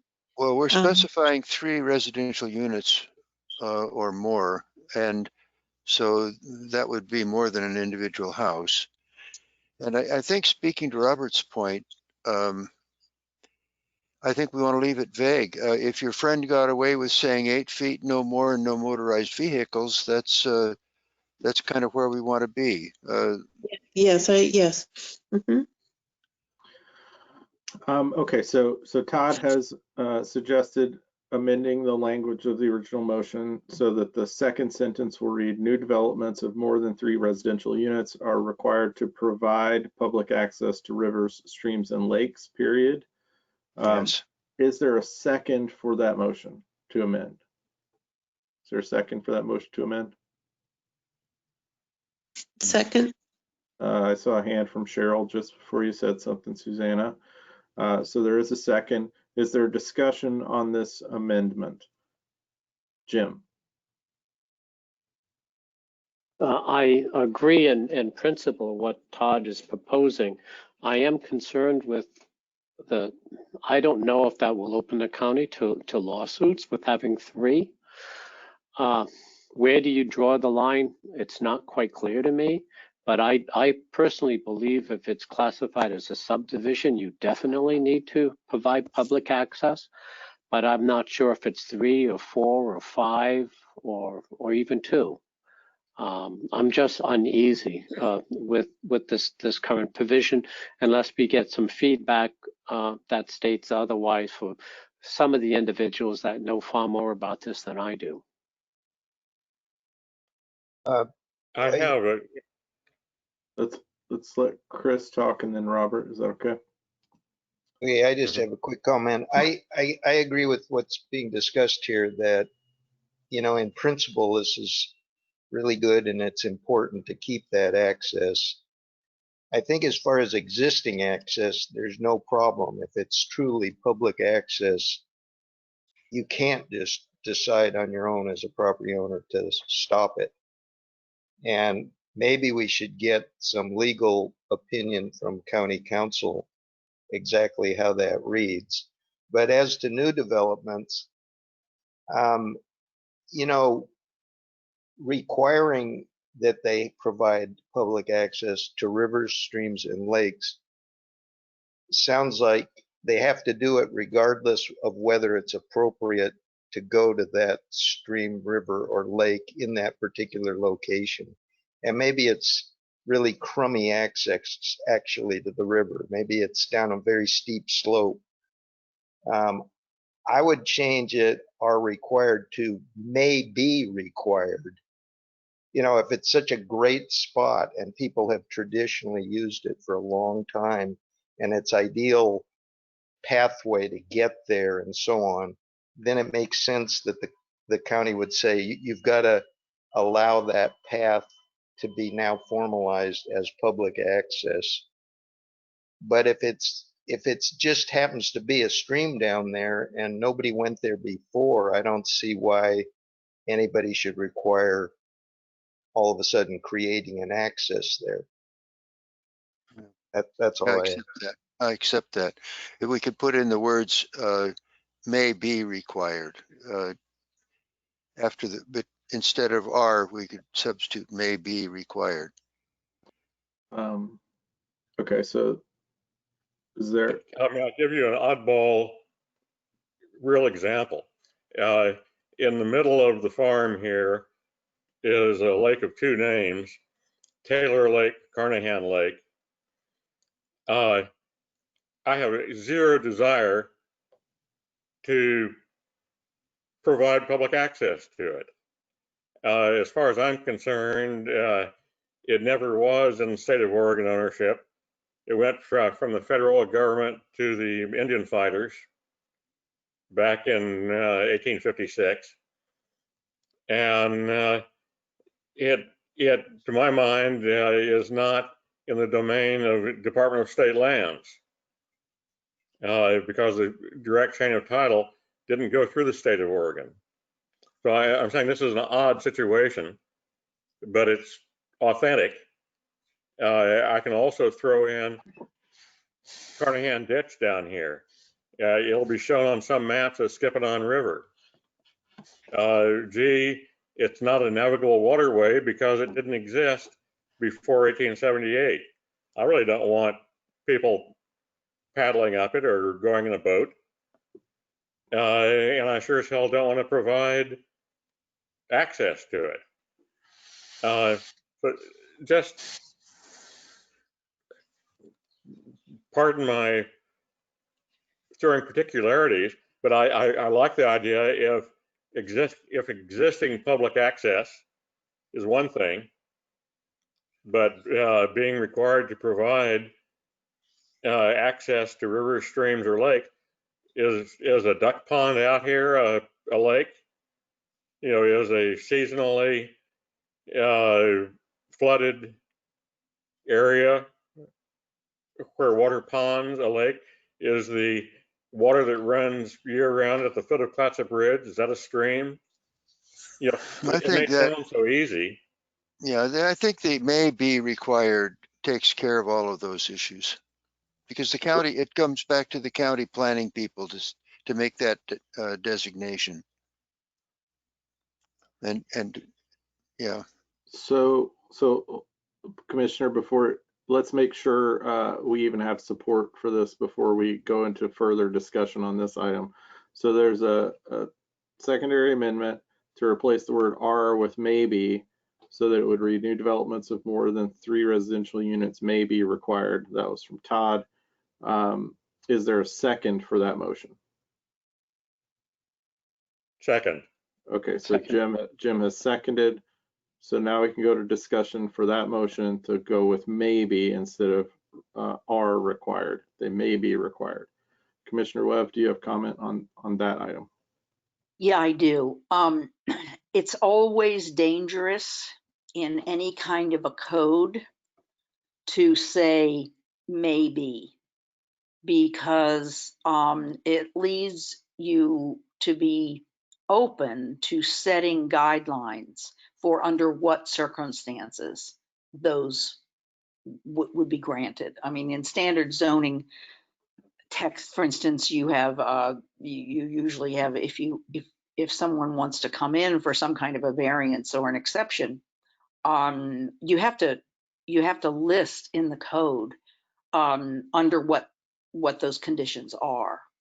So, you know, you would have to put something that could stand up legally about what those circumstances are that those could happen. I really think this is the kind of thing. I don't know, Gail, are you running stuff like this past Joanna periodically, or? Are you talking about the new developments or the proposed languages? Or The proposed languages. Yeah, we haven't run the Goal 5 proposed language by her yet, but everything through Goal 4 has been past her. Oh, okay. Because I think this is very much a legal issue. You know, about the capacity of the county to legislate this. So, thank you, Commissioner. I think that is valid for us to keep in mind, and especially if we have a particular thing we have a good sense of or we know about legal language. I will say too that, you know, we're providing an ideal to move forward, and of course we realize that there are going to be cases where county council is going to tell us or tell someone along the process that that's not going to work. You have to change that word here and there, and so that I think we should all understand that as a possibility in the process here. But so we've got a motion on the table for may be required. Is there further discussion on may be required to replace are required? Okay, I'm not seeing further discussion, so let's have a vote on this one. Jim, how do you vote on replacing are with may be? Yes. Jan, how do you vote?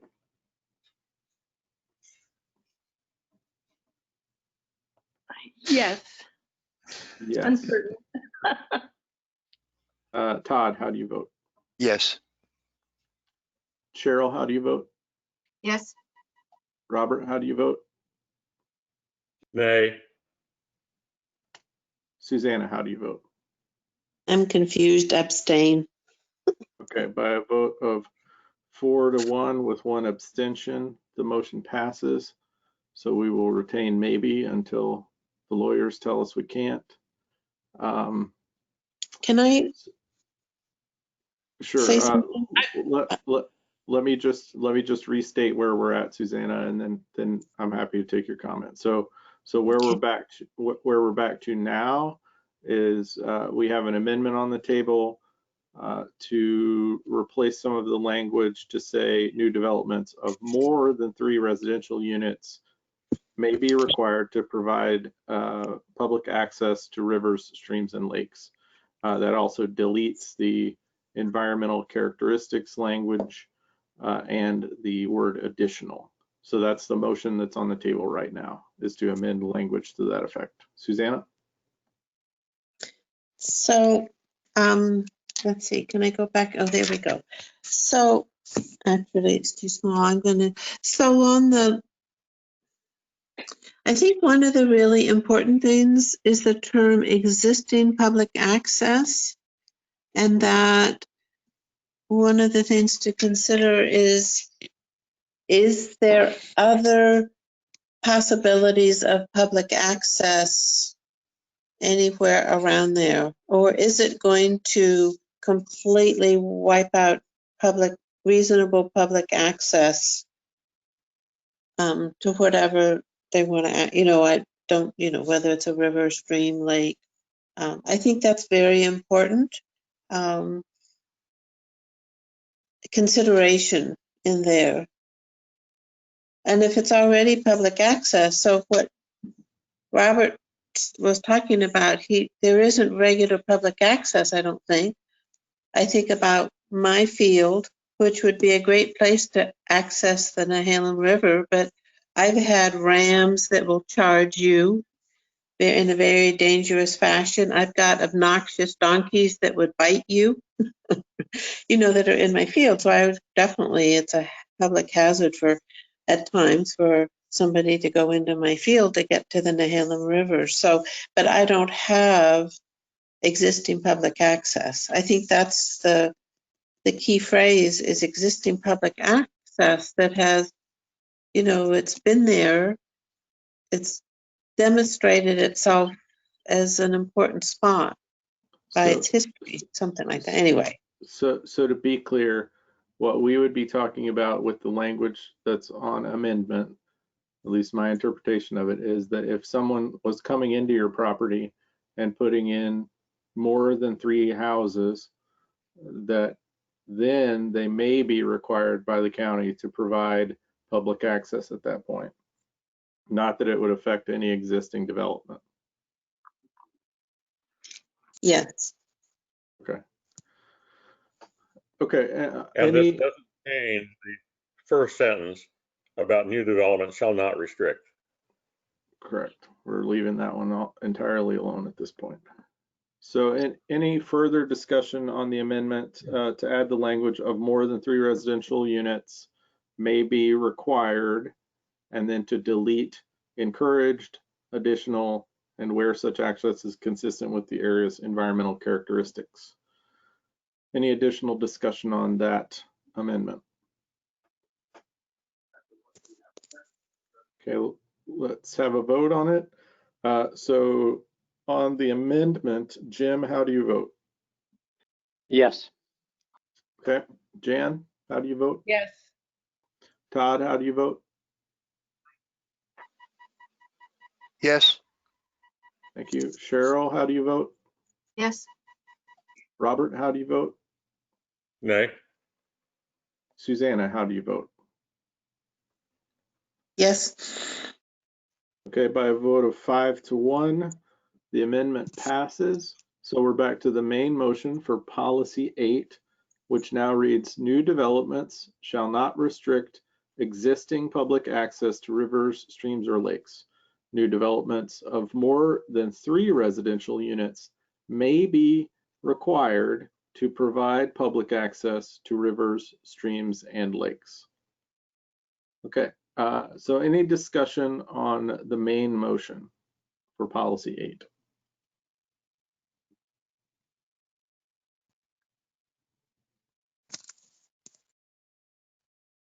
Okay, not hearing any discussion on it, we can move to a vote on the full policy. I will read that again since it's changed a bit.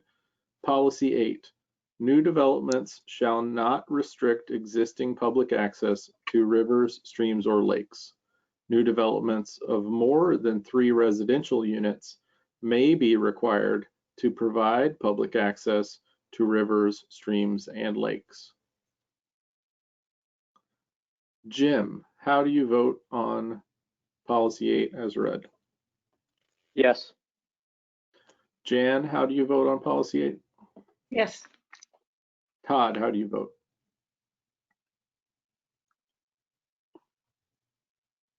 Yes. Thank you. Cheryl, how do you vote? Yes. Robert, how do you vote? Nay. Susanna, how do you vote? Yes. Okay, by a vote of 5 to 1, policy 8 is adopted as read. Okay, so I'm gonna take a really quick look at our agenda. Let's see if we can work our way through policy 9 here. So policy 9 on the next page, and I'll read it off. So again, this is policy 9 out of Goal 5, Fish and Wildlife Areas and Habitats Policies. Policy 9, the county shall submit all proposals with a potential for substantial impact on identified Columbian white-tailed deer habitat. For example, subdivision, dredge material disposal, industrial development, and land clearing of more than 1 acre. To the Oregon Department of Fish and Wildlife and the U.S. Fish and Wildlife for their determination of conflicts. If either agency identifies conflicts and makes recommendations for resolving these conflicts, The county shall implement those recommendations to the maximum extent feasible, consistent with other land use planning requirements. If in the future subpopulation of the Columbia white-tailed deer are located which are not within identified essential habitat, the county will consider recommendations for protection of these areas to the extent feasible, consistent with other land use planning requirements, including but not limited to the Goal 5 administrative rule. Sorry, that felt laborious. Staff comments and recommended changes. So S4.239 addresses notification of U.S. Fish and Wildlife for aquatic and shoreland areas of the Columbia River estuary, which is Columbia white-tailed deer habitat. Project affecting all sensitive, threatened, and endangered species require notification to the agency. The staff recommendation overall is to retain Policy 9. From the CACs, 4 of the CACs have supported the staff recommendation for retention. Southwest Coastal CAC has recommended some language changes. It looks to me like that's just going to be deletion of a couple of points in the text. Todd, do you care to speak to the changes recommended?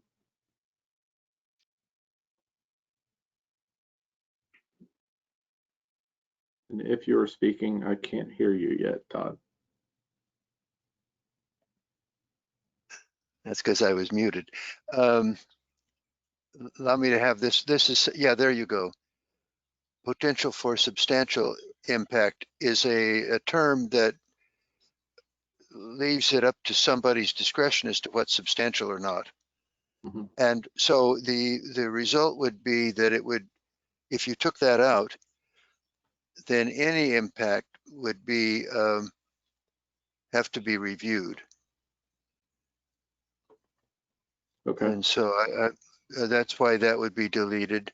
And the second one is land clearing of more than 1 acre. Now that an acre is considerably more than a home site, and there's no kind of timeline. So a person could clear an acre this year and another acre next year, and so on. So I think that's a bit soft. It doesn't really give much power to providing protection for the white-tailed deer. Okay. Thank you, Todd. So I, for expediency and for the sake of discussion, I am inclined to take the 2 recommendations from Southwest as 2 motions to delete or amend the text. So let's handle them separately so that we can have discussion on each point. So the first one is the deletion of the word substantial.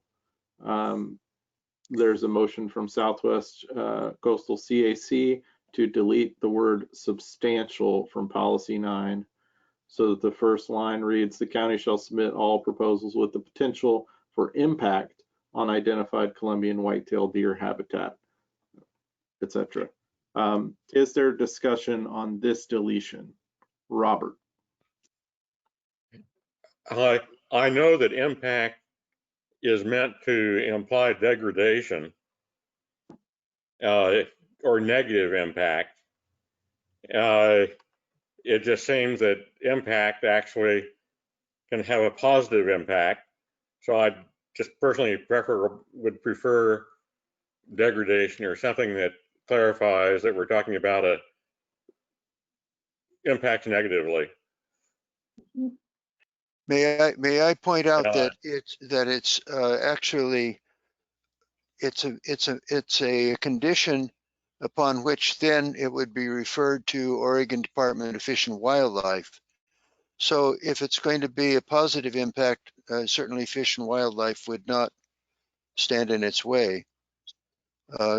And they would be the judge of whether it's positive or negative. So I think taking out substantial is still a viable alternative. Is there? I agree with substantial. Okay.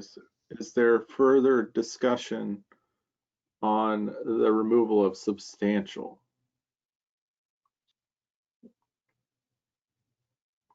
Okay, let's go to a vote on that. On the matter of deleting the word substantial from line 1 of policy 9, Jim Allegria, how do you vote? Aye. Jan Mitchell, how do you vote? Aye. Todd Lundy, how do you vote? Aye. Cheryl Johnson, how do you vote? Aye. Robert Strickland, how do you vote? Aye. Susanna Gladwin, how do you vote? Yes. Okay, thank you. So by a vote of 6-0, deletion of substantial is approved. So let's take the second one. Southwest Coastal CAC has recommended the deletion of the phrase "of more than 1 acre,"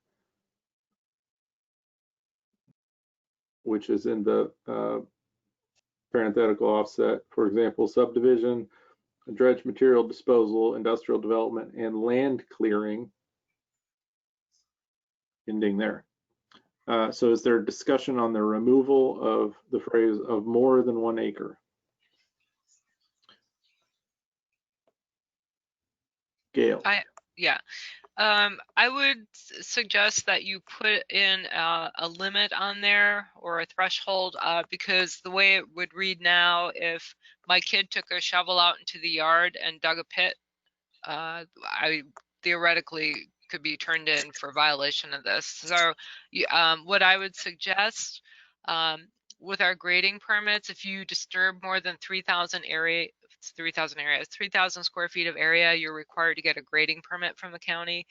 So I would suggest the 3,000 square foot threshold. That would be a good consistent benchmark. Thank you.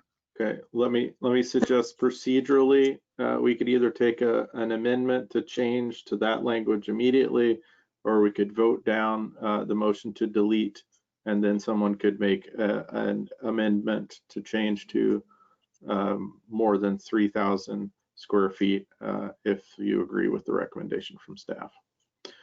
Is there further discussion on the deletion of the phrase "of more than 1 acre"? Can I just ask, 3,000 square feet is an eighth of an acre, a tenth of an acre, or something like that? An acre is 43,560 square feet. So 3,000 would be 3 over that large number. Okay. So not a very big area. 14.5%. Yep. So yeah, I like 3,000. Okay, so let's well, let me check first. Is there any motion at this time? I move that we delete "of more than 1 acre" and replace it with "of greater than 3,000 square feet," and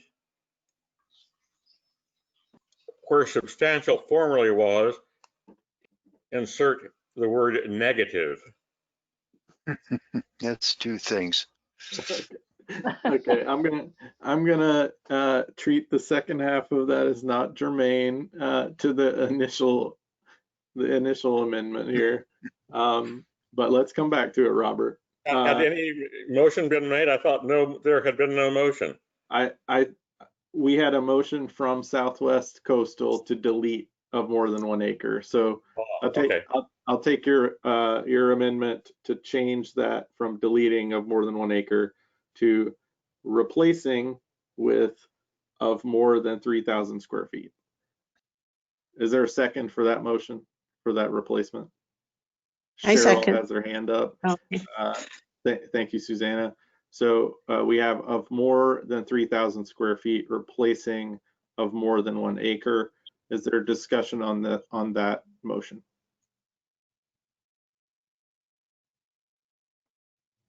Okay, hearing no discussion, let's see if there's any objection.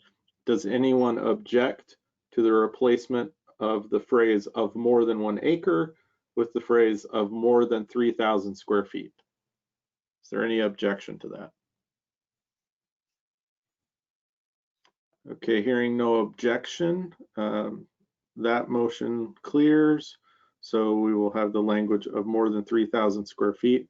I will go to you, Robert, for your second motion, if you'd like to make it. Yeah, I move that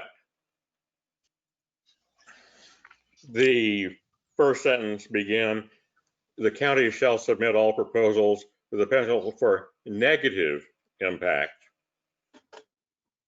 Okay, so I've got a motion to insert the word negative in front of impact in the first sentence.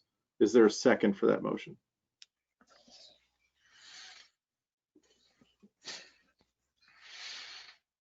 No second? I will second it. So we have a motion and a second. Is there any discussion of the insertion of negative in front of impact in the first sentence? Cheryl and then Jim. Cheryl. Negative is open to interpretation. For instance, when there was an LNG terminal proposed on the Columbia River, they were going to dredge 43 acres of prime salmon habitat, but they assured us that it would have a positive impact on the Columbia River. Okay, thank you, Cheryl. Jim, did you have a comment on this? Yes, actually along the similar lines. It's like my dredge material disposal is a positive impact. So that consequently, I don't need to go before the ODFW. Okay, thank you, Jim. Is there any more discussion on the insertion of negative in front of impact? Okay, let's go to a vote. I'll do roll call on this one. Jim, how do you vote on the insertion of negative? No. Jan, how do you vote on the insertion of negative? No. Todd, how do you vote? No. Cheryl, how do you vote? No. Robert, how do you vote?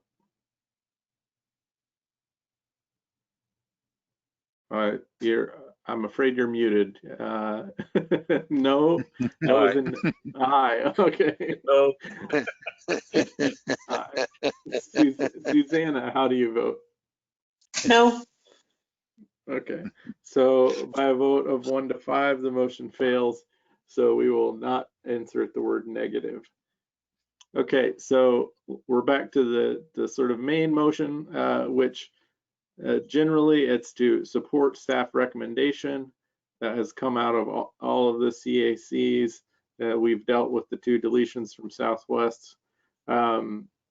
Is there any discussion on policy 9 as amended? Cheryl. I would like to thank Todd and the Southwest folks for dealing with this.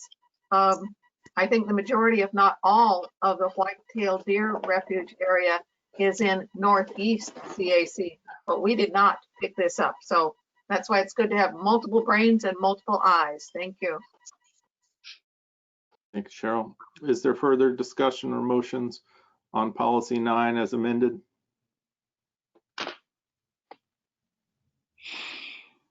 Okay, let's go to a vote on this one. So policy 9, I'm not going to read it. There have been a couple of changes, the removal of substantial and the change from 1 acre to 3,000 square feet. But otherwise, it is the retention of the previous policy 9. I'll ask for your votes on accepting that retention. Jim Allegria, how do you vote? Aye. Jen Mitchell, how do you vote? Aye. Todd Lundy, how do you vote? Aye. Cheryl Johnson, how do you vote? Yes. Robert Strickland, how do you vote? Aye. Susanna Gladwin, how do you vote? Yes. Okay, by a vote of 6-0, we will retain policy 9 as amended. So let me pull us out of policy work for the moment to get back to our scheduling and wrapping up things for the day. We are at 4:54 by my clock, which gives us 6 minutes left in our allotted time. I want to note that we're fairly substantially behind, even where we had scheduled for today. So maybe the first thing I want to ask for from the group is, and from Gail too, is if we need to do some extra sessions in the next couple of months or something to try and catch ourselves up. Of course, that's subject to staff time and time for all of you. But we've got material prepared for us. Staff has already prepared and we just haven't gotten to yet. So maybe it's less burden on staff than otherwise.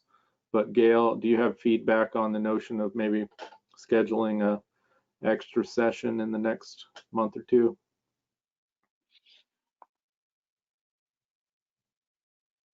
Yeah, I don't know what my availability is. It'll depend on days and things, but the calendar does fill up pretty quickly. I have this day specifically blocked out now, but Sure. Is that something pulling the rest of the group? Is that something that the rest of the group would support if Gail can find time for it? Yeah. I think Jim's nodding. Yes. And Yep. I would suggest that we add in, 4 hours, because I think it's very hard to maintain your alertness for this long a session. And I agree. I'd be happy to put in an extra morning or extra afternoon each month. And I'd like us all to see if we can limit how much we interrupt, and how many side questions we have, and I'll try to do that myself. But we need to catch up. so Jan, I'm unclear. So we've moved our meetings from 1 to 5 to 10 or 11 to 5. So are you looking at cutting back the main meeting and adding an additional 4 hours, or starting at 10, going to 5, and then doing an additional 4 hours on another day? Yes, that's what I'm suggesting. Okay, and does the group want to meet at 10 or 11 and go to 5 on the main day, which is the third Thursday of the month? I'm certainly okay with retaining the main meeting scheduling. Yeah. Right, but do you want to start? It was at 1 o'clock, then we met at 10 o'clock last month. Today we bumped it down to 11. I mean, do you just want to go 8:30 to 5? What do you guys want to do? No way. I'm in favor of 11 to 5, as we did today. Yeah, that would be fine. Yeah. Good. Yep. Susanna's for 11. Me too. Okay, and then I'll send out a poll to find out when would be a good time for an additional 4-hour time slot. So. Thank you, Gail. Let me ask quickly, is there public comment and input at this time before we wrap up today's meeting? Public comment? Chris or Carol? Not for me. Okay. Well, thank you, the two of you, for coming and listening to our meeting today and inputting where you could. Are there closing comments before adjournment from the members of the group or from you, Gail? I'd like to. Susanna? Well, we haven't picked a chair for our group, and I'm concerned about all this synchronization of timing and where the Elsie, Joel, whatever we are, where it all, how we can get tighter on where we're at. I'm confused. And can I just talk to Gail at another time? I I'm think that happy to share my opinion. I think that, and I'll just be frank. I think this committee spends a lot of time minutely wordsmithing, which I know many of you have supported that concept, but it is very time consuming.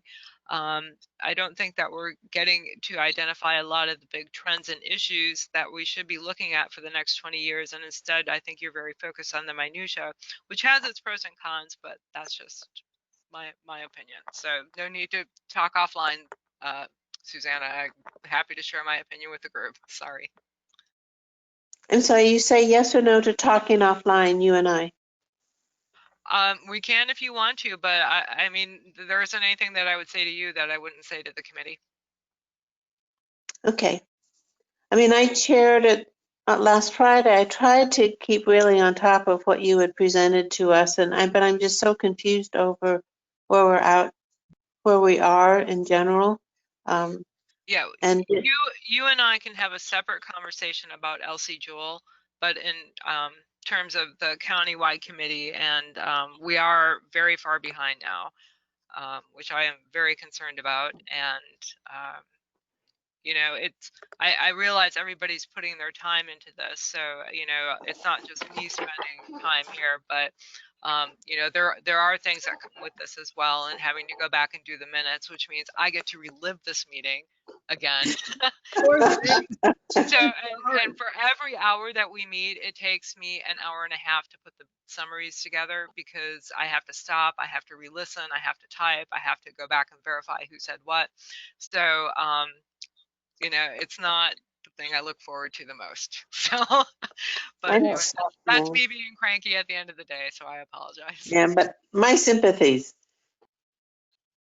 Yeah. Well, I mean, I think we all need to tighten up our own responses, because, you know, it's not just your job. And I appreciate that we need to be looking at the bigger picture and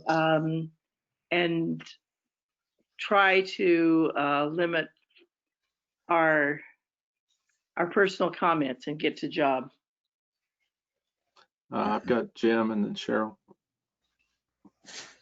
Jim. Well, I'd like to thank Andy for being so meticulous with Robert's rules and getting them all straight for all of the changes and tertiary changes and alike. And you're doing an excellent job, Andy. Yes, I would second that. He's incredibly patient. Yes. Cheryl? I just wanted to mention to Suzanne that the chair does not have to be the liaison to the countywide.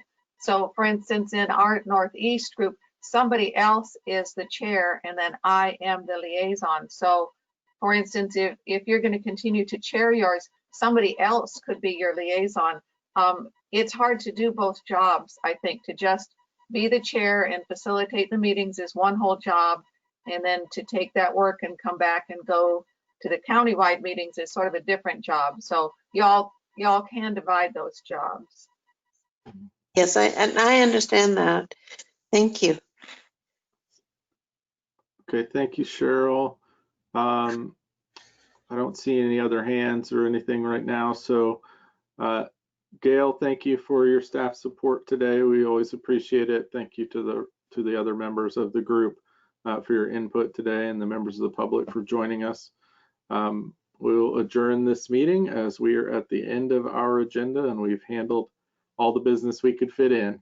So thank you. I'll see you all soon, and we are adjourned.